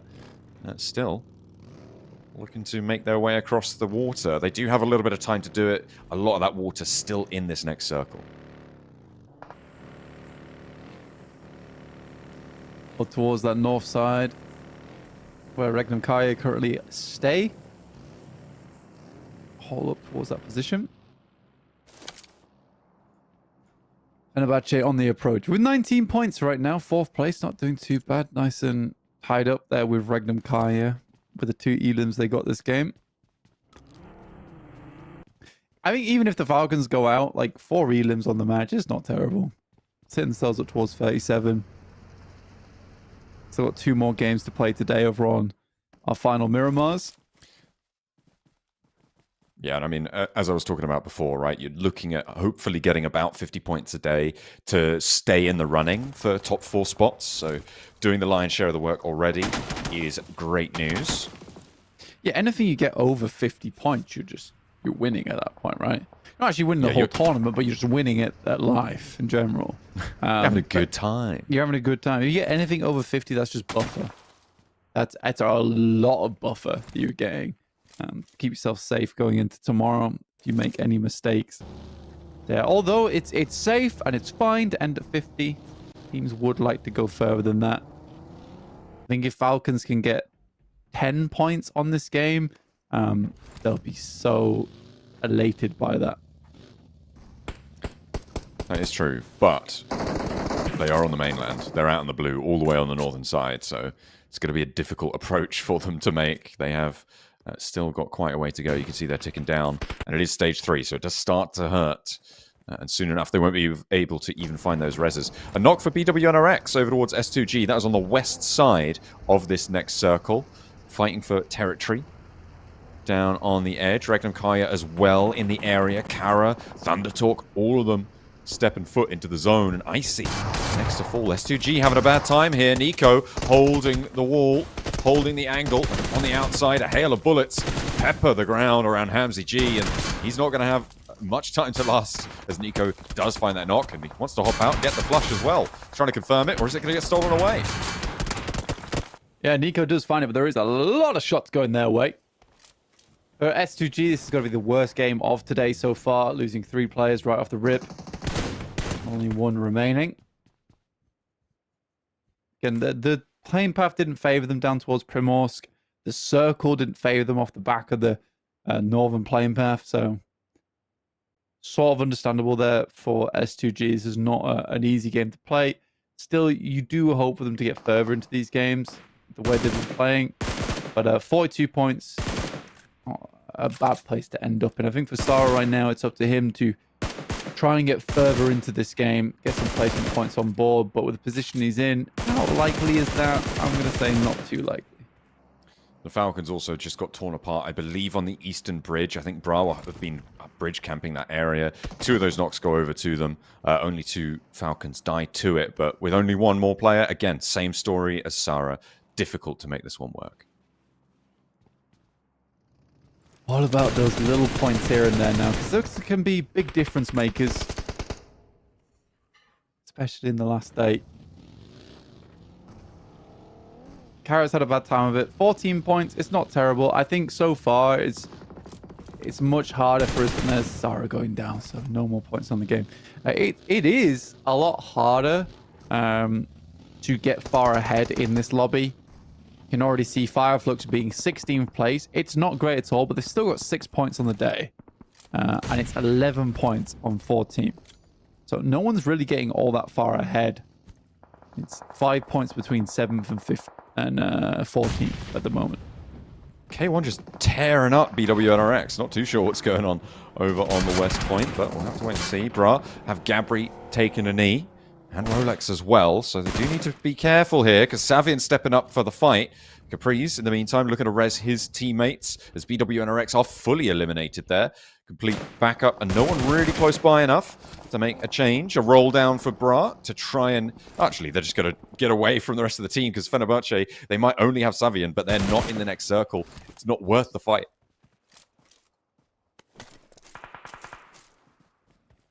Falcons still going. Fenerbahçe is going to be putting more points. 2 Elims in 4th place. 3 now, trying to hang on. Past Regnum Carya with their 4 players still on side. Did you see that? No. Redox just hopped out and rolled down Bra on his own. Like he passenger seat swapped, drive by, gets the knock, and the second player goes down. He's just got another point for Falcons. He's into a position. Regnum Carya unlikely to crash all the way down just yet, like the high ground. That's kind of crazy coming on through for the Falcons. I mean, for Redox getting 5 Elims is great. I mean, if you could end this with 40 points, then nice place to sit this last Erangel down. It sits them at a 10-point average, which is humongous for any team. Yeah, 2 more eliminations. Not always easy, but if you can do a drive-by on a seat swap, yeah, make it happen. He's taking a lot of damage already. I don't think he survives. Maybe just a little bit longer. Yeah, you can see he's right in the middle there. That is Redox. Looking for it. With Thunder Talk playing this 2-2, with Regnum Carya up on the hills as well, being a bit of a buffer zone. FUT holding the hills on the north. I feel like Redox is fairly safe and will start to hit placement points. Yeah, we're 10 teams down. 18 minutes in. There is a little bit of time left to make this happen, actually. You're not wrong. This circle is getting smaller and smaller. Teams starting to make the big rollouts. Oh, maybe not. He's under pressure now. He's got Carya rolling Well, I up. mean, he's got the boys from TTQ taking shots. And he does find another. Ooh, I don't think that goes to him, though. The point didn't add to the Supposed to Falcons' take it, tally. yeah. I think it was Nico that picked that up. Okay, all right. He'll take it, though. Survival. One step closer. Those are quite a few teams that are really on their last legs here. Cedric goes down on BRX Esports. Not so lordly anymore. Able to maintain his land. Good nade from Silas. Uh-oh, the Boars are here to play, though, and Silas may have bitten off more than he could chew. Who does that? The Boars rolling around, all 3 of them in the same vehicle. Toshvik trying to get that, that Raz. They've seen another player. It's time to go. We gotta go kill him. We gotta go get him. And Toshvik actually can't get the spray down. He's backed off the angle. It's just, it is crazy. It's absolutely crazy. I mean, they've made it to a shack. Havlic's just going to go straight in. You're right. Who does that? Who actually does that? Like, how have they been allowed to do this? And they're in 3rd place of the tournament, by the way. Alice gets back up. They're not able to flush it. But boys looking for the final player here on BRX Esports. And that will be an elimination. Up 4 able to run him down. TTQ across the way. Some very, very strong buildings to play around with there for TTQ. There's a very good opportunity on the game to start mustering some points. Regnum Carya. I mean, he's right there. He's right there, bro. He's in the car. Shoot him with your gun, Silas. Come on. Silas, he's in the car. Use your gun. He's in the car, Silas. Silas, he's in the car. Just look at the car. Shoot the car. Oh, no. That's unfortunate. Oh. Is Silas in the room with us right now? Is Kvik? I don't know. He's a phantom. Is it a bug? Is it a spectator bug? I don't know. I swear you can see his helmet. I'm not wrong in saying that, right? Maybe just weren't looking. You got to look, though. You got to be looking. Dude's right there, just like, ooh. Every time we're shooting the bonnet, what's going on? If I just stay really still, Silas is like a dinosaur in terms of esports. Yeah. As well Whoa. but also a dinosaur in terms of eyesight. Seemingly so. Ida taking a knock. They're outside of this next play zone as well. So take a look at it. They're going to have to move further forwards. Carya in their little dip. I feel like Regnum Carya right now, if they move everyone to where Silas is, could be onto a winner. Flux as well with an opportunity. Regnum Carya is a little bit scared, though. Because that's exactly where they just got rolled over beforehand. Symphony taking some pot shots. Up 4 will just instantly step up and he gets shut down. This is the one thing I don't like about TTQ is a lot of times they'll go for these weird solo plays. And I wish they wouldn't. Stop that. Stop that immediately. And right, that nade will do it. And that is another team down, which means the placement points start to kick in. Falcons will be on 39 guaranteed. And we'll see how much more they can earn. There's quite a few teams that are struggling as well on the outer edge. And Redox is still in. I mean, it all depends on a crash because a crash is going to come eventually. Yeah. But I don't think it's out of this world to assume that at this point Redox might be able to even get a 5th place. It depends what the teams out on the north side do, right? Are they going to crash into Redox's position? Because that's going to be lit up by Flux and Regnum Carya almost immediately. TalQ is a big sticking point for the push, but it looks like the crash may be coming on in. FUT wanting to go 2 players first. Carya immediately opening fire. There's so many sightlines sent out towards them, and it looks like FUT may just be on for a death spiral on the push. Yeah, they weren't really getting too much further into that one. I'm glad that Redox doesn't peak that. Boars, though, on the other hand, they don't care. Your lives are ours to take. And we're happy if you try to do the same to us. I think Redox did peak. I think he got another point. They're on 6 elims. Yeah. I don't know where from. Maybe he did have a nade in hand, so maybe he tossed a nade at the top. Or maybe he got a pick over towards TalQ, right? Because they're on 2 players as well. No, Silas still to pick up Nico earlier.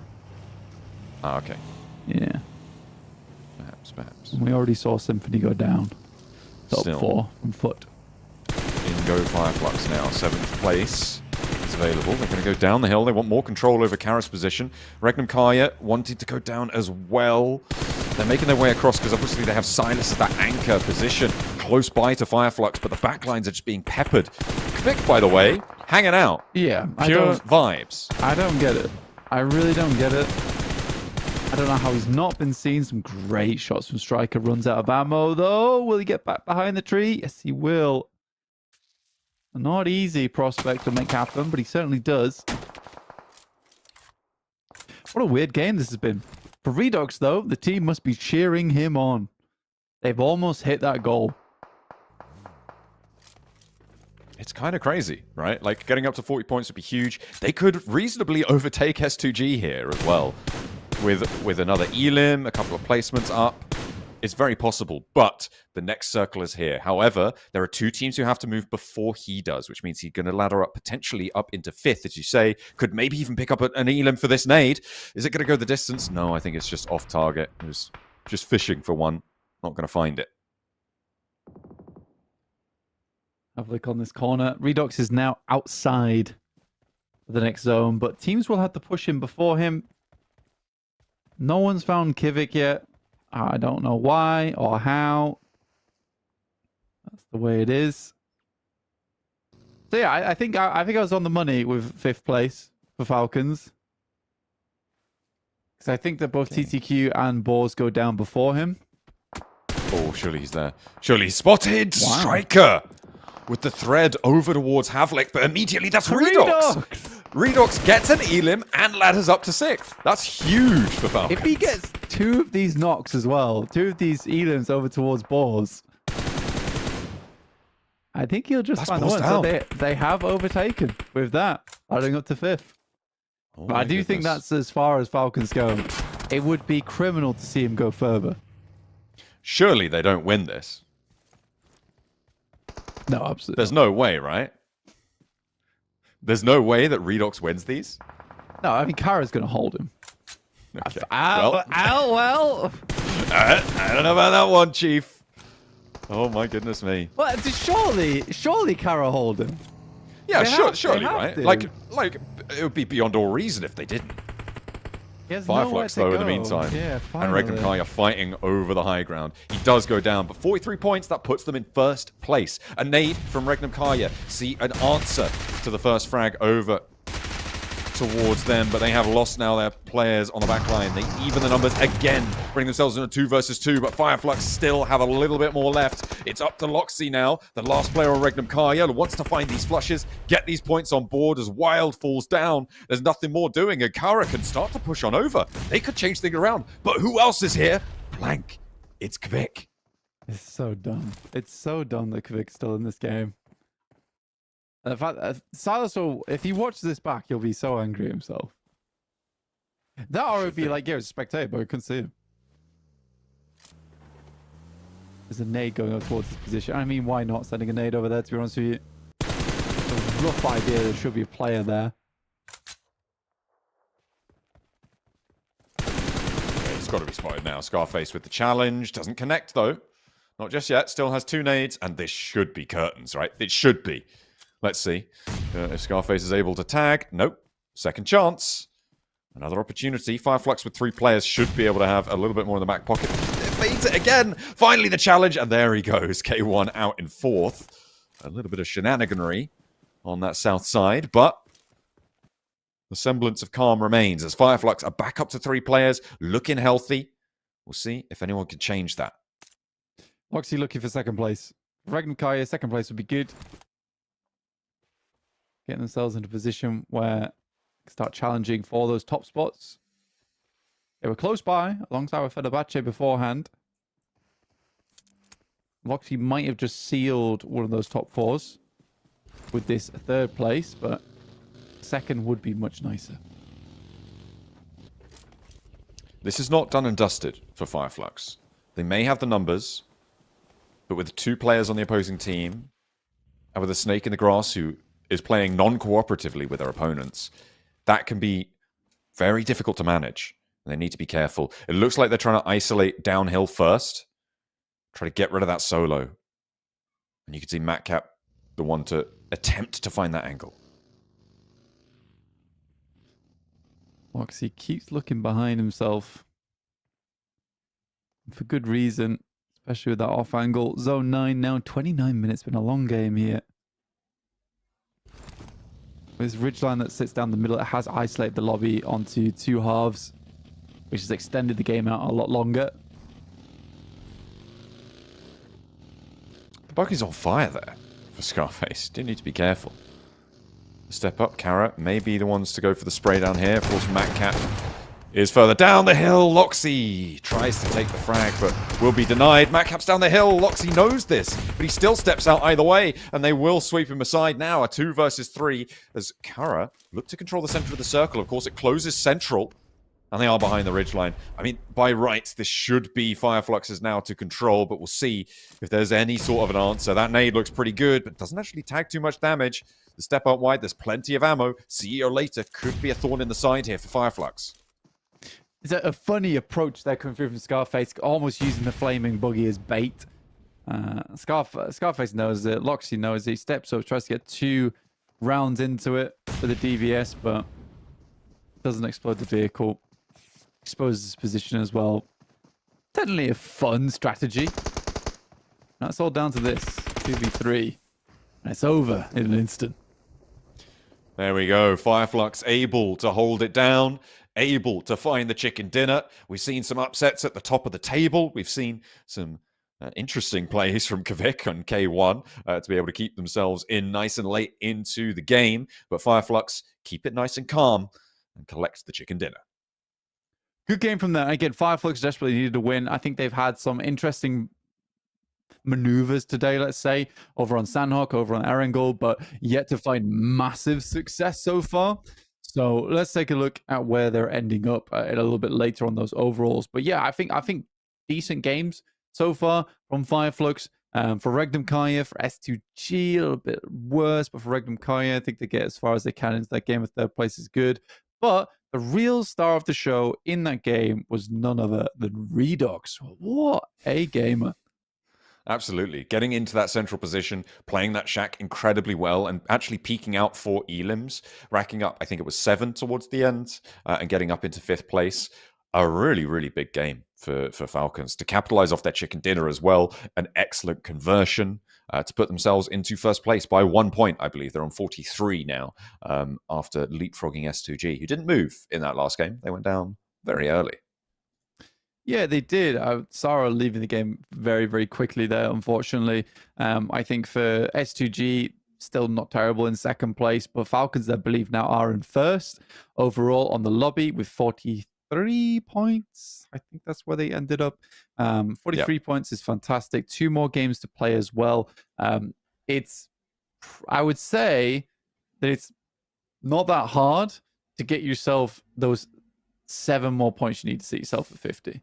I would go further and say that right now is where you need that last push of the day to get yourself over 50 points and give yourself a really, really good setting for those final moments. This is where usually the Falcons do thrive, is in these final high pressure moments. That's where they tend to start stepping up. Also getting a new player in the roster as well. It certainly has taken a little while. I imagine they've gone back, went through all the VODs and figured out what they want to change, what they want to improve on. And again, it looks a lot better. It looks a lot better.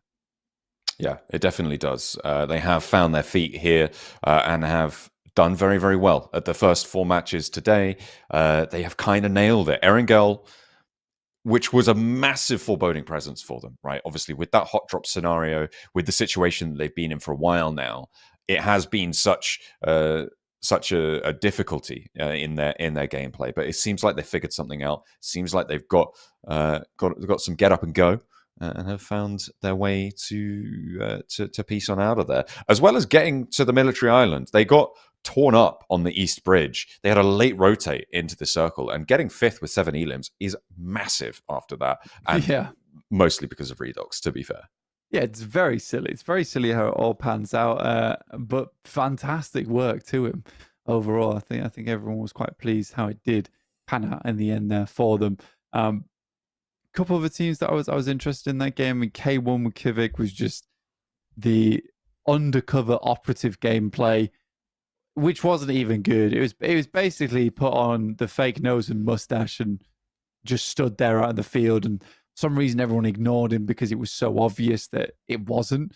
So yeah, I don't really know how he got away with that for so long, but he did. But generally, it's just always a very hard circle to play. And I was more surprised. I was more surprised by the fact that there was a ton of teams that actually made it towards that final circle, John. I didn't think a lot of people would get across, but it does feel like you're moving away from that gatekeepy era, but instead just moving over towards looking to keep people in. Anyway, we're going to head over to the stage with the lucky draw. Today, how are they feeling right now after game 4? Is it already game 4? Is it game 4, right? Yeah. The time passes so quickly. Very quickly. So quick. I thought we were still in the game 2. Şimdi Vezir Bey bizlerle Fenerbahçe Esports yayıncı ekibinden. İlk maçta Fenerbahçe Esports şampiyon oldu. Sonrasında işler pek iyi gitmedi gibi görünüyor. Sence ne oldu, ne değişebilirdi, ne bekliyorsun? Normalde Fenerli olduğumuz için alışkınız aslında win almaya ve şampiyonlarda üst sıralara çıkmaya. Birazcık rahatlık oldu üzerimizde sadece. Onun da Miramar'da, zaten bizim turnuvalarda en çok win aldığımız harita Miramar olduğu için. Miramar'larda 2 win veya en kötü 1 winle ilk 3'te ilk günü bitireceğimizi düşünüyorum. He says that we are used to winning because we are Fenerbahçe fans. Yeah, I like the confidence. I like it. Very and good. He says Miramar is our best map. So we're going to get a few more wins, and we're going to finish it in the first, 3 spots. Yeah. The confidence, oozing confidence. Yeah. We're going to ask you as well to give away some prizes to some of you guys. Would anybody like to win some prizes? Yes, we would. Okay, Hediye great. kazanmak istiyor muyuz buradakileri? Şimdi çarkı çevireceğiz. The question is, Billy, how are we going to give these prizes away? What do you think? How we're gonna pick the winner? So can we do that? Let's give it to the loudest people in the arena. Okay. Let's pick 3. 3. Yeah, So three three lucky audience members, the loudest ones. The loudest ones. Yeah. Okay. Okay. Şimdi şöyle kararlaştırdık Adam'la.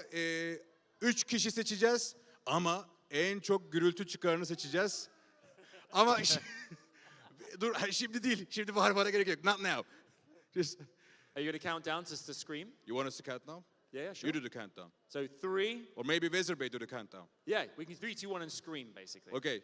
3'ten geriye sayıyoruz. En çok gürültü çıkaranı böyle gözümüzle, kulağımızla, hislerimizle seçeceğiz. Ondan sonra buraya alacağız. Sizin bilet numaralarınızı arkadaşlarımız alacak. Sonra da çarkı Vezir Bey çevirecek. Bahtınızda ne çıkarsa. Are you ready? I'm ready. I'm so ready for this. Okay now. 1, 3. 1 or 3? Wait. Yeah. Okay. 3. 1. Okay. 3. 3, 2, 1. Scream! Who's the loudest? Okay. Okay. You got to choose. Wait. Which wait. one? This- Okay. The kid there. Okay. Okay. Vezir Bey picked you. Vezir Bey seni seçti. Okay. En çok bağıranları. Ben, now- I got one from Yeah. there. Okay. Should we spin the wheel, Billy? Should we spin the wheel firstly over here? That's you. And then we'll see Sen, exact- siyah tişörtlü. Yeah. Yok, sahneye almamıza gerek yok arkada. Işığımız onda, sahneye almamıza gerek yok. We're just picking winners. We're just picking winners. Now, I pick one. Okay, you pick one. Yeah. Okay. The handsome guy with the black Okay, shirt. so we need 2 spins of the wheel first and foremost. We'll do one more. So we need 2 spins of this to see what they won, right? 2. 2, yeah. We But do you didn't pick one. I didn't pick one yet. Just pick one. Okay, I need to everyone to scream one more time. Şimdi Adam seçmediği için Let's bir do daha bir bağırmanızı istiyor. 3. kişiyi seçmemiz için. Adam, you do the countdown. Okay. 3, 2, 1. Let me hear you scream.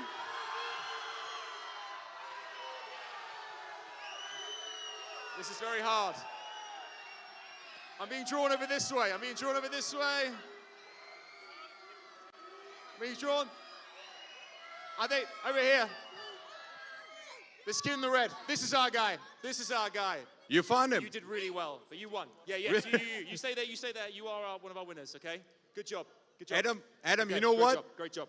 Adam, can Yes. you hear me? Vezir Bey told me that he was about to pick him. Really? Yeah. My guy, you see? The Same hearts page. are one. Let's Same go. page. Let's go. Okay, Congrats, buddy. Okay, let's see what they won, shall Okay, one of the casters, Scarlett, told me that she picked one. we? Okay. So I'm gonna show it to the camera. Scarlett, where are you? There you are. Who is Is it? that Who is it? is that the one? The girl with the white shirt, At the back? right? You, send. Yeah, you. Yeah, Tamam. you. Okay. Okay. We got 4. Okay, 4. Should we make it 5 though? 5. If you want to make it 5, 5 yapalım you're the mı? one in trouble, not me. Who doesn't love free things? I mean, come on. Okay, let's pick the 5th person that. You go for it. You go for it. Time is of the essence. Which one?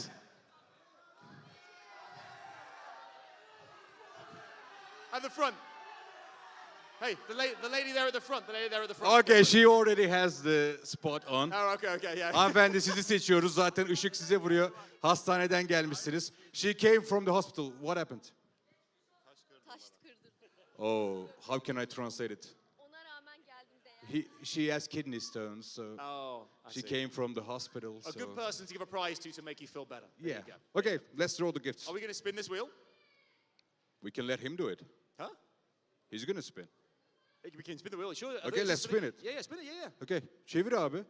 Şimdi ilk seçtiğimiz kişinin ödülü geliyor. İlki için. So are we saying five prizes? 5 prizes. 5 prizes. Bu arada çarktan sonra 5 ödülümüz daha olacak. The first prize Onları da nasıl seçeceğiz? Hadi bakalım. is going to be when the wheel stops. İlk ödül geliyor. Aa. There we go. My guy. This guy. Tatlı We love him. ceseti. We love him. Okay, that's the first spin. 4 more Yeah. spins. Yeah, 4 more to go.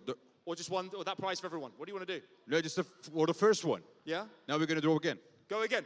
Yes, go Again. Fenerbahçe's gonna do Four this more all times. over again for us. 4 Let's go, kere daha let's go. çevireceğiz. The second prize. This could go on for a while. This wheel really spins. İkinci ödül yani Vezir Bey Let's öyle bir see. çevirdin It's ki coming in.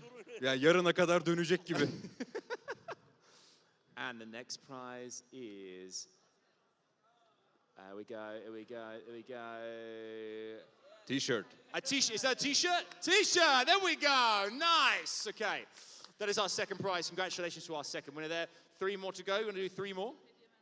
3 more. Let's go. Okay. Yeah, let's go. It's not a, we don't have passes here. Tişört mü kazandı? Only there goes t-shirt. Tamam, yeah, ikinci t-shirt. ödülümüz tişört. İkinci kişi tişörtünü alacak. Kanta? Is that how you pronounce it? Kanta? Not kanta, it's çanta. Chanta. Yeah. Sorry, I'm working Bag, it's myself. a bag. Chanta. It's a fancy bag, PUBG fancy bag. mobile bag. So prize 3 is a bag. 2 more prizes. 2 more prizes. 2 Come more on. spins. Let's go. Now we decided to spin it Yeah, slowly. just be a bit more chill, a bit more relaxed. He yeah. got tired.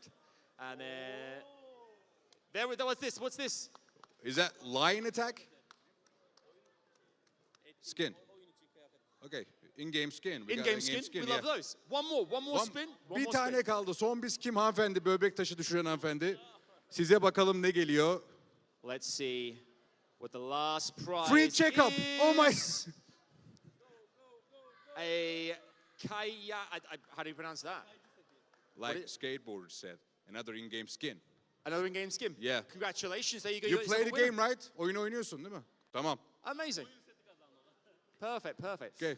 They're the prizes. You can collect those later on at the gifts desk downstairs. For now, though, thank you very much for joining us here. We've got thank you. Big round of applause, please, everyone. Vezir Bey alkışlar. Bu arada eyvallah sağ ol. Ödüllerinizi, hediyelerinizi hemen girişte hediye teslim alanı var. Oradan alabileceksiniz. Şimdi. But we have some kelme bags to give away. Is that Yeah, correct? of course. Yes, you do that as well. Yeah. Yeah, more prizes. More prizes. More prizes, Billy. Amazing stuff. So we also have 5 kelme bags to give away as well, some goodie bags. So I guess again, should we look for some screamers? Some screams? Yeah. What do you think? We should probably, yeah. Okay, we have 5 more prizes. If you want to win a prize, we want to hear you scream after 3, 2... Wait, oh, sorry. let me tell them in Tell Turkish. them, yeah, please, sorry. Şimdi sponsorumuz Kelme'ye bir kez daha teşekkür ediyoruz. Ondan da 5 tane hediye torbamız var. Onlardan da bana bakmayın siz aldınız zaten hala tamam. Şimdi onu da tekrar en yüksek ses çıkaranlardan seçeceğiz. O yüzden I'll go this way a little I'll so go this way, hear I'll go this way. it Yeah. better. Are we counting down? Okay. Countdown? Yeah? So 3, 2, 1. Scream! Okay. This guy right here, my guy, right here, this is one. Billy, how many do you have? Any more screams? Anybody else want a prize? Adam, I got I want to 3. hear you scream. I got I'll get you 3. one over here. Up here with the white t-shirt up here, this guy here, yeah, that got the white t-shirt there. Billy, how many more have you got? I got 3. I got 2, you got 3? Yeah, it's That's fine. our 5. It's perfect. That's our 5. It's We're done. perfect. Perfect. Thank you guys. Well done. We'll give up more stuff over the weekend. Don't you worry. We're a dynamic duo. Like we didn't talk about it. I got 3, you got 2. Perfect. Good job. Ben 3 tane seçtim. Adam 2 tane seçti. Arkadaşlarımız sizin bilet numaralarınızı alacaklar. Siz de aynı şekilde hediye teslim alanından girişten hediyelerinizi alabilirsiniz. And that's it. I love this wheel so much. I love this wheel. We love you guys too. We love you guys. Lots more coming your way later on. For now though, back to the desk. Teşekkür ediyoruz. Kelme'ye de bir kez daha teşekkür ediyoruz. Şimdi bir kez daha There we go. They love giving out free stuff, those guys. You just can't stop them. You know, they just keep going. It's like, we've given out 5 prizes. What if we do it 5 more times? There you go. Yeah, it was something. I liked it. Picasso. It was good. It's good. It was real good. I enjoyed that a lot. And we have Miramar coming up next on the cards for us, at least. On the lucky spin. Like I'm spinning. Oh. Ding, ding, ding, Miramar. Boom. Look at that. 2 of them. It's a lucky Here's spin our from final me. blow as well. From Oh, right. Okay. This is from the last game. match. Yeah. There it is. It's coming right up. Oh, Flux, it's going to happen. Oh, finds one. This was the You guys remember last game? I remember last Yeah. game. Yeah, okay. Well, there was an MVP from that last game. It was Scarface. But the fairly, pretty humble stats there. Yeah, it was lovely. I love to see it. What I'm curious about. Actually, no, I'm not curious about it. I think it happened. 5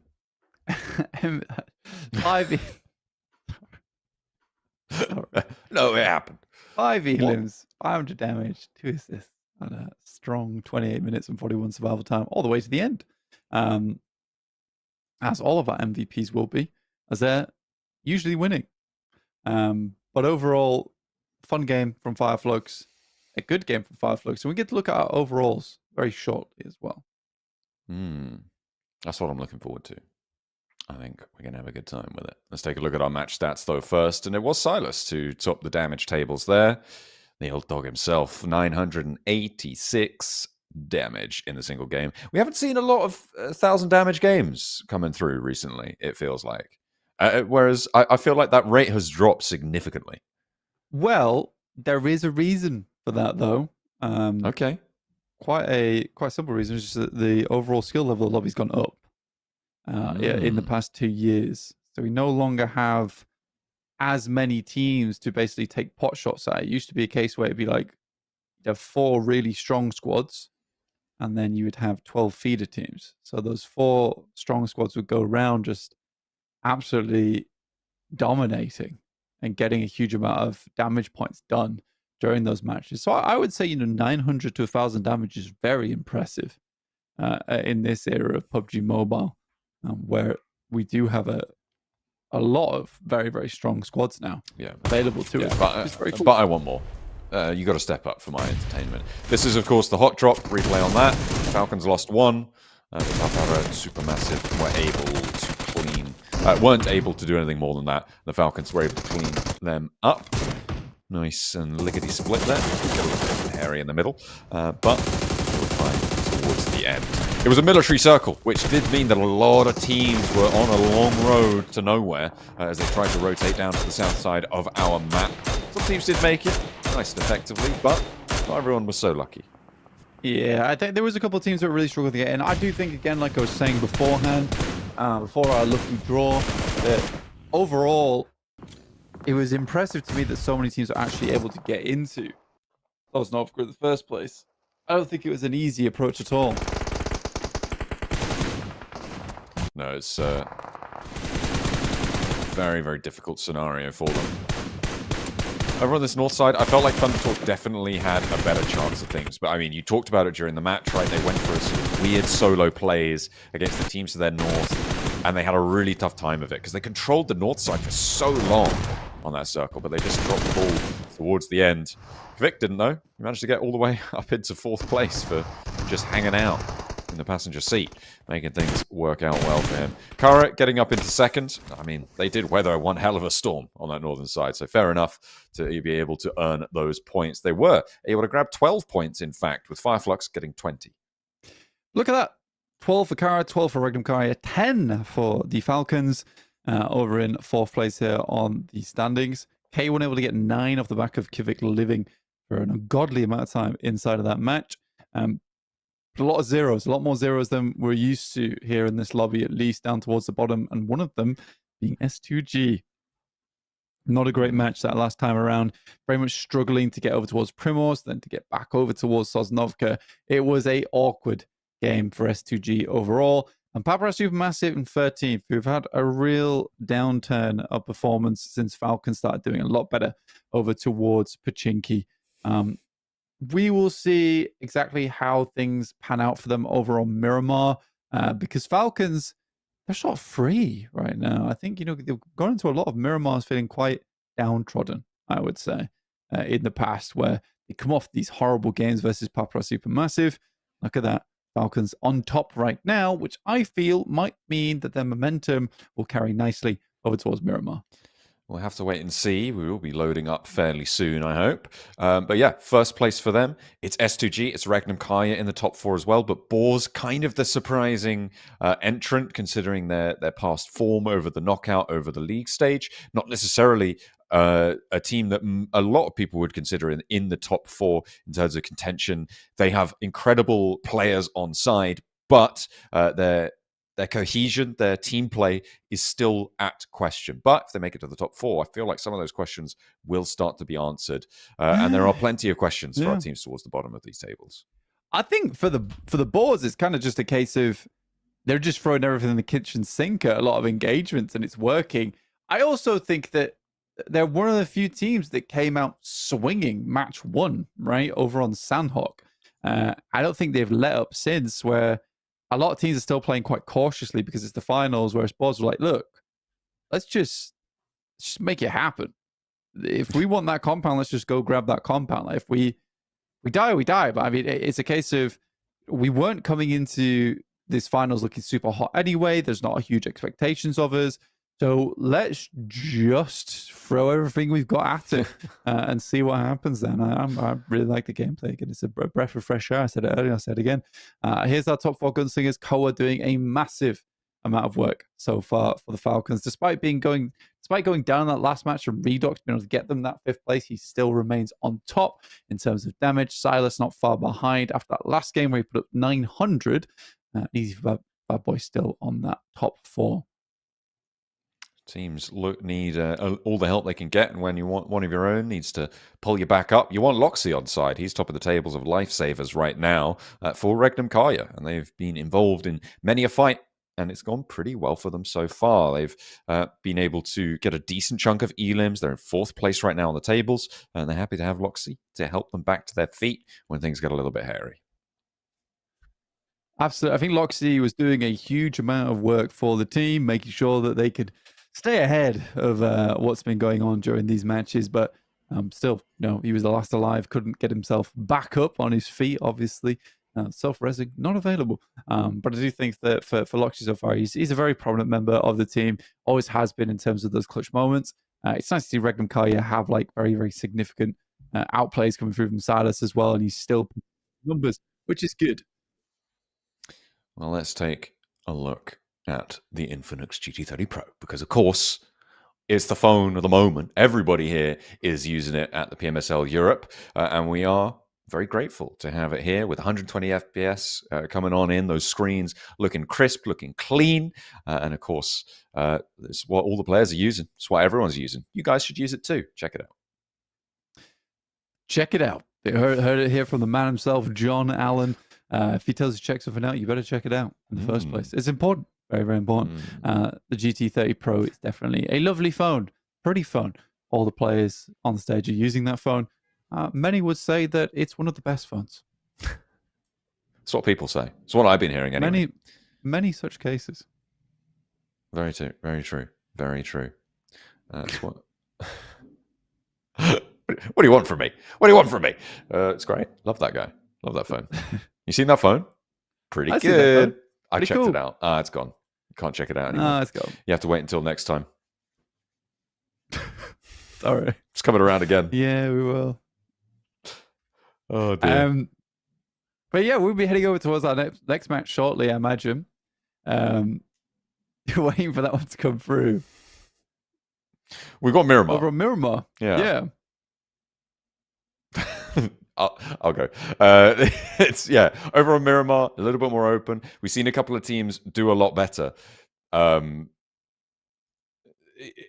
Miramar, right? But when you're coming off of when you're coming off of a knockout stage and a league stage where it's only important to get 1, 2, maybe 3 strong matches, map difference can really come out swinging and give you a tough time. But it is all about consistency. You're chuckling up a storm over there. Can't help it. Sorry, I'm just amazed by just the majesty of PUBG Mobile right now. Honestly. Yeah, that's true. It's an amazing thing. It's an amazing thing. Yeah, we're just chilling. We're chilling. How's your day going? Hope it's going well. My day, or I've been here the whole time. You know, you're.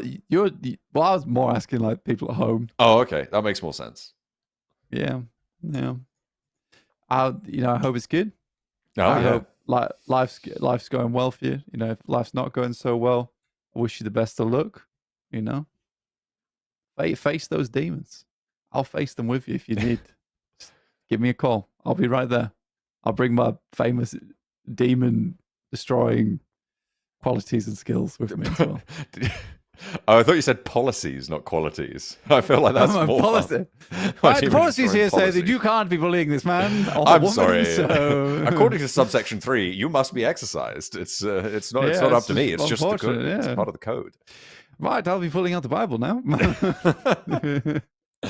I'm going to send you back. You know whence you came. Yeah. That's where you're going. Back to it. You know. Yeah. No, I just use basic code. Anywho, don't you mog me. Don't you do that. I don't like it. Stop it. Don't be doing that. Actually, it's quite a good mog, I'll give you that. Yeah. Quite good. Quite good. Quite impressive. Yeah. Well. I'm gonna check on the status of next game. Okay. Very quickly. Yeah, that sounds like a good idea. I wonder if Yeah, our players so are if too you busy could- spinning the wheel for prizes. I think that's what's going on. All of our players, one by one, are spinning it really hard, and they're just like, and then they're just waiting like solid 40 seconds to spin. We've got 64 players to get through. It is a long one. It's a long one indeed. It's a very, very long one. In terms of the spin, you know, it just keeps going. Oh yeah. Okay, yeah. That spin is hefty. It's a beefy spin. The first guy from Papara SuperMassive didn't even spin it that hard, and it just glided. God, it's almost like they'd invented perpetual motion down there on the stage. That, you know what? That would be the best use of perpetual motion, I think, is a prize wheel spinner. Oh, a never-ending prize wheel. Yeah. It's like a cursed situation, but hopefully it's feeling blessed over on the stage, because we are going to be taking a look over there in just a moment. We're going to head there real soon. There we go. Back to the stage right now with all the players who are getting nice and ready for this one.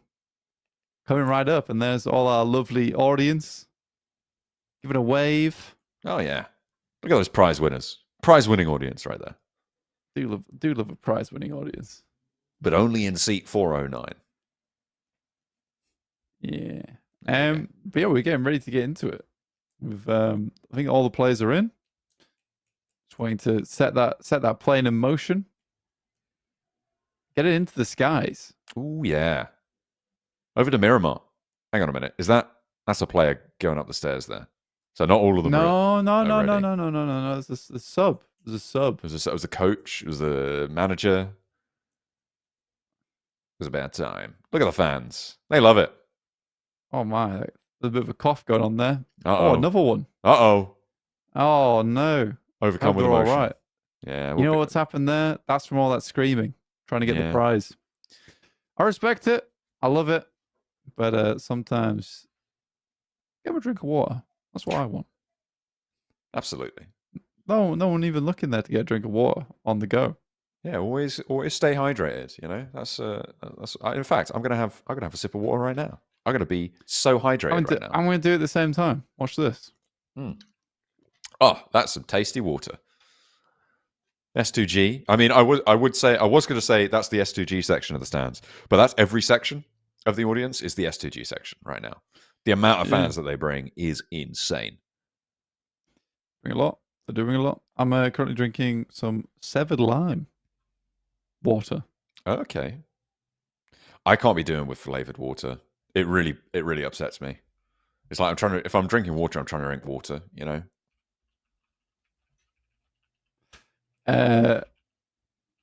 Really? You don't like sparkling water?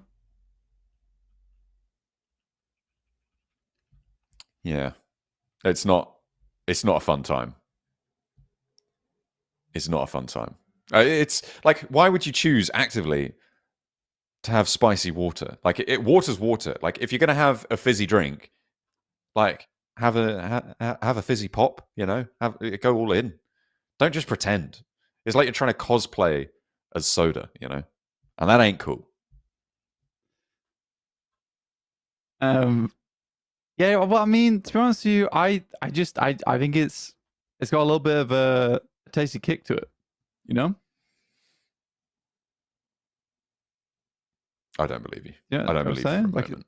It's like it keeps me satisfied for longer than normal water would. I don't know, man. Sounds I think fake. you just got to give it a go. Sounds fake. I've given it a go previously, and it was criminal. It's bad. Fizzy water. Bad time. Right, well, I guess, Still I guess water. I'm in the wrong. Oh, now we're talking. Guess I'm in the wrong. I'm sorry. Let's catch. What a handsome man he is. He likes still honestly. water. There you go.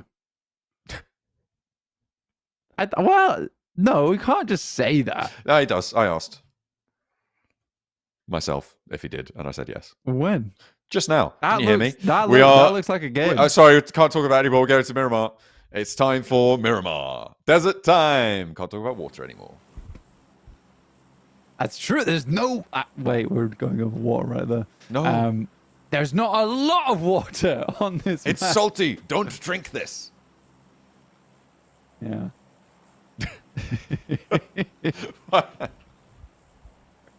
Excellent. Oh dear. Well, let's take a look at our playing path from the southwest side up towards Torrejomada as we head on into our match number 5 today, 5 of 6. And we'll be taking a look at where our teams will end up. Of course, not expecting too many hot drops, but stranger things have happened. They have. They're currently in season 4, no? I think, well, not yet. Not yet. No. Well, stranger things season 3's happened. I know that. Yeah, there's fewer than 4 seasons. See, it's like most people would say there's less seasons. You'd be wrong to say that. I'd say there's fewer seasons. Don't bring this Look, back yeah, up okay, yeah, no, it's about because we'll I be talking will- about it for I the next will- 5 minutes. No, I will get furious.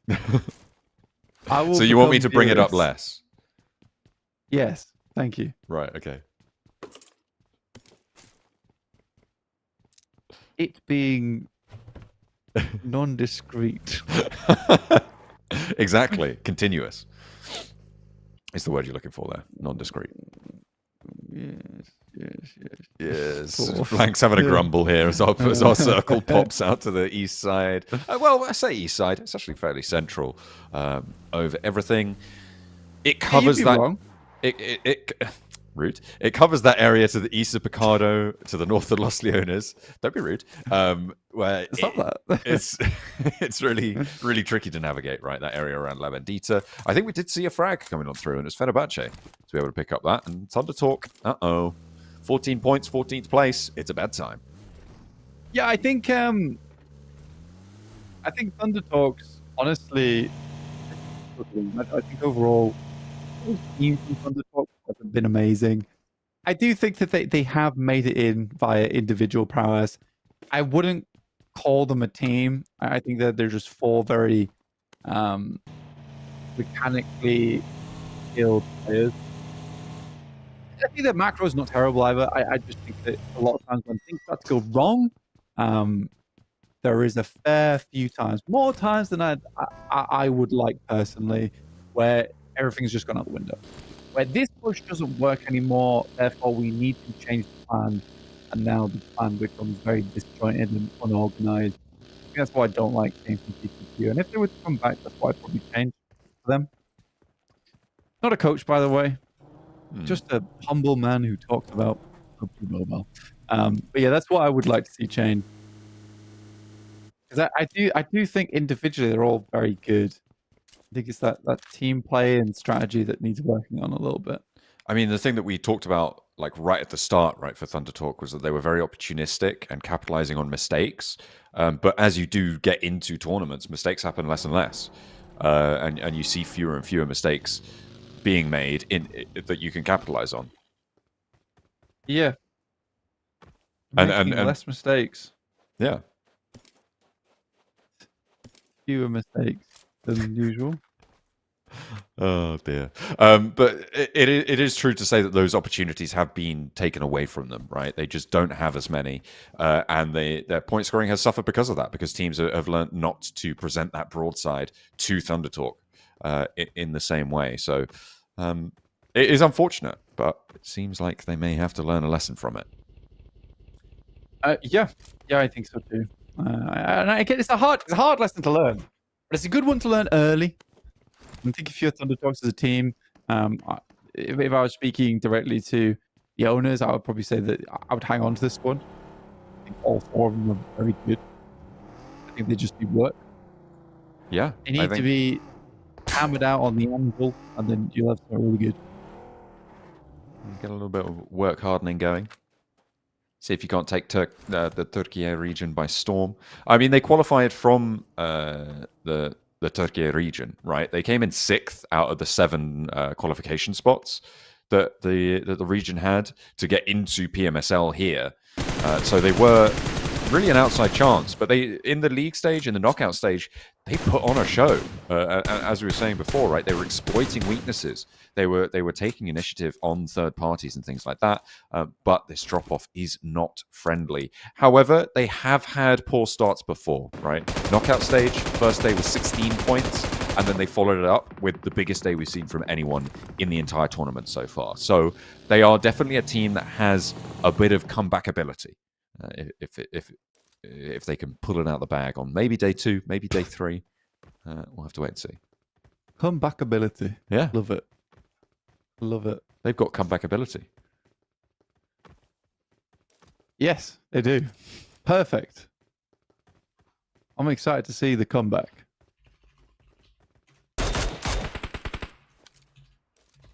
From TTQ. We'll have to wait a little bit longer for it, though, because they've already lost a player. I don't think on this Miramar is the time to do it. Yeah. All right, come on back now and rethink what's going on. Okay. That's the comeback ability I want to see right now. Oh, dear. It's winnable. It's comebackable. We'll have to wait and see, though. I mean, the fact that Falcons and S2G are so far ahead, it's going to start to isolate that ability, right? It's gonna start to make it harder and harder as time goes on, and it's not going to be friendly for it, right? Like there are teams that are already too far ahead. Yeah, it depends how far Regnum, Carya, S2G, Falcons, Flux, Fenerbahçe get ahead. Those are the teams I'm looking at. I mean, Boars, I'm not convinced yet. Right? Okay. I think they're doing remarkably well, but I think as soon as you throw that kind of playstyle over in PMWC, things go wrong. Ooh, things are popping off kind of left and right here, Blaine. There's a couple of scraps all over. Barsay having to worry because they have already lost one and potentially looking to lose another. Bra as well, taking scraps across the way. Elvis, I mean, he's dancing up a storm, but not really connecting, unfortunately. That's got to feel pretty rotten. And he will go down. K1 pick up. Is that their second point on the match? I think it is. Yeah. Ain't nothing but a hound dog over inside that barn. Barking all the time, but no bite on him. We'll eat her off in the distance. Aaron. Himself a bay. Good shots from Sarah. Damn. The red dot sight on that bad boy on the Mini 14. Gets him a distance. And IC will clean up after him.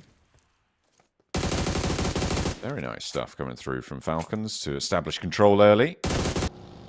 Over their pad. Over their drop spots. Looks like an answer was sent back over towards Icy. So either they did lose one, but now they're looking to find the high ground here. But Sarah is a little bit closer. Emre in a really important spot here. If he sees Sarah stepping forwards, he can step up, he can go for the spray down. I wonder if they realize there is a player right in the wings there, or, on the flip side, if they're going for this res.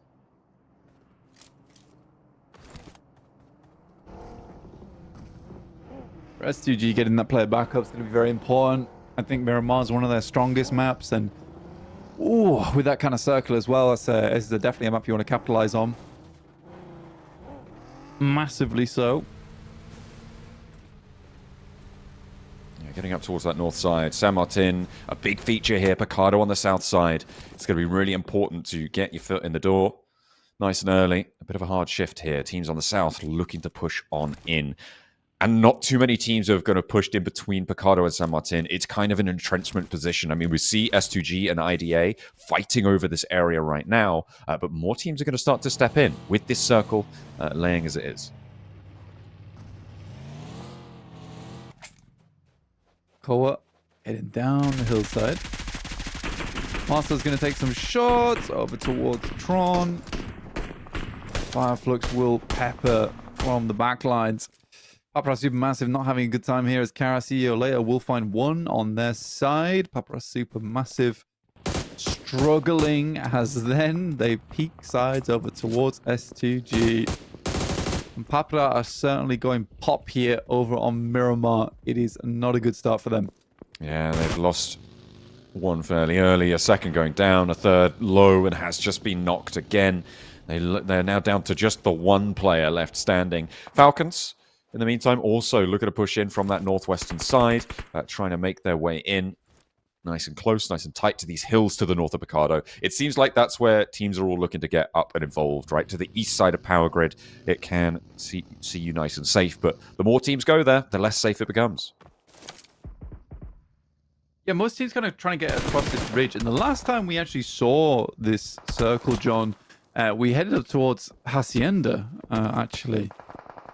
It's a bit of a struggle. It's a kind of a scary one for a lot of squads where they're a little bit hesitant to push over towards that ridge side and hold on it because a lot of teams got punished for playing that. I think it's still the right choice, though. Could potentially play quite well. We'll have to wait and see how it pans out in this instance. But again, they're taking a lot of damage and they're down. They're in 16th place. This was a team at the start of the tournament, Blank, if I remember correctly. You were talking about as maybe being able to get up there as an outside chance. Or have I completely misremembered what you'd said?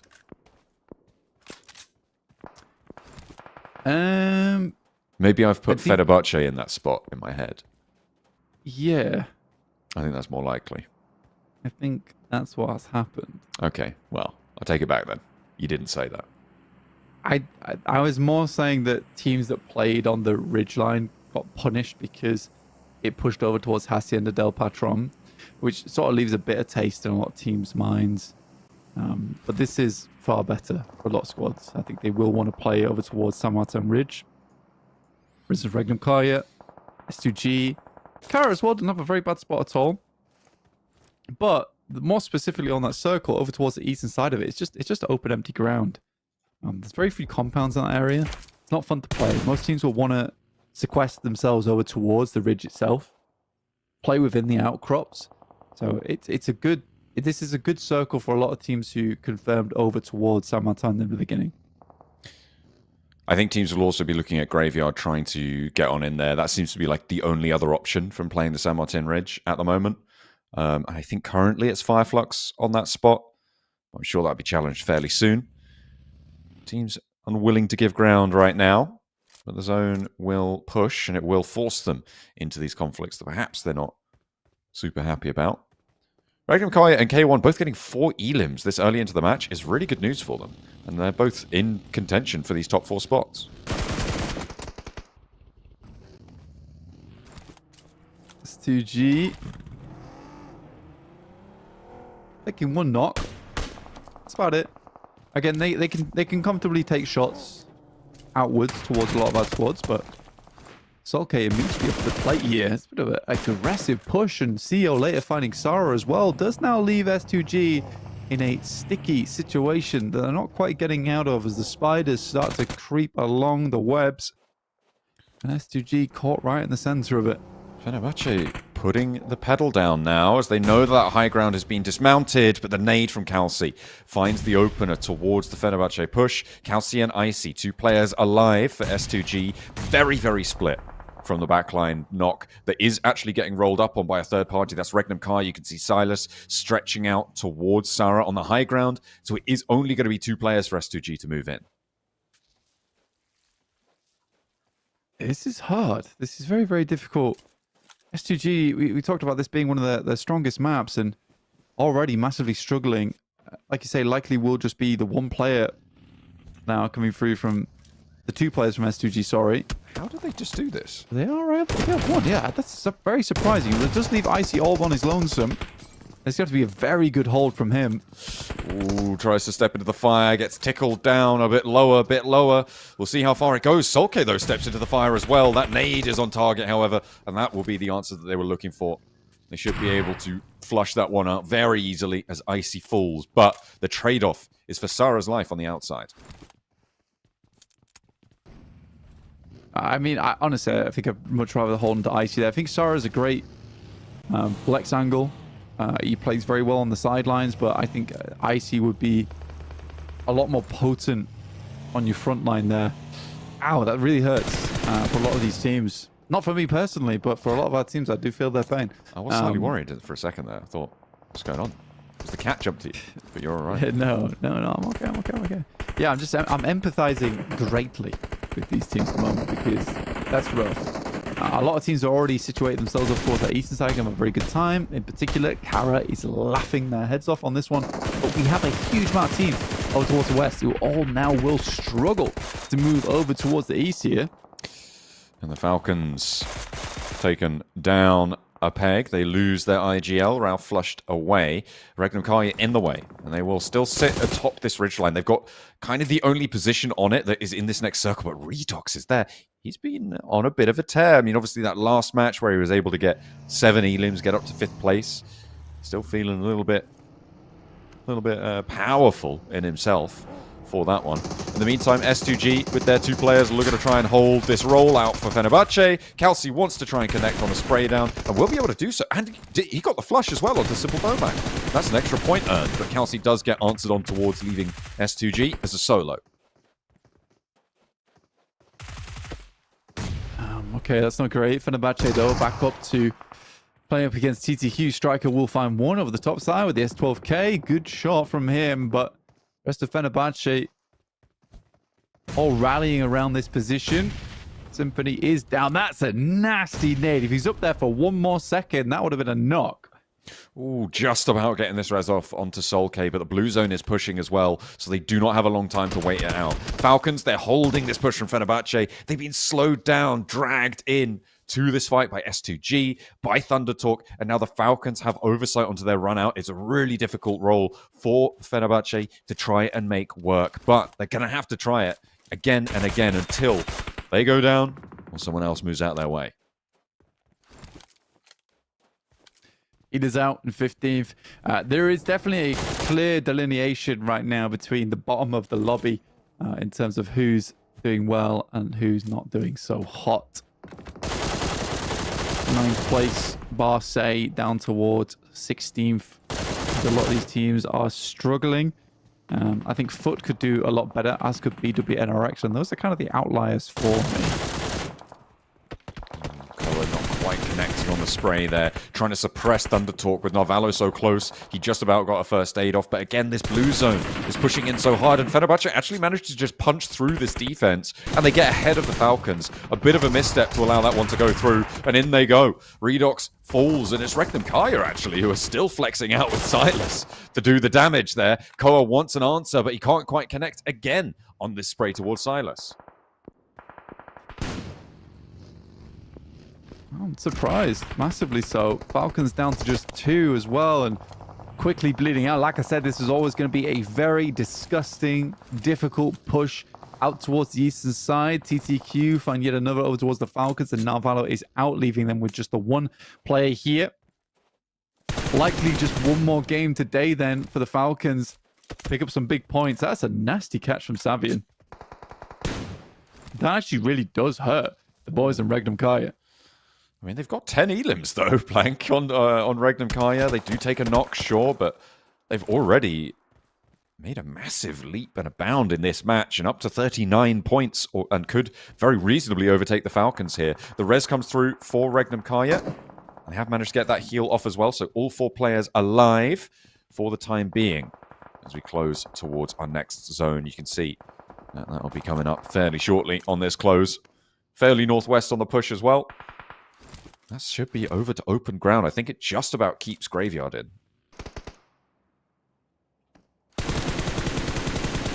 It's really grim. This is one of the worst parts of the map to play. I think most players know it. Most of the audience know it. These teams definitely know it, as they're the ones struggling through it right now. It is an absolute quagmire to push through. If we had any water on this map, of course, which we don't. Not in this circle, anyway. We've seen some pretty crazy finishes on Miramar a few times, but it's very rare and impossible now. We are in the midst of the sand dunes here, the mountains on either side. K1 with a challenge, and actually winning it out here for Slonic to be able to get that flush as well. Nicely, nicely. And Regnum Carya, we do lose one. See how much more they can do. He's not getting away from that. The rest of the team find their retribution. And they'll turn their attention to the rest of K1, I'm sure, who have 7 elims blank on this match, and they're in 5th place.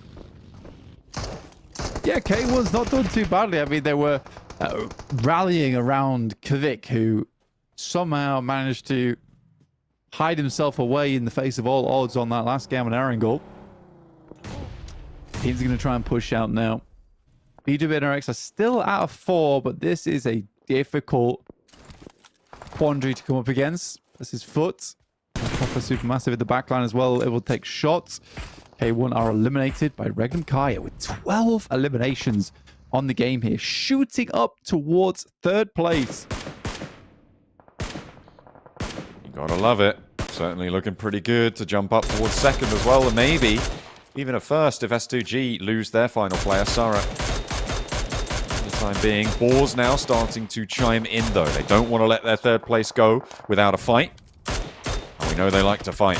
Up towards the north side, they're taking shots. Suppressive fire to BWNRX, who are behind the curve on getting into this zone. The nade from FUT does so much work. I think they might be on the bleed out now, Blank. Yeah, BWNRX is just, I don't know. If they end today sub 20 points, it's very hard to see them up in the top 4. Barring some crazy days, right? For sure. It becomes almost impossible when you get behind by almost a full day's quota. It makes it so difficult to jump up to that sort of a level. Circle. He centers again on super open ground. This is good news for ThunderTalk, I think. They're going to have potentially a pretty good time on this area. Yeah, a lot of pickups on the northeast. I think the thing I'm more surprised about is Sarah still being alive for S2G. Was living his life. Yeah, he got across the open ground to southeast. He was all the way up on the northwest with the rest of S2G on that San Martin Ridge, right? So he's crossed the graveyard somehow. His way through. Ooh. Ooh. Like a sand shark. They are pretty creepy. BRX Esports going down. As Regnum Carya get the roll up, and they're on their 14th elim now, Blank. Plenty more where that came from as well. They're tied with Falcons. 3rd place to 2nd. Losing the tiebreaker as it stands. It's a disgusting amount of elims coming through from Regnum Carya. And we were talking about how we wanted to see a step up, but you know, this is like 4 steps at a time. Regnum Carya, I think it's okay to calm down a little bit, just a little bit. Chill out, mate. We've got plenty more games to play. Boars, though, they are seeing this happen. They're like, hang on a minute. That's our 3rd place. And they want to continue to sweep around the north side over towards FUT. You got Papara SuperMassive with their last player standing around the side as well. Pretty disastrous for them to go down, but it's just Yekta now standing for FUT. They should spot that player. This should be going down. Who picks up the point? And it's the Boars. Oh, wait, no, hang on a minute. It's Carya from all across the way. Either way, we're into the placement points now. 23 minutes in, so roughly about 7 minutes before this would have to fully close out. So a short amount of time ahead of us here. Boars with 4s. Boars with... It rhymed. Boars with 4 players. 4 Boars? No 4 Boars. 4 Boars. They're still alive. They have a cause. For sure. And a cause on side. That's the law. There is certainly an opportunity for the Boars to get something done here. Try and claw their way back up. Out of number 4. before Regnum Carya can close that door.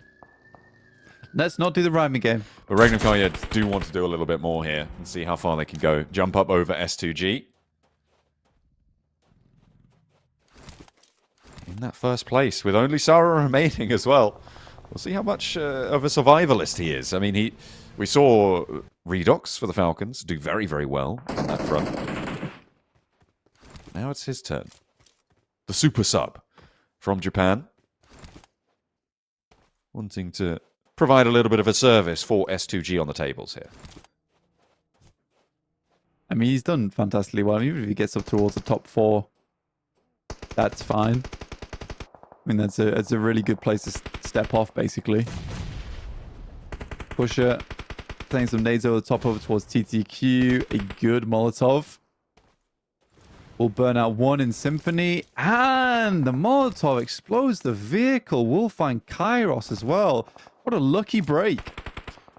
Really nice pickup there for Pusher. And he can continue to keep this ridgeline under control. Regnum Carya trying to make their cross. And they actually do manage to get to these rocks and trees. But unfortunately, everybody's seen them do it. Fireflux, who have held this graveyard for such a long time, going to keep those bullets flying. And Regnum Carya do fall, so no first place for them. Hang on a minute, the Boars. They're back to play. They're up to 8 elims now, and I think they've just wiped out Thunder Talk, and they are back in second place. They've overtaken not just Regnum Carya, but also the Falcons. And again, they're chasing for this first place spot with S2G still alive. Yeah, Regnum Carya makes that push a little bit too early, in my opinion. Technically the game-winning play, right? I think they just had to thread the needle on it, and the timing wasn't quite right. But teams hadn't quite had to push off from their high grounds just yet. Either way, difficult push for them. Marceau steps out a little bit too far, and there Ketch finds a good shot. A long time coming since I've seen Ketch really start to step up. Call Sarah still in the game though. Could even potentially get himself a third place on this one. It would not be surprising. Yeah, Fireflux can eliminate one of those teams in Volley Fire. I think Carya is the team most at risk right now. Although, you look at the positions out to the west side, I think that's Fireflux. Okay, yeah, it is Fireflux just flexing out fully. They can fairly handily retreat. So Carya still in danger. Lewis not getting tagged up by that, but Boars will find CEO later in the back line, leaving just Lewis left standing, trying to fight for his life here as Fireflux surround him. Yeah, to me, that felt like it should have been a much easier pickup there coming through for Ketch. Just a little bit of higher on the aim. Compensate for the bullet drop. The Boars won the points. Third place. I mean, they are picking them. I wonder if they know Sarah is there, right?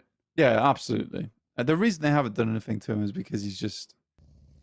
They don't want to push off from their high ground. There's no reason to take shots over towards him, because by going out there, you do expose yourself. There's some shots from the sidelines where Boars are playing. They just play it safe. I mean, they can always pick him up later. It's just an easy nade to send in. And Sarah doesn't want to come out. I think they're fairly certain that he's a solo. They can just close things out with Boars, basically. And Sarah is just not going to do anything.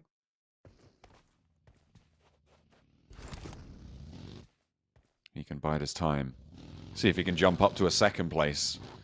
Grab 6 placement points to add to the 3 they found. Either way, I think off this match, they may have already certainly gotten close to jumping over that 50-point boundary that we were talking about, to feel nice and healthy in towards it. Fireflux and Boars both isolated away from Sarah up the hill. It's got to feel pretty good about that, because they are going to clash. This is stage 8, which means that the next stage goes dead central, and Fireflux do have the more inside position here. Then comes the barrage of nades. A good bounce on that one as well, so does hit Tulika. That's their off-angle down once again in classic Boars fashion. Now they can start to isolate the shots over towards the side. Yeah, this is just an easy side swipe to Solus now. And Sarah probably will, off the back of this, get himself a second place, which is unbelievable in terms of result for S2G.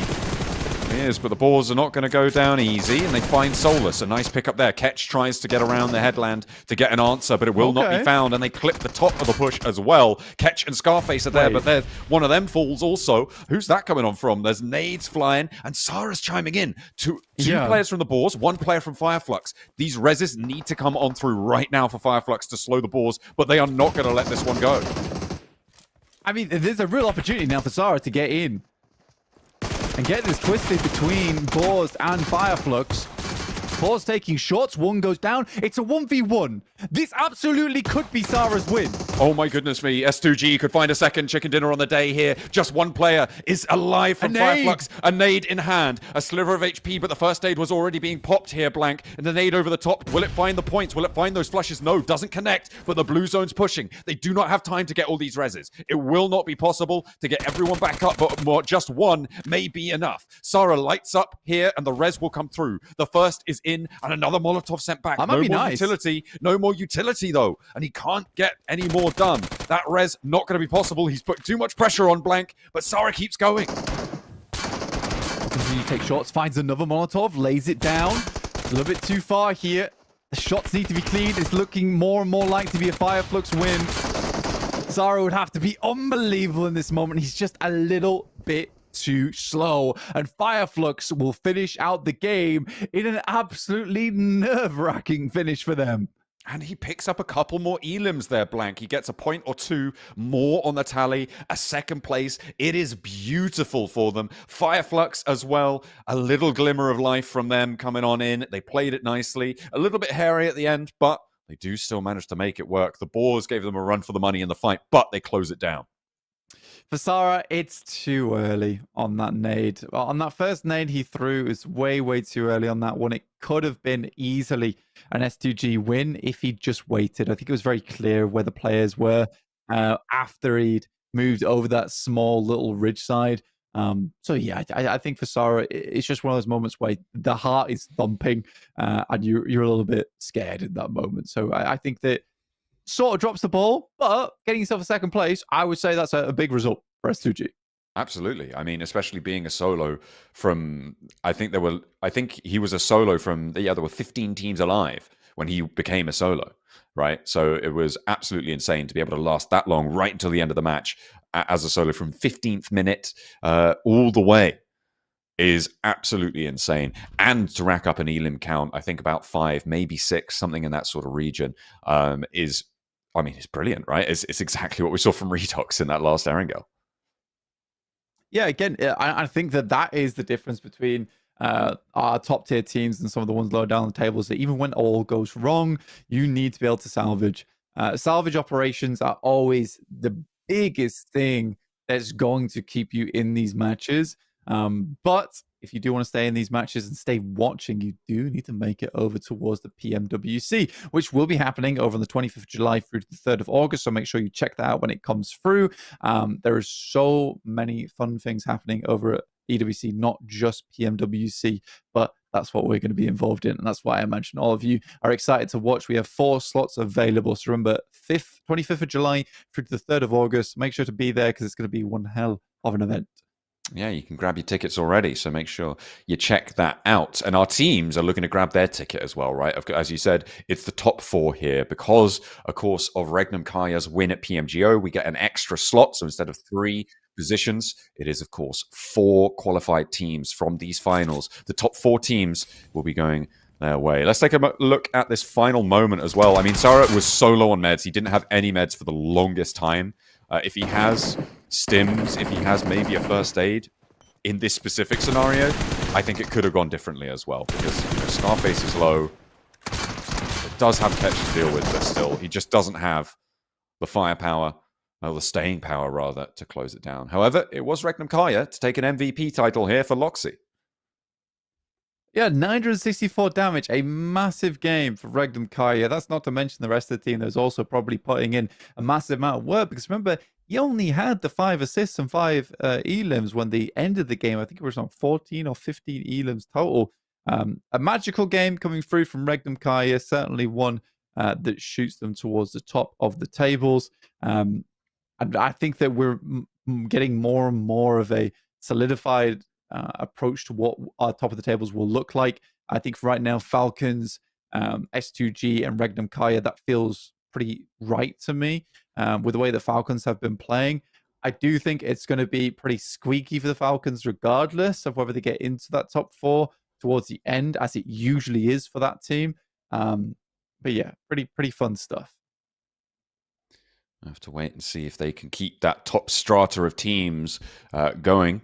But for now, we'll have to bide our time. And I think that for me, the team that I'm interested in after that match is K1. I think the end of their day is going to be a pretty interesting place, right? Because this is a team that they've had a great set in the league stage. They outplayed our expectations quite heavily, but then over in the knockout stage, they only just outplayed the bubble.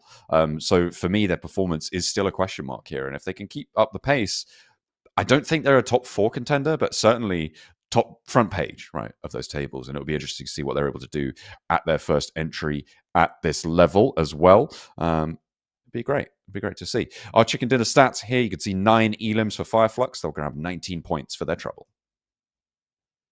They will. I think for Fireflux, they do fantastically well from that high ground. And again, they almost ended the game with all 4 players still up and alive. And they took some really good angles that game where they just weren't being passive about it. Ketch was playing on that high ground angle. Solus was playing out in the open. I think he was doing fantastically well to keep himself alive there while still doing a lot of work for the team.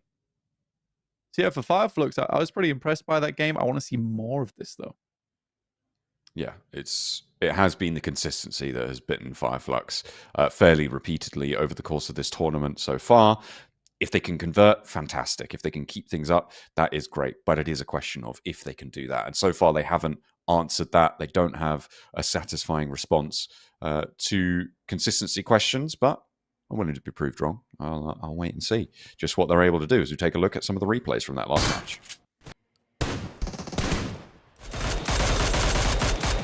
Either just not having a good time at the moment as Sarah starting things off, and this is the beginning of the end for S2G, but not the end for Sarah, who kept things going all the way to the end of it, getting themselves a lot of points on board with that second place.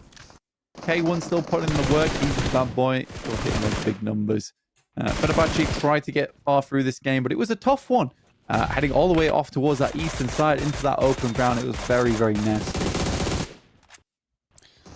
Difficult terrain to navigate. Regnum Carya did have their fair share of trials and tribulations, that northwest side from the San Martin Ridge.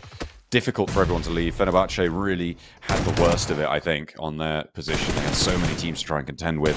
And Regnum Carya as well, just being that backstop to stop everyone from getting away from it.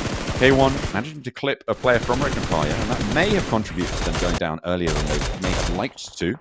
But the points earned by K1, they'll be all too happy to whack up on the tables. Pusher still taking some big shots out off into the distance. With Tulika doing well. 2 on top of that. Again, Boars have really surprised us today, haven't they? Just some crazy gameplay overall, which is taking a lot of the players in this lobby by surprise. I don't expect anyone to see them just walking out from knockout stage and literally bringing a bat to the finals to assist in knocking out their opponents as well. It's been rough. It's been rough. This is the year. Yeah, they did go pretty crazy style right now over the course of today. They have really done a lot of work here. And they got 15 points on this match with the 10 elims, but overshadowed by Regnum Carya's 14. And then, of course, 19 for Fireflux. But look at S2G getting up those 10 points. Sarah did them a massive service in that last match. Yeah, I think for S2G, that's very, very pleasing to see there. I think that sits them very far up the tables as well for Regnum Carya with their 16 points total, only 2 placement points, looking very much similar to the way we would usually see Thundertalks play here. Fireflux with the 19 points, though, is very, very good. But yeah, I think for Carya K1, this is lifeline points for the moment. Falcons, I think they'd be very disappointed with that 0-point game. They really had a good chance here to give themselves 50 points and then some, but just not the case. Yeah, I think the Boars will end up in second place off of this. I think they will have overtaken the Falcons there. It is unfortunate for the Falcons that I think every team that was just below them has managed to outperform them on that match, and quite significantly as well. That pushes them down to fifth place blank. They were at first place at the start of this match. S2G, Boars, Flux, Regnum, Carya, all shutting them out of the way, jostling for position for one of those tickets over to the PMWC. Flux really flew up the table. Yeah, actually very surprised by that. So well played to Flux. Keeps them in a very good position. The Boars, man, wow. Incredible stuff. The only other team to outdo them when it comes to the elims here is Regnum Carya off the back of that 14 elim game right there on Miramar. Really just shows how aggressive that team has been all day. Let's head over towards our second page. Now, I think that the only surprising team at this point would be BWNRX, who really have not got their act together. At this rate, it's looking like it might just not be enough for this squad. Yeah, it's not a good day for them. They've had a really shocking turn in 13th place. I mean, they're on a 12th place tiebreaker with two other teams, to be fair. But either way, it's just not going to be good enough. And with the number of teams putting up quality at the top of the tables, to be fair, there's no one who's like far and away outstripping everybody right at the top of the tables. It's actually pretty close from first to fifth, maybe sixth as well. Which does actually reduce that points gap for the bottom of the tables players, and maybe a little glimmer of hope, but it is time to start counting out teams, right? And I think that we have to start, maybe not with BWNRX just yet. We know they do have some runway that they could potentially try and turn up with, but I'm not holding out hope. I think it's Bra that is the real downer here. At the bottom of the tables, 8 points, all of them coming from elims. They haven't managed to get past 8th place on any of their performances. It's a bit of a shocker. It is. It is a bit of a shocker. And I think for them, I think we can be quite brutal at this point and say, I just don't think that they're making up towards the top 4 with the performance they're showing. It does not feel like we're having a case of a comeback from them. I think it is possible to get up from 8 points to a position where you could potentially get a 4th place over the next 2 days. But just looking at how Bra has been, it has been a bit of a nothing burger coming through from them. So we'll see how they play going forward. Here's our head-to-head between Loxy and Easy for Bad Boy. Look at the damage coming through from Easy for Bad Boy. K1 very lucky to have him on side. Absolutely, he is a credit to the team, and they've done very well so far this season. I mean, even though we've given them criticism, and I think rightly so, especially during the knockout stage, this is a really impressive result for this team for them to be able to come on through. And in fact, he's at the top of the damage tables, blank for K1. They have managed to rack up that accolade, pushing Carya out the way with the Falcons going down fairly early. And you kind of expect it, and there's a lot of players. They're all within 200 points of each other here. Havlik in 4th place with 2001. That's a real closely fought title for the Gunslingers. It really is. Like, so close between everyone there. Havlik there with 2001 from Boars, really putting in the work. But nice to see Koa still up here. But Easy Bad Boy certainly deserving to take the cake here with 2100 damage done, almost 2200 there. I think he'll find himself onto a big team eventually. Yeah, so it'll be interesting to see how these players fare moving into the next days, and indeed their own futures into the PUBG Mobile Esports scene. After that chicken dinner, obviously we saw Flux jumping on in. They started, I think, that match in 5th place as well, to be fair, 26 points. But now there's a lot of teams in the mid-40s moving in towards this final game of the day. We were talking about around 50 points being that barrier as to where we're thinking about that bubble potentially being per day. So 50 points a day. We're looking at around maybe 150 for that 4th place to be locked in. That's sort of where we're thinking. It's much more difficult to predict higher up the tables than it is to get the lower ranking scores. There's a lot more variance in terms of how the top teams are performing. But we're sort of thinking that that's where it's going to see you safe. If you can push up towards, say, 180 at the top end, you're basically guaranteed to be going to Riyadh. I think it's safe to say. But 150, meaning 50 points a day, that would be a good start. Yeah, I'd say so. I think 150. I think that feels like probably a position where you get yourself into a top four and then heading off towards EWC. And again, a lot of teams have to thank the boys over on Regnum Carya for opening up that spot in that fourth place to allow another team in. And I'm glad they have as well because I think there is a ton of really, really potent and strong teams here in PMSL EU, and it would be a big shame not to see some of them be able to get through just because there was only 3 spots available. So having that extra spot is really nice. And I can't wait for PMSL EU to show what we have in this region over at EWC versus some of the best. Absolutely. Let's head back to the stage.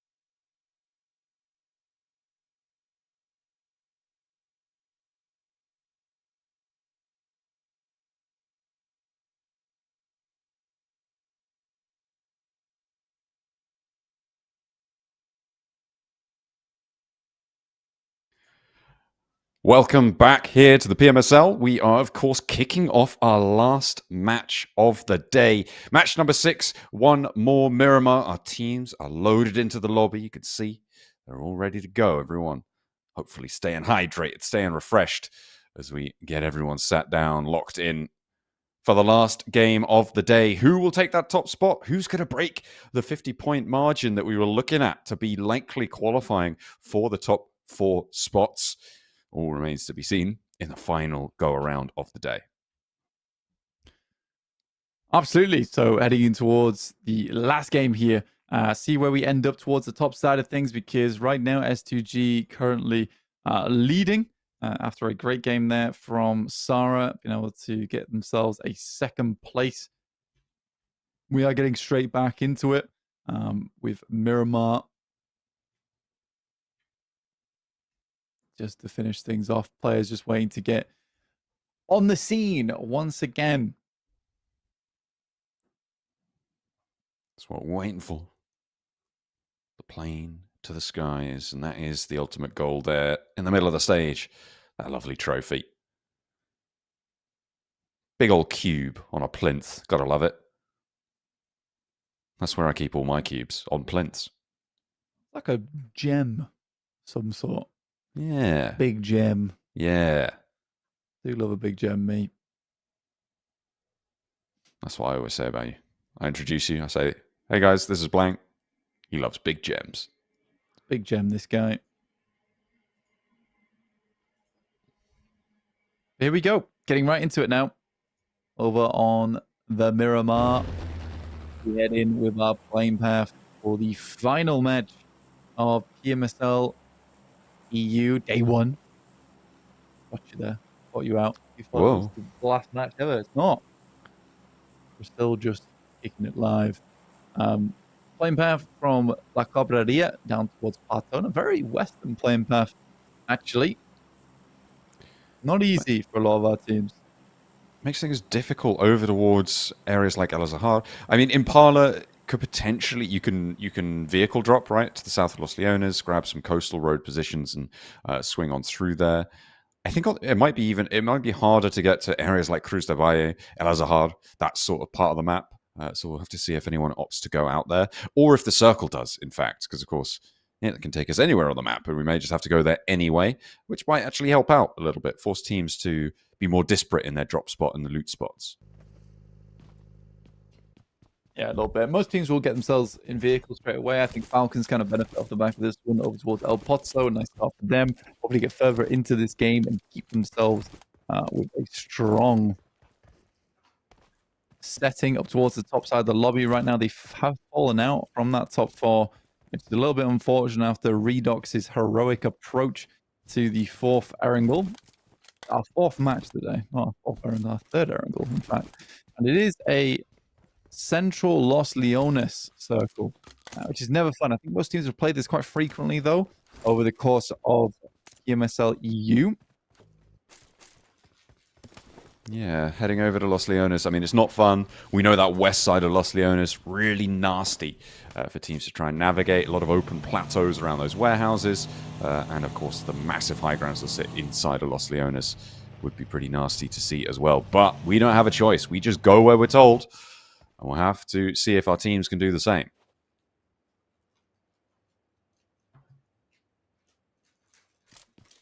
Flux. Yeah, it's still dropping. Again, there's a lot of long drops here because we're so far on that western side.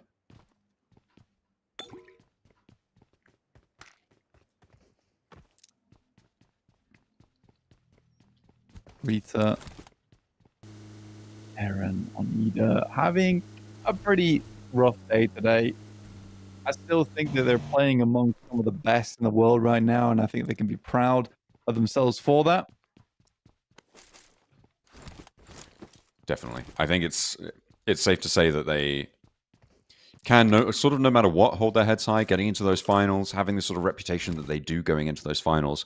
It's good news. They are currently tied with FUT and IWNRX, or BWNRX, coming into this final match, right, on those 16 points. Oh, no, wait, hang on a minute. They were able to break that on the last match, I believe. in that situation. A lot of teams still on 16 points, but they are going to look to try and put some more on down. But yeah, I think it's safe to say that IDA have impressed us over the course of this tournament, and I hope to see more of them, and to see them improve as well, because as you've highlighted before, it's the sort of roster you want to see stick. Yeah, absolutely. I'd be very happy to see it at least. Fenerbahçe on our screens.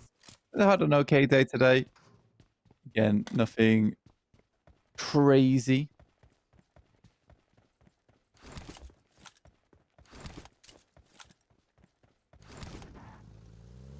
Still good. Still good overall. BWNRX. I think they need to get a move on a little bit here, John. Not a huge amount of bombs coming out from the day, other than when Zed Wolf as well, almost 1v4 versus A1 with a knife in hand. But other than that, it's been pretty stale. Yeah, it's not been particularly exuberant from them, right? They have really not got a lot done. The only map I can kind of remember anything of them was the first Sanhok, right? They got a second place, I think, and they held that trifecta position for a long, long time. Sort of snuck up on us as well, like wasn't really the center of attention, but did pretty well on elims and played in a really solid spot in that game. But since then, basically nothing has come from this roster. So it is unfortunate, and sort of on the opposite side of the coin from IDA, right? This is a team that we expected to do well and really hasn't. And we sort of talked about that a little bit before. So maybe I'll lay off them a little bit, unless they come back on our screen. And if they win, then great. But I'm not really expecting it from them right now. Not at the moment.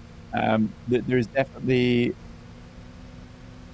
more to give from them, but yeah, right now you're right. It doesn't feel like it's happening too soon. Easy for my boy once again up on high. I'll find Nihat, who was the next one. Pretty damn good accuracy, and we'll find a cheeky pick off over towards Barsay. Nihat going down.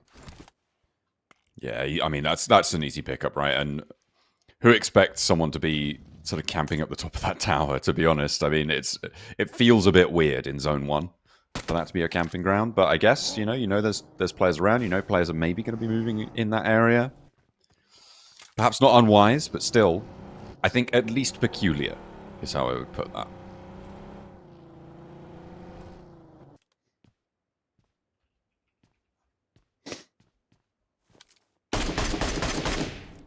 I think Boars being up at 49 points is the most peculiar thing at the moment.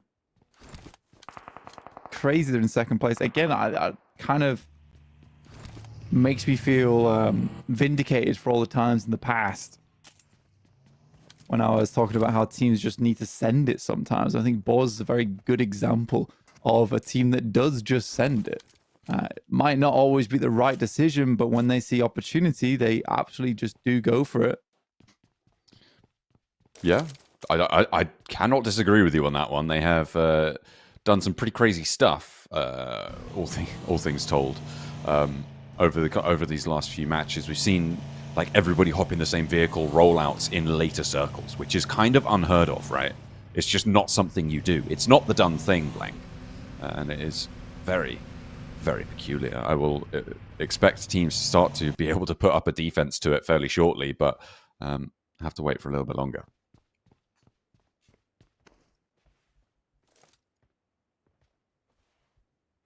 K1 still sat up towards the top side. It lost Leonis as well.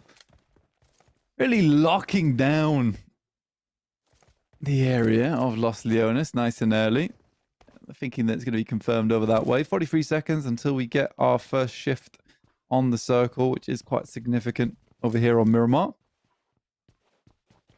Yeah, about 30 seconds left to count down. Everyone looking for their lucky spin of the circle. So here we go. We're going to get an urban environment finish. We're going to get that Los Leones finish one time more. Teams should be used to it by now, to be fair. We've had a couple. And it is a rather sprawling city. Can house a lot of players very close by to one another, but we've got 5 seconds or thereabouts until we find out where we're going.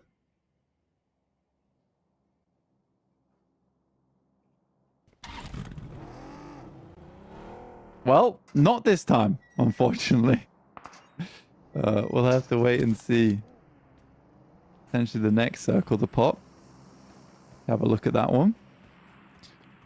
From the look of the curve of the circle, I think it's got Los Leones in the northwest side of it. Yeah, we can guess. Have a little guess. I'm extrapolating based on what I can see from the mini-map in the top right-hand side of the screen. Trying to figure it out that way. So we got... I don't know if it reaches the coastline. Still.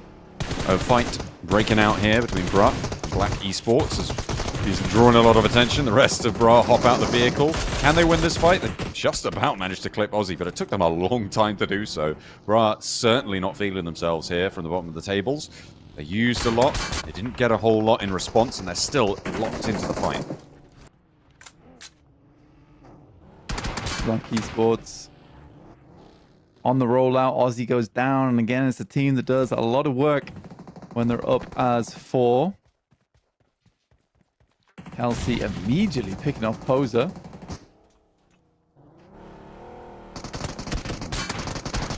He's having a little bit of trouble as well. Swash gets the rundown onto Zebdemus, and Black Esports continue to suffer at the hands of the team at the bottom of the tables. Bra get the heal off as well, but Lord Cedric trying to turn things around here. Could potentially find Zeptimus. A 2-player roll up here. It's dangerous. And he gets one. Looks for the spray down, but instead looks for the confirmation. Takes the buggy wheel out, and now it's up to Quantum to try and challenge Lord Cedric, but there's a lick of damage sent back his way, and he's got to be worried now. Out wide, goes for the swing, and Lux is there to save the day just in time. Lord Cedric held out for long enough, and Bra fall once more, down to 1 player. Just Rolex up against Black. Looks with a nade in hand, but puts it away and looks to just send straight to the front side. We'll take a little tickle from the grenade, but that's just about it. Ooh, on the edge, Rolex with the pump action, but he cannot connect. Lux sprays him down like a hose. And Bra eliminated. They end their first day on 9 points. Not even getting double digits on their first 6 matches. It is really tough. And I think for Bra... overall, unfortunately for them, this does look like the end of the run. It has been a tumultuous series of games for them throughout this entire tournament, and they have struggled. They've definitely struggled. But I do think that this might be the end of the line now for them. TTQ still trying to get back into things. They know that they have it in them.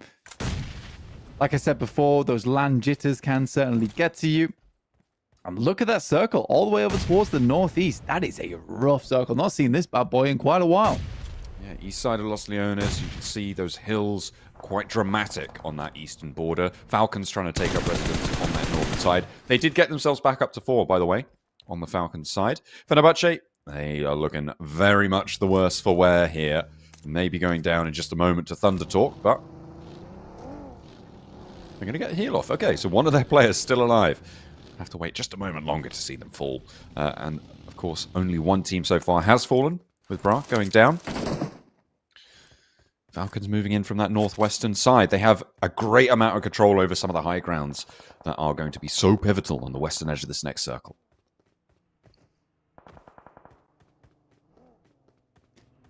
Carya's still going. They took a little bit of bruising earlier on from S2G, but...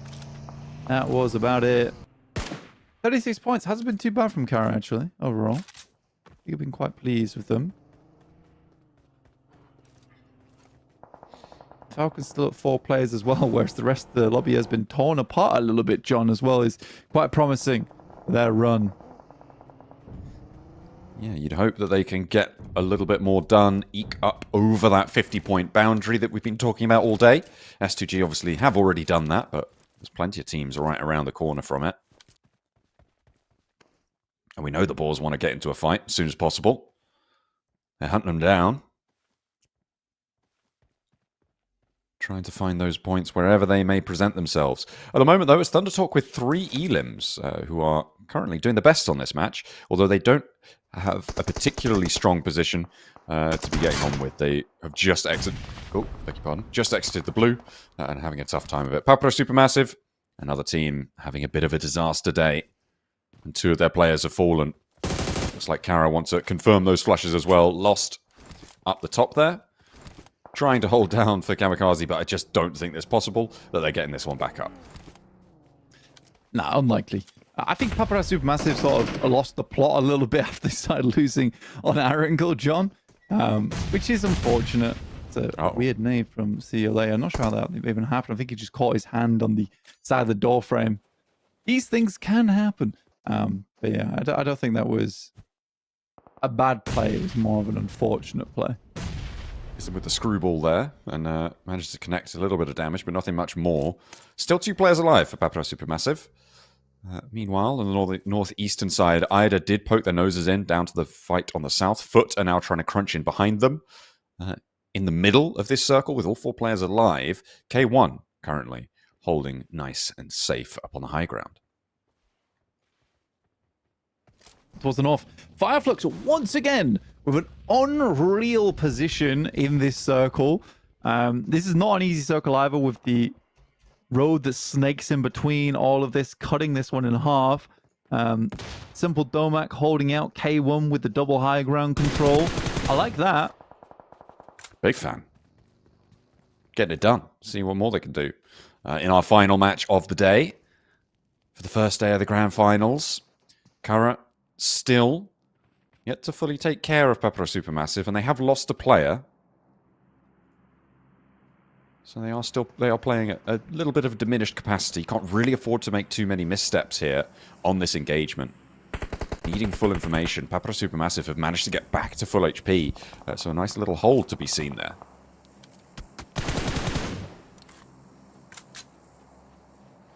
Sonic will find Lewis. See You Later will pilfer his remains.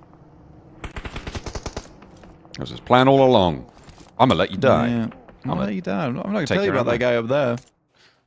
Those smokes look so good in my inventory right now. That's what happens. That's what happens. You got jealous. But that's not how you win tournaments. Unfortunately. And that's why Carya in 6th place. Not higher up. It's that jealousy. See you later. Come on. Be more team-oriented. BWNRX, FUT, it looks like S2G are somehow involved in this as well. You can see they're further up north on this engagement. But BWNRX, they are down to 2 players. It looks like they may have a few more shaved off too. Yeah. It's not looking good. And they're eliminated. I think for BWNRX, it might just be over right there and then. It's just not enough done on the day, and I can guarantee that Fire, Flux, Regnum, Carya, and S2G are not done with their run just yet. Boars are likely going to just keep getting points just off the virtue of being insane in the loco way. Yeah, not necessarily, not like insane, not like good, but like actually quite mad. Yeah. As a hatter, some might say. A ball with a little top hat on. As Black down. Again for Black, struggle. I think they are a good team in my opinion. I do actually like Black Esports as a squad. I think that I appreciate a team that can work well together. I think we're getting to the point now though where they are just being outclassed basically on a skill level. They are really struggling on those one-on-one fights. Regnum Carya somehow making this run all the way. Easy for Bad Boy, just about gets back into cover there. Quick reactions after he starts taking pot shots. Yeah, they do manage to keep things on lock for just a moment longer. Ralph actually clocking Loxy and Wild going down as well. Will be flushed. Falcons with the roll-up. It's going pretty good for them at this stage. To slow down Regnum Carya. Chasing him behind on the tables to say no thank you. Back down to 5th you go. Out of those top 4.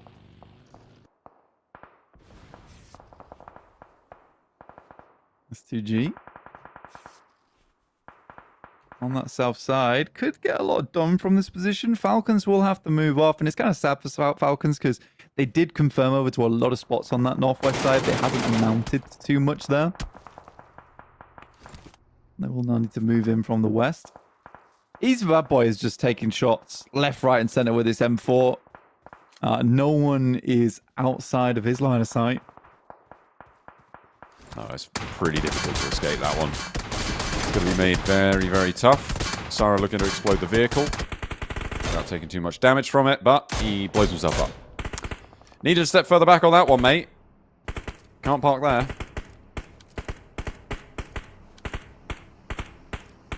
Uncharacteristic, I think, is how I would describe that from Sarah. That's not the sort of misstep you can afford to be making. I think Sarah has made these mistakes before, though. As much as I love Sarah and I appreciate him as a player and as a human, I do think he does make some of these careless mistakes from time to time. I do think it's unlikely he'll get back up. He's still a very good player, and again, in terms of a scouting position, I think that's okay. Just send him in as almost like a drone. See what you can see, but I mean, to be fair, S2G, they're right on the edge of this circle, right? And their potential forward path is towards Sarah. So unless he gets picked off, someone's taking shots. Okay, if Boars find it, then maybe not. You know they're not going to let that one go. But there is potential for S2G to roll up to this position. However, it's probably inadvisable given the number of rifles currently looking that way. Falcons finding some good shots across the way there. 4 elims on the cards, get themselves up towards 3rd place now. It's a good start for Falcons, despite them having a pretty tough approach towards the circle from that west side jump. And taking one of their main competitors down in the process as well. Regnum Carya will fall out. And they picked up all the points, so they're now up into 3rd place again. They're happy to be there, but it is very closely fought at the top side of these tables. And we could still see quite a lot more out of these top 4 as well. They have got decent chunks of it. I think not least of all is Flux, right? Central position. They've been hunkered down for a while now. They do want to start to spike out, grab some points for it, but they should be onto a winner here.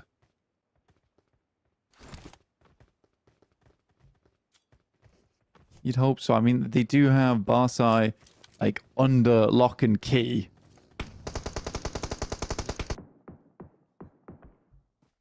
The Flux unreal spot. I think yeah, it's going to be hard. It's going to be hard to approach their position. And again, that's game after game. There is a sense of circle look there for them. Ooh.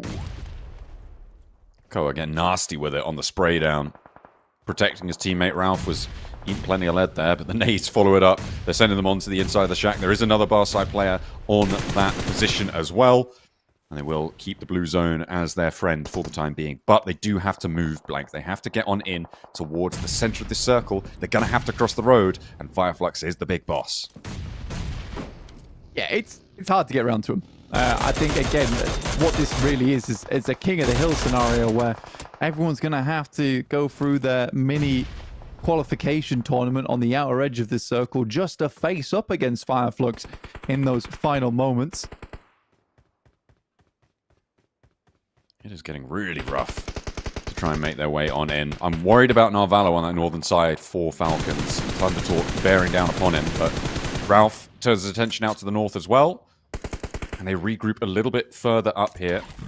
Thundertalk, instead of trying to flex out, opted to go in towards this next circle, take a position just on the roadside across the way from Flux.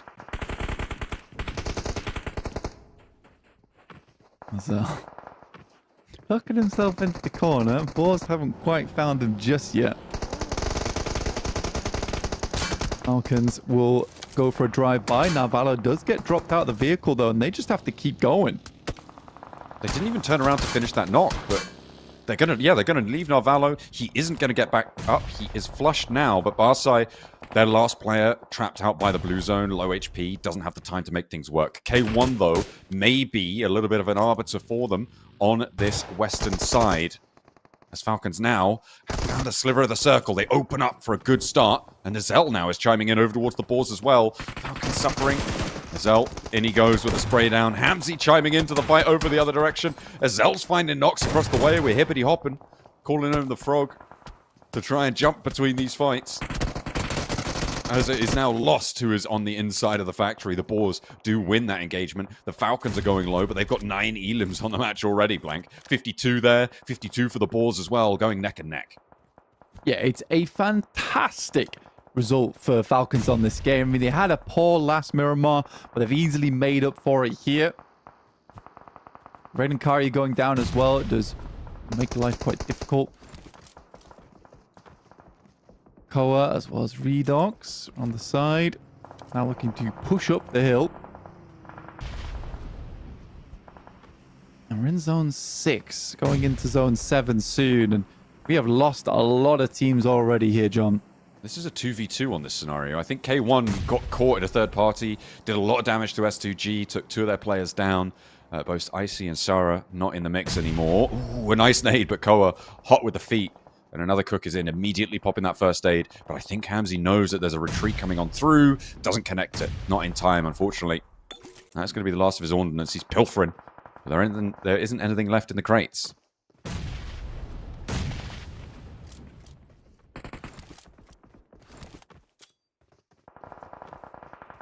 Kelsey, Hamzy G. We talked about this being the Hamzy G Kelsey show.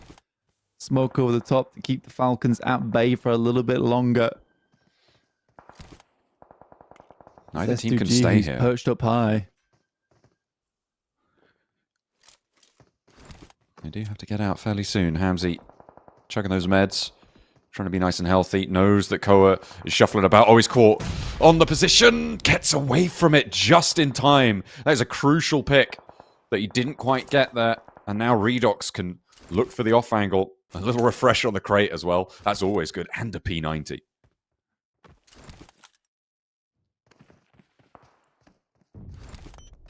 P90 is massive.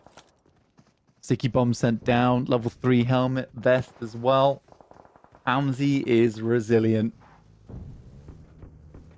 Crucial timing on that. Very important. Roll out from Thunder Talk as they do. Yeah, they're just getting cut.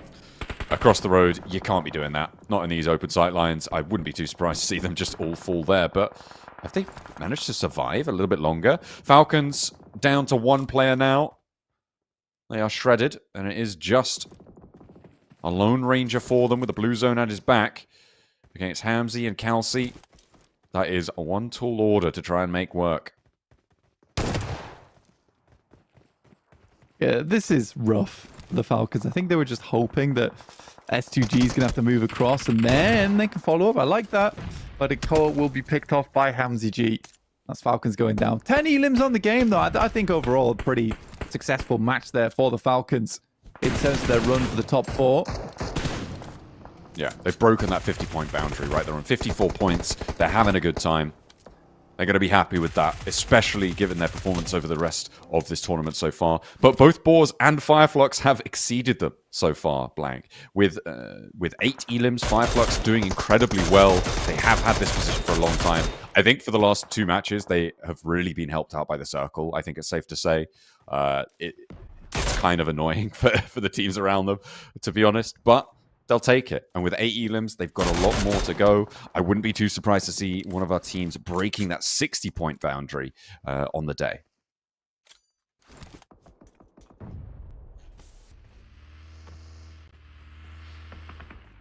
I mean, easily. I think they already have done it with the placement points that will come through after this game. Fireflux coming out of nowhere on these last 2 Miramars as well is really nice. But again, I think a lot of it was due to positioning, and the Kelsey Hamzy show has been pretty fun to watch. And already they're getting a huge amount done from up on this high ground. Fireflux is not having a good time because of it. Hamzy is the one to go for the drop down. Taken very low, spotted out for the shots, but not quite connecting fully. Soulless doesn't quite have the angle. Kelsey now dropping down as well. He should be dead to rights here, but no. He takes a clock over towards Soulless. Unfortunately, there was an answer, and Hamzy's there on the money against Soulless, and that may give them a chance actually to make the crossing, even if it's just with a solo. Ketch has the angle, and he will connect the spray down. Finally, S2G fall. They are on 62 points, Blank. And that is one hell of a way to finish your first day. It is. 62 points. A fantastic result. Do that 3 times in a row. We're looking at 108 points. Doing that 10.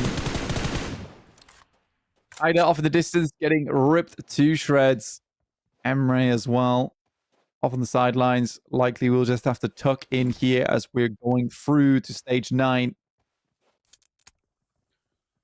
It's going to close onto the dead center here. Simple Domac for Fenerbahçe still alive as well. Up on the high ground. Boars could come a cropper if they haven't cleared that out. If they haven't fully figured out that angle. And he will bide his time. Wait as long as possible. Because this northern side, finally Flux are going to need to defend it. Playing up against Ida. You don't imagine that the competition is going to be too stiff if their performance today is anything to go by. But never count them out. Exactly. Still all up to play for. Boars as well in this top 4 is very, very impressive. There's the last zone. 4 teams in it as well. It's surprising.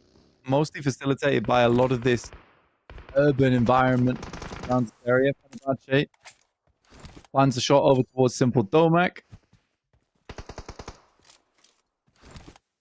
One gets passed back over towards Boars onto TalQ. Is he alive on Fenerbahçe? Or has that gone down? Has that gone He's now? gone No, now. there's only 3 teams Yeah. Okay. Right. Yeah. It's just still up top there. Right. As TalQ should be getting back to his feet fairly soon, but the Boars are too busy fighting. They're like, you got knocked. That's your problem. I'm trying to take a fight right now. I think they will want this res though.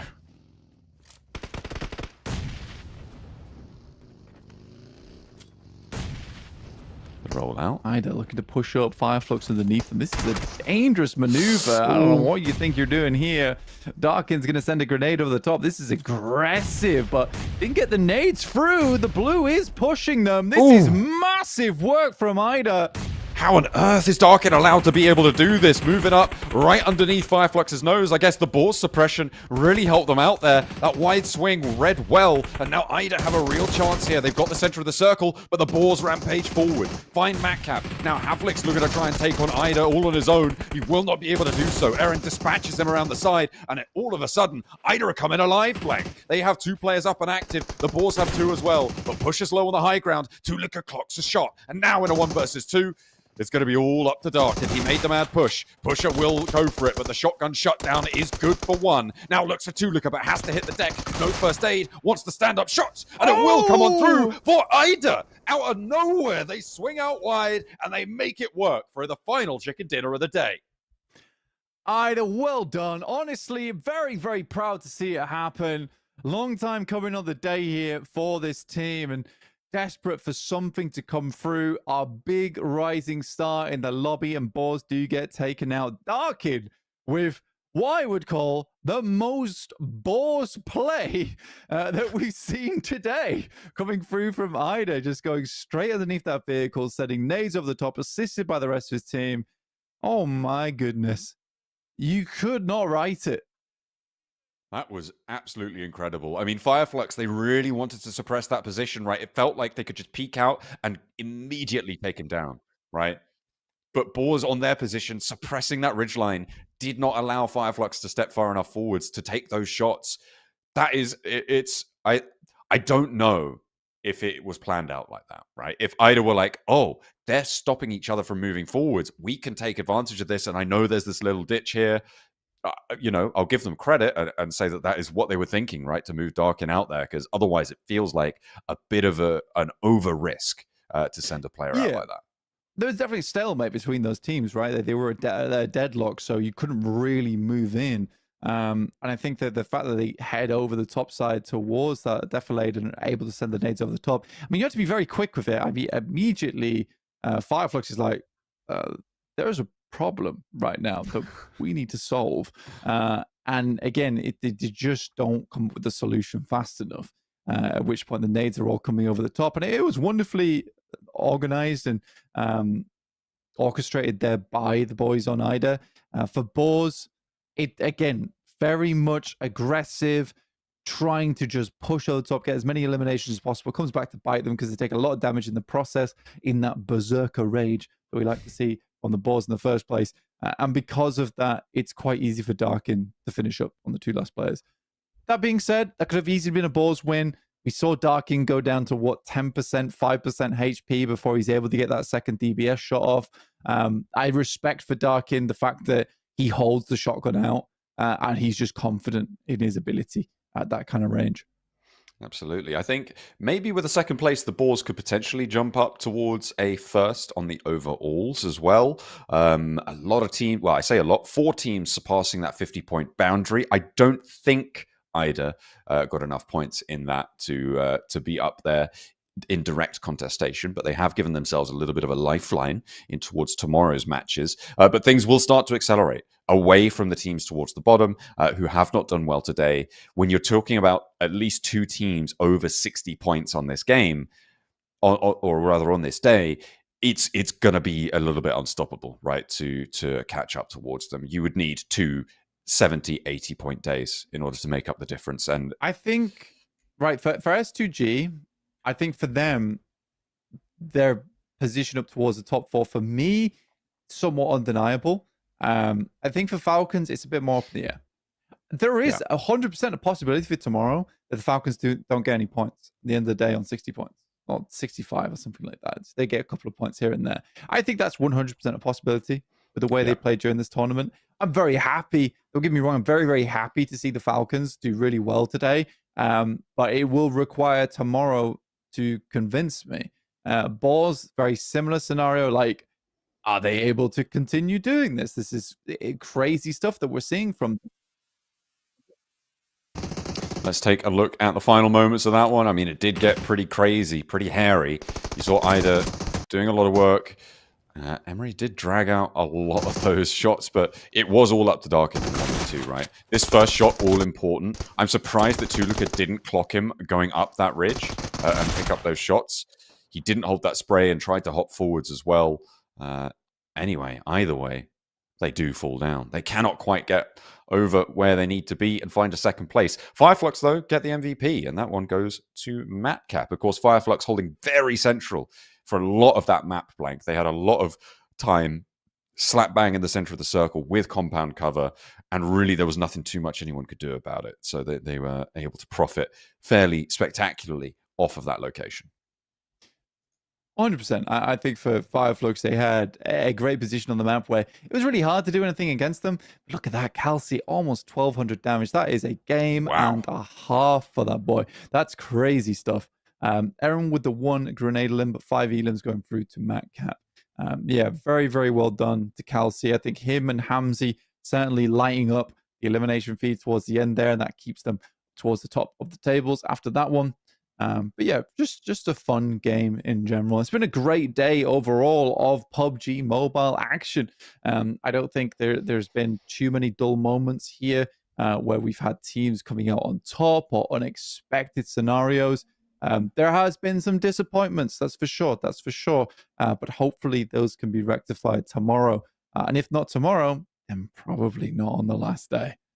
Yeah, it would be pretty difficult to make the case for that one. 8 elims found over the course of the game for Ida, and they will take home 18 points. But that does not assuage the fact that they were right down towards the bottom end of these tables at the start of this game, which means it's unlikely that we're going to see them. I mean, they may be able to get off the back cage, but even then, it's going to be pretty tricky to see them climbing all the way up in competition for the top 4. But I will keep my eyes wide open for anyone making that resurgence. That's what we're looking for. It's what we love to see on these games. But over 18 matches, generally, average performance starts to outweigh these pop-off shows. Yeah, absolutely. Again, and that's what we see from S2G a lot there.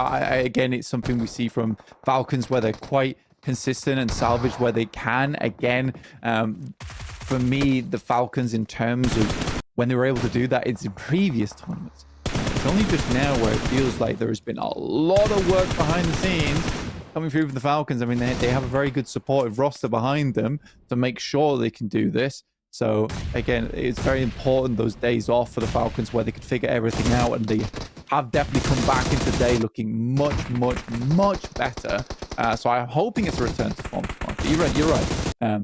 coming back to the original point, is that consistency that's going to keep you up there. That means salvaging games, fantastic. But teams that are up towards the top side of the lobby, coming off the back of massive elim games with little placement points, off of amazing, ridiculous pushes that no one's expecting, you're going to start to see the lobby go more towards the edge instead of the center. And they're not going to allow that to happen as much anymore. Yeah, as we take a look at our match rankings, 18 points for IDA, 14 for Fireflux, Boars on 12, Falcons on 11, S2G for 10. It looks like the front page after that first place spot. It's really great way to close things down on the day. Double digits for 5 teams is actually fairly significant, Blank, in terms of what the points distribution's been like. It's not often that you see this many teams up in double digits. It's not. Like getting it all the way down towards 5th place is sort of crazy, but that does mean there's a lot of points siphoned off from the rest of the lobby there. As you can see, we dropped down towards 5 points for 6th place. And then it's funny, when you go down to the bottom of the lobby, there's a lot of 1-pointers there. Only one team left that match with 0. That was Regnum Carya. We put up a hell of a lot of points over on that previous match. But here is our final rankings for the end of day 1, with S2G currently in 1st place with 1 chicken dinner to boot and 62 total points. Fireflux almost put themselves up a 3rd chicken dinner on the day on that last match at 59 points there, just pipped the post by the boys on Boars as well as IDA. If they had have won that game, Blank, they would have got, what is it, 5 extra points, right? It would be on top. And the chicken dinner, they would be on top, sort of undisputably. So, I mean, it is that close at the top of these tables. I mean, there's 8 points between S2G and Falcons. That drop off from Falcons down to Regnum Carya is starting to look a little bit significant, and even more so when you look down towards 6th. So the top spots not fully decided yet, but you can see what we were talking about passing that 50-point bubble to be in those top 4 positions. You want to keep that record going, and it is a question of consistency. This is where we start to see teams not quite make it. IDA do make it, though, to the front page. They're on 34 points. Yeah, wonderful stuff from them. I mean, they earned quite a lot of points off that last game, and they were definitely struggling. Again, when I put it up to nervousness. I think that they're starting to feel a lot more comfortable as we get to the end of the day here. You usually play a little bit more fast and loose on match 6. I mean, talking to a lot of PUBG Mobile players, match 6 is kind of the limit, right? Once you start playing match 7, match 8, that's when everything goes out the window and you start getting some really silly games where people are going down in very stupid spots. So yeah, I think match 6 is that limit, but it's also a very, very good marker of when you can see teams, in this case of we start to play a lot more loose. And I think a lot of teams were so stressed and so tense during those matches, they weren't playing to their best ability. So 2nd page here, though, Bra in last place, not likely making it. Papara SuperMassive feeling the mental boom after losing Pachinki so many times today. Yeah, it's been a bad show from them. I think there's 2 standouts on this page, right? First of all, Fenerbahçe. Expecting a little bit more from them, especially given how they were able to play during the knockout stages. They have really not been seen so far, even though, I mean, they have a chicken dinner, but I still feel like I haven't watched them at all so far today over the course of the games. And BWNRX as well. Those are the 2 teams that have really dropped the ball, and we're hoping for more. Our daily MVP, I mean, no surprise, it's one of the kings of the fight. It is Pusher from Boars to be able to take 13 elims and over 2,500 damage on his 6 matches. Living up to the name, Pusher and Boars on side. This guy certainly pushes into you with the 2 tusks as well. Just absolutely charging down at some of these squads. 2,500 damage is absolutely fantastic. And 2 hours survival time is an incredible amount of time to be living over 6 matches. That would speak to, living through the majority of 4 of our games, but also you got to consider the fact that some maps are shorter than others, with 20 minutes usually being the marker over on Sanhok. So a very, very strong game here from Pusher, and also living the majority of it out, despite having some quite mad pushes, like we said. But the Boars, they do have the tusks out. They are charging it down, but it's working. It's certainly working. Yeah, for now. But will it continue? Will that pressure continue to be felt, right? As we take a look at our daily summary, you can see there the elim counts, the knocks, etc. for each of our wins. And I think obviously the S2G win with 17 elims, 2.7k damage is kind of insane. And it is part of why they are currently at the top of the tables, right? In that first place position. Imagine if in the back-to-back-to-back. It could have been. It could have been. Fireflux nearly getting 3 in a row, actually. Yeah, you're right. Hang on a minute. What's happened there? Yeah, it would have been wild. Absolutely wild to watch that one unfold. But yeah, for Fireflux, it definitely didn't start out like a good day. Turned into one past map 3.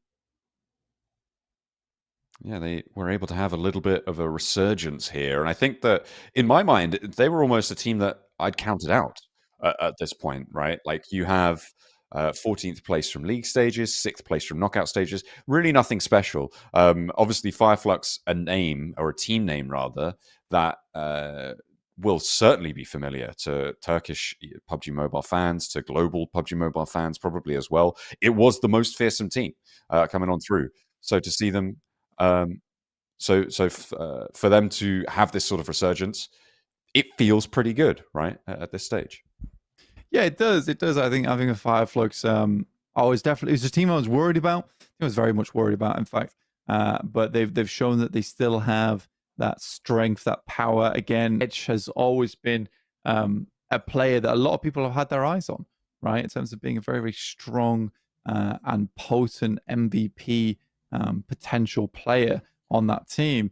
But he did fall off a little bit after his initial outing. Right, his intro was explosive, and then it kind of died down from there. But it's good to see that he's back here. But S2G still on top at the moment, John.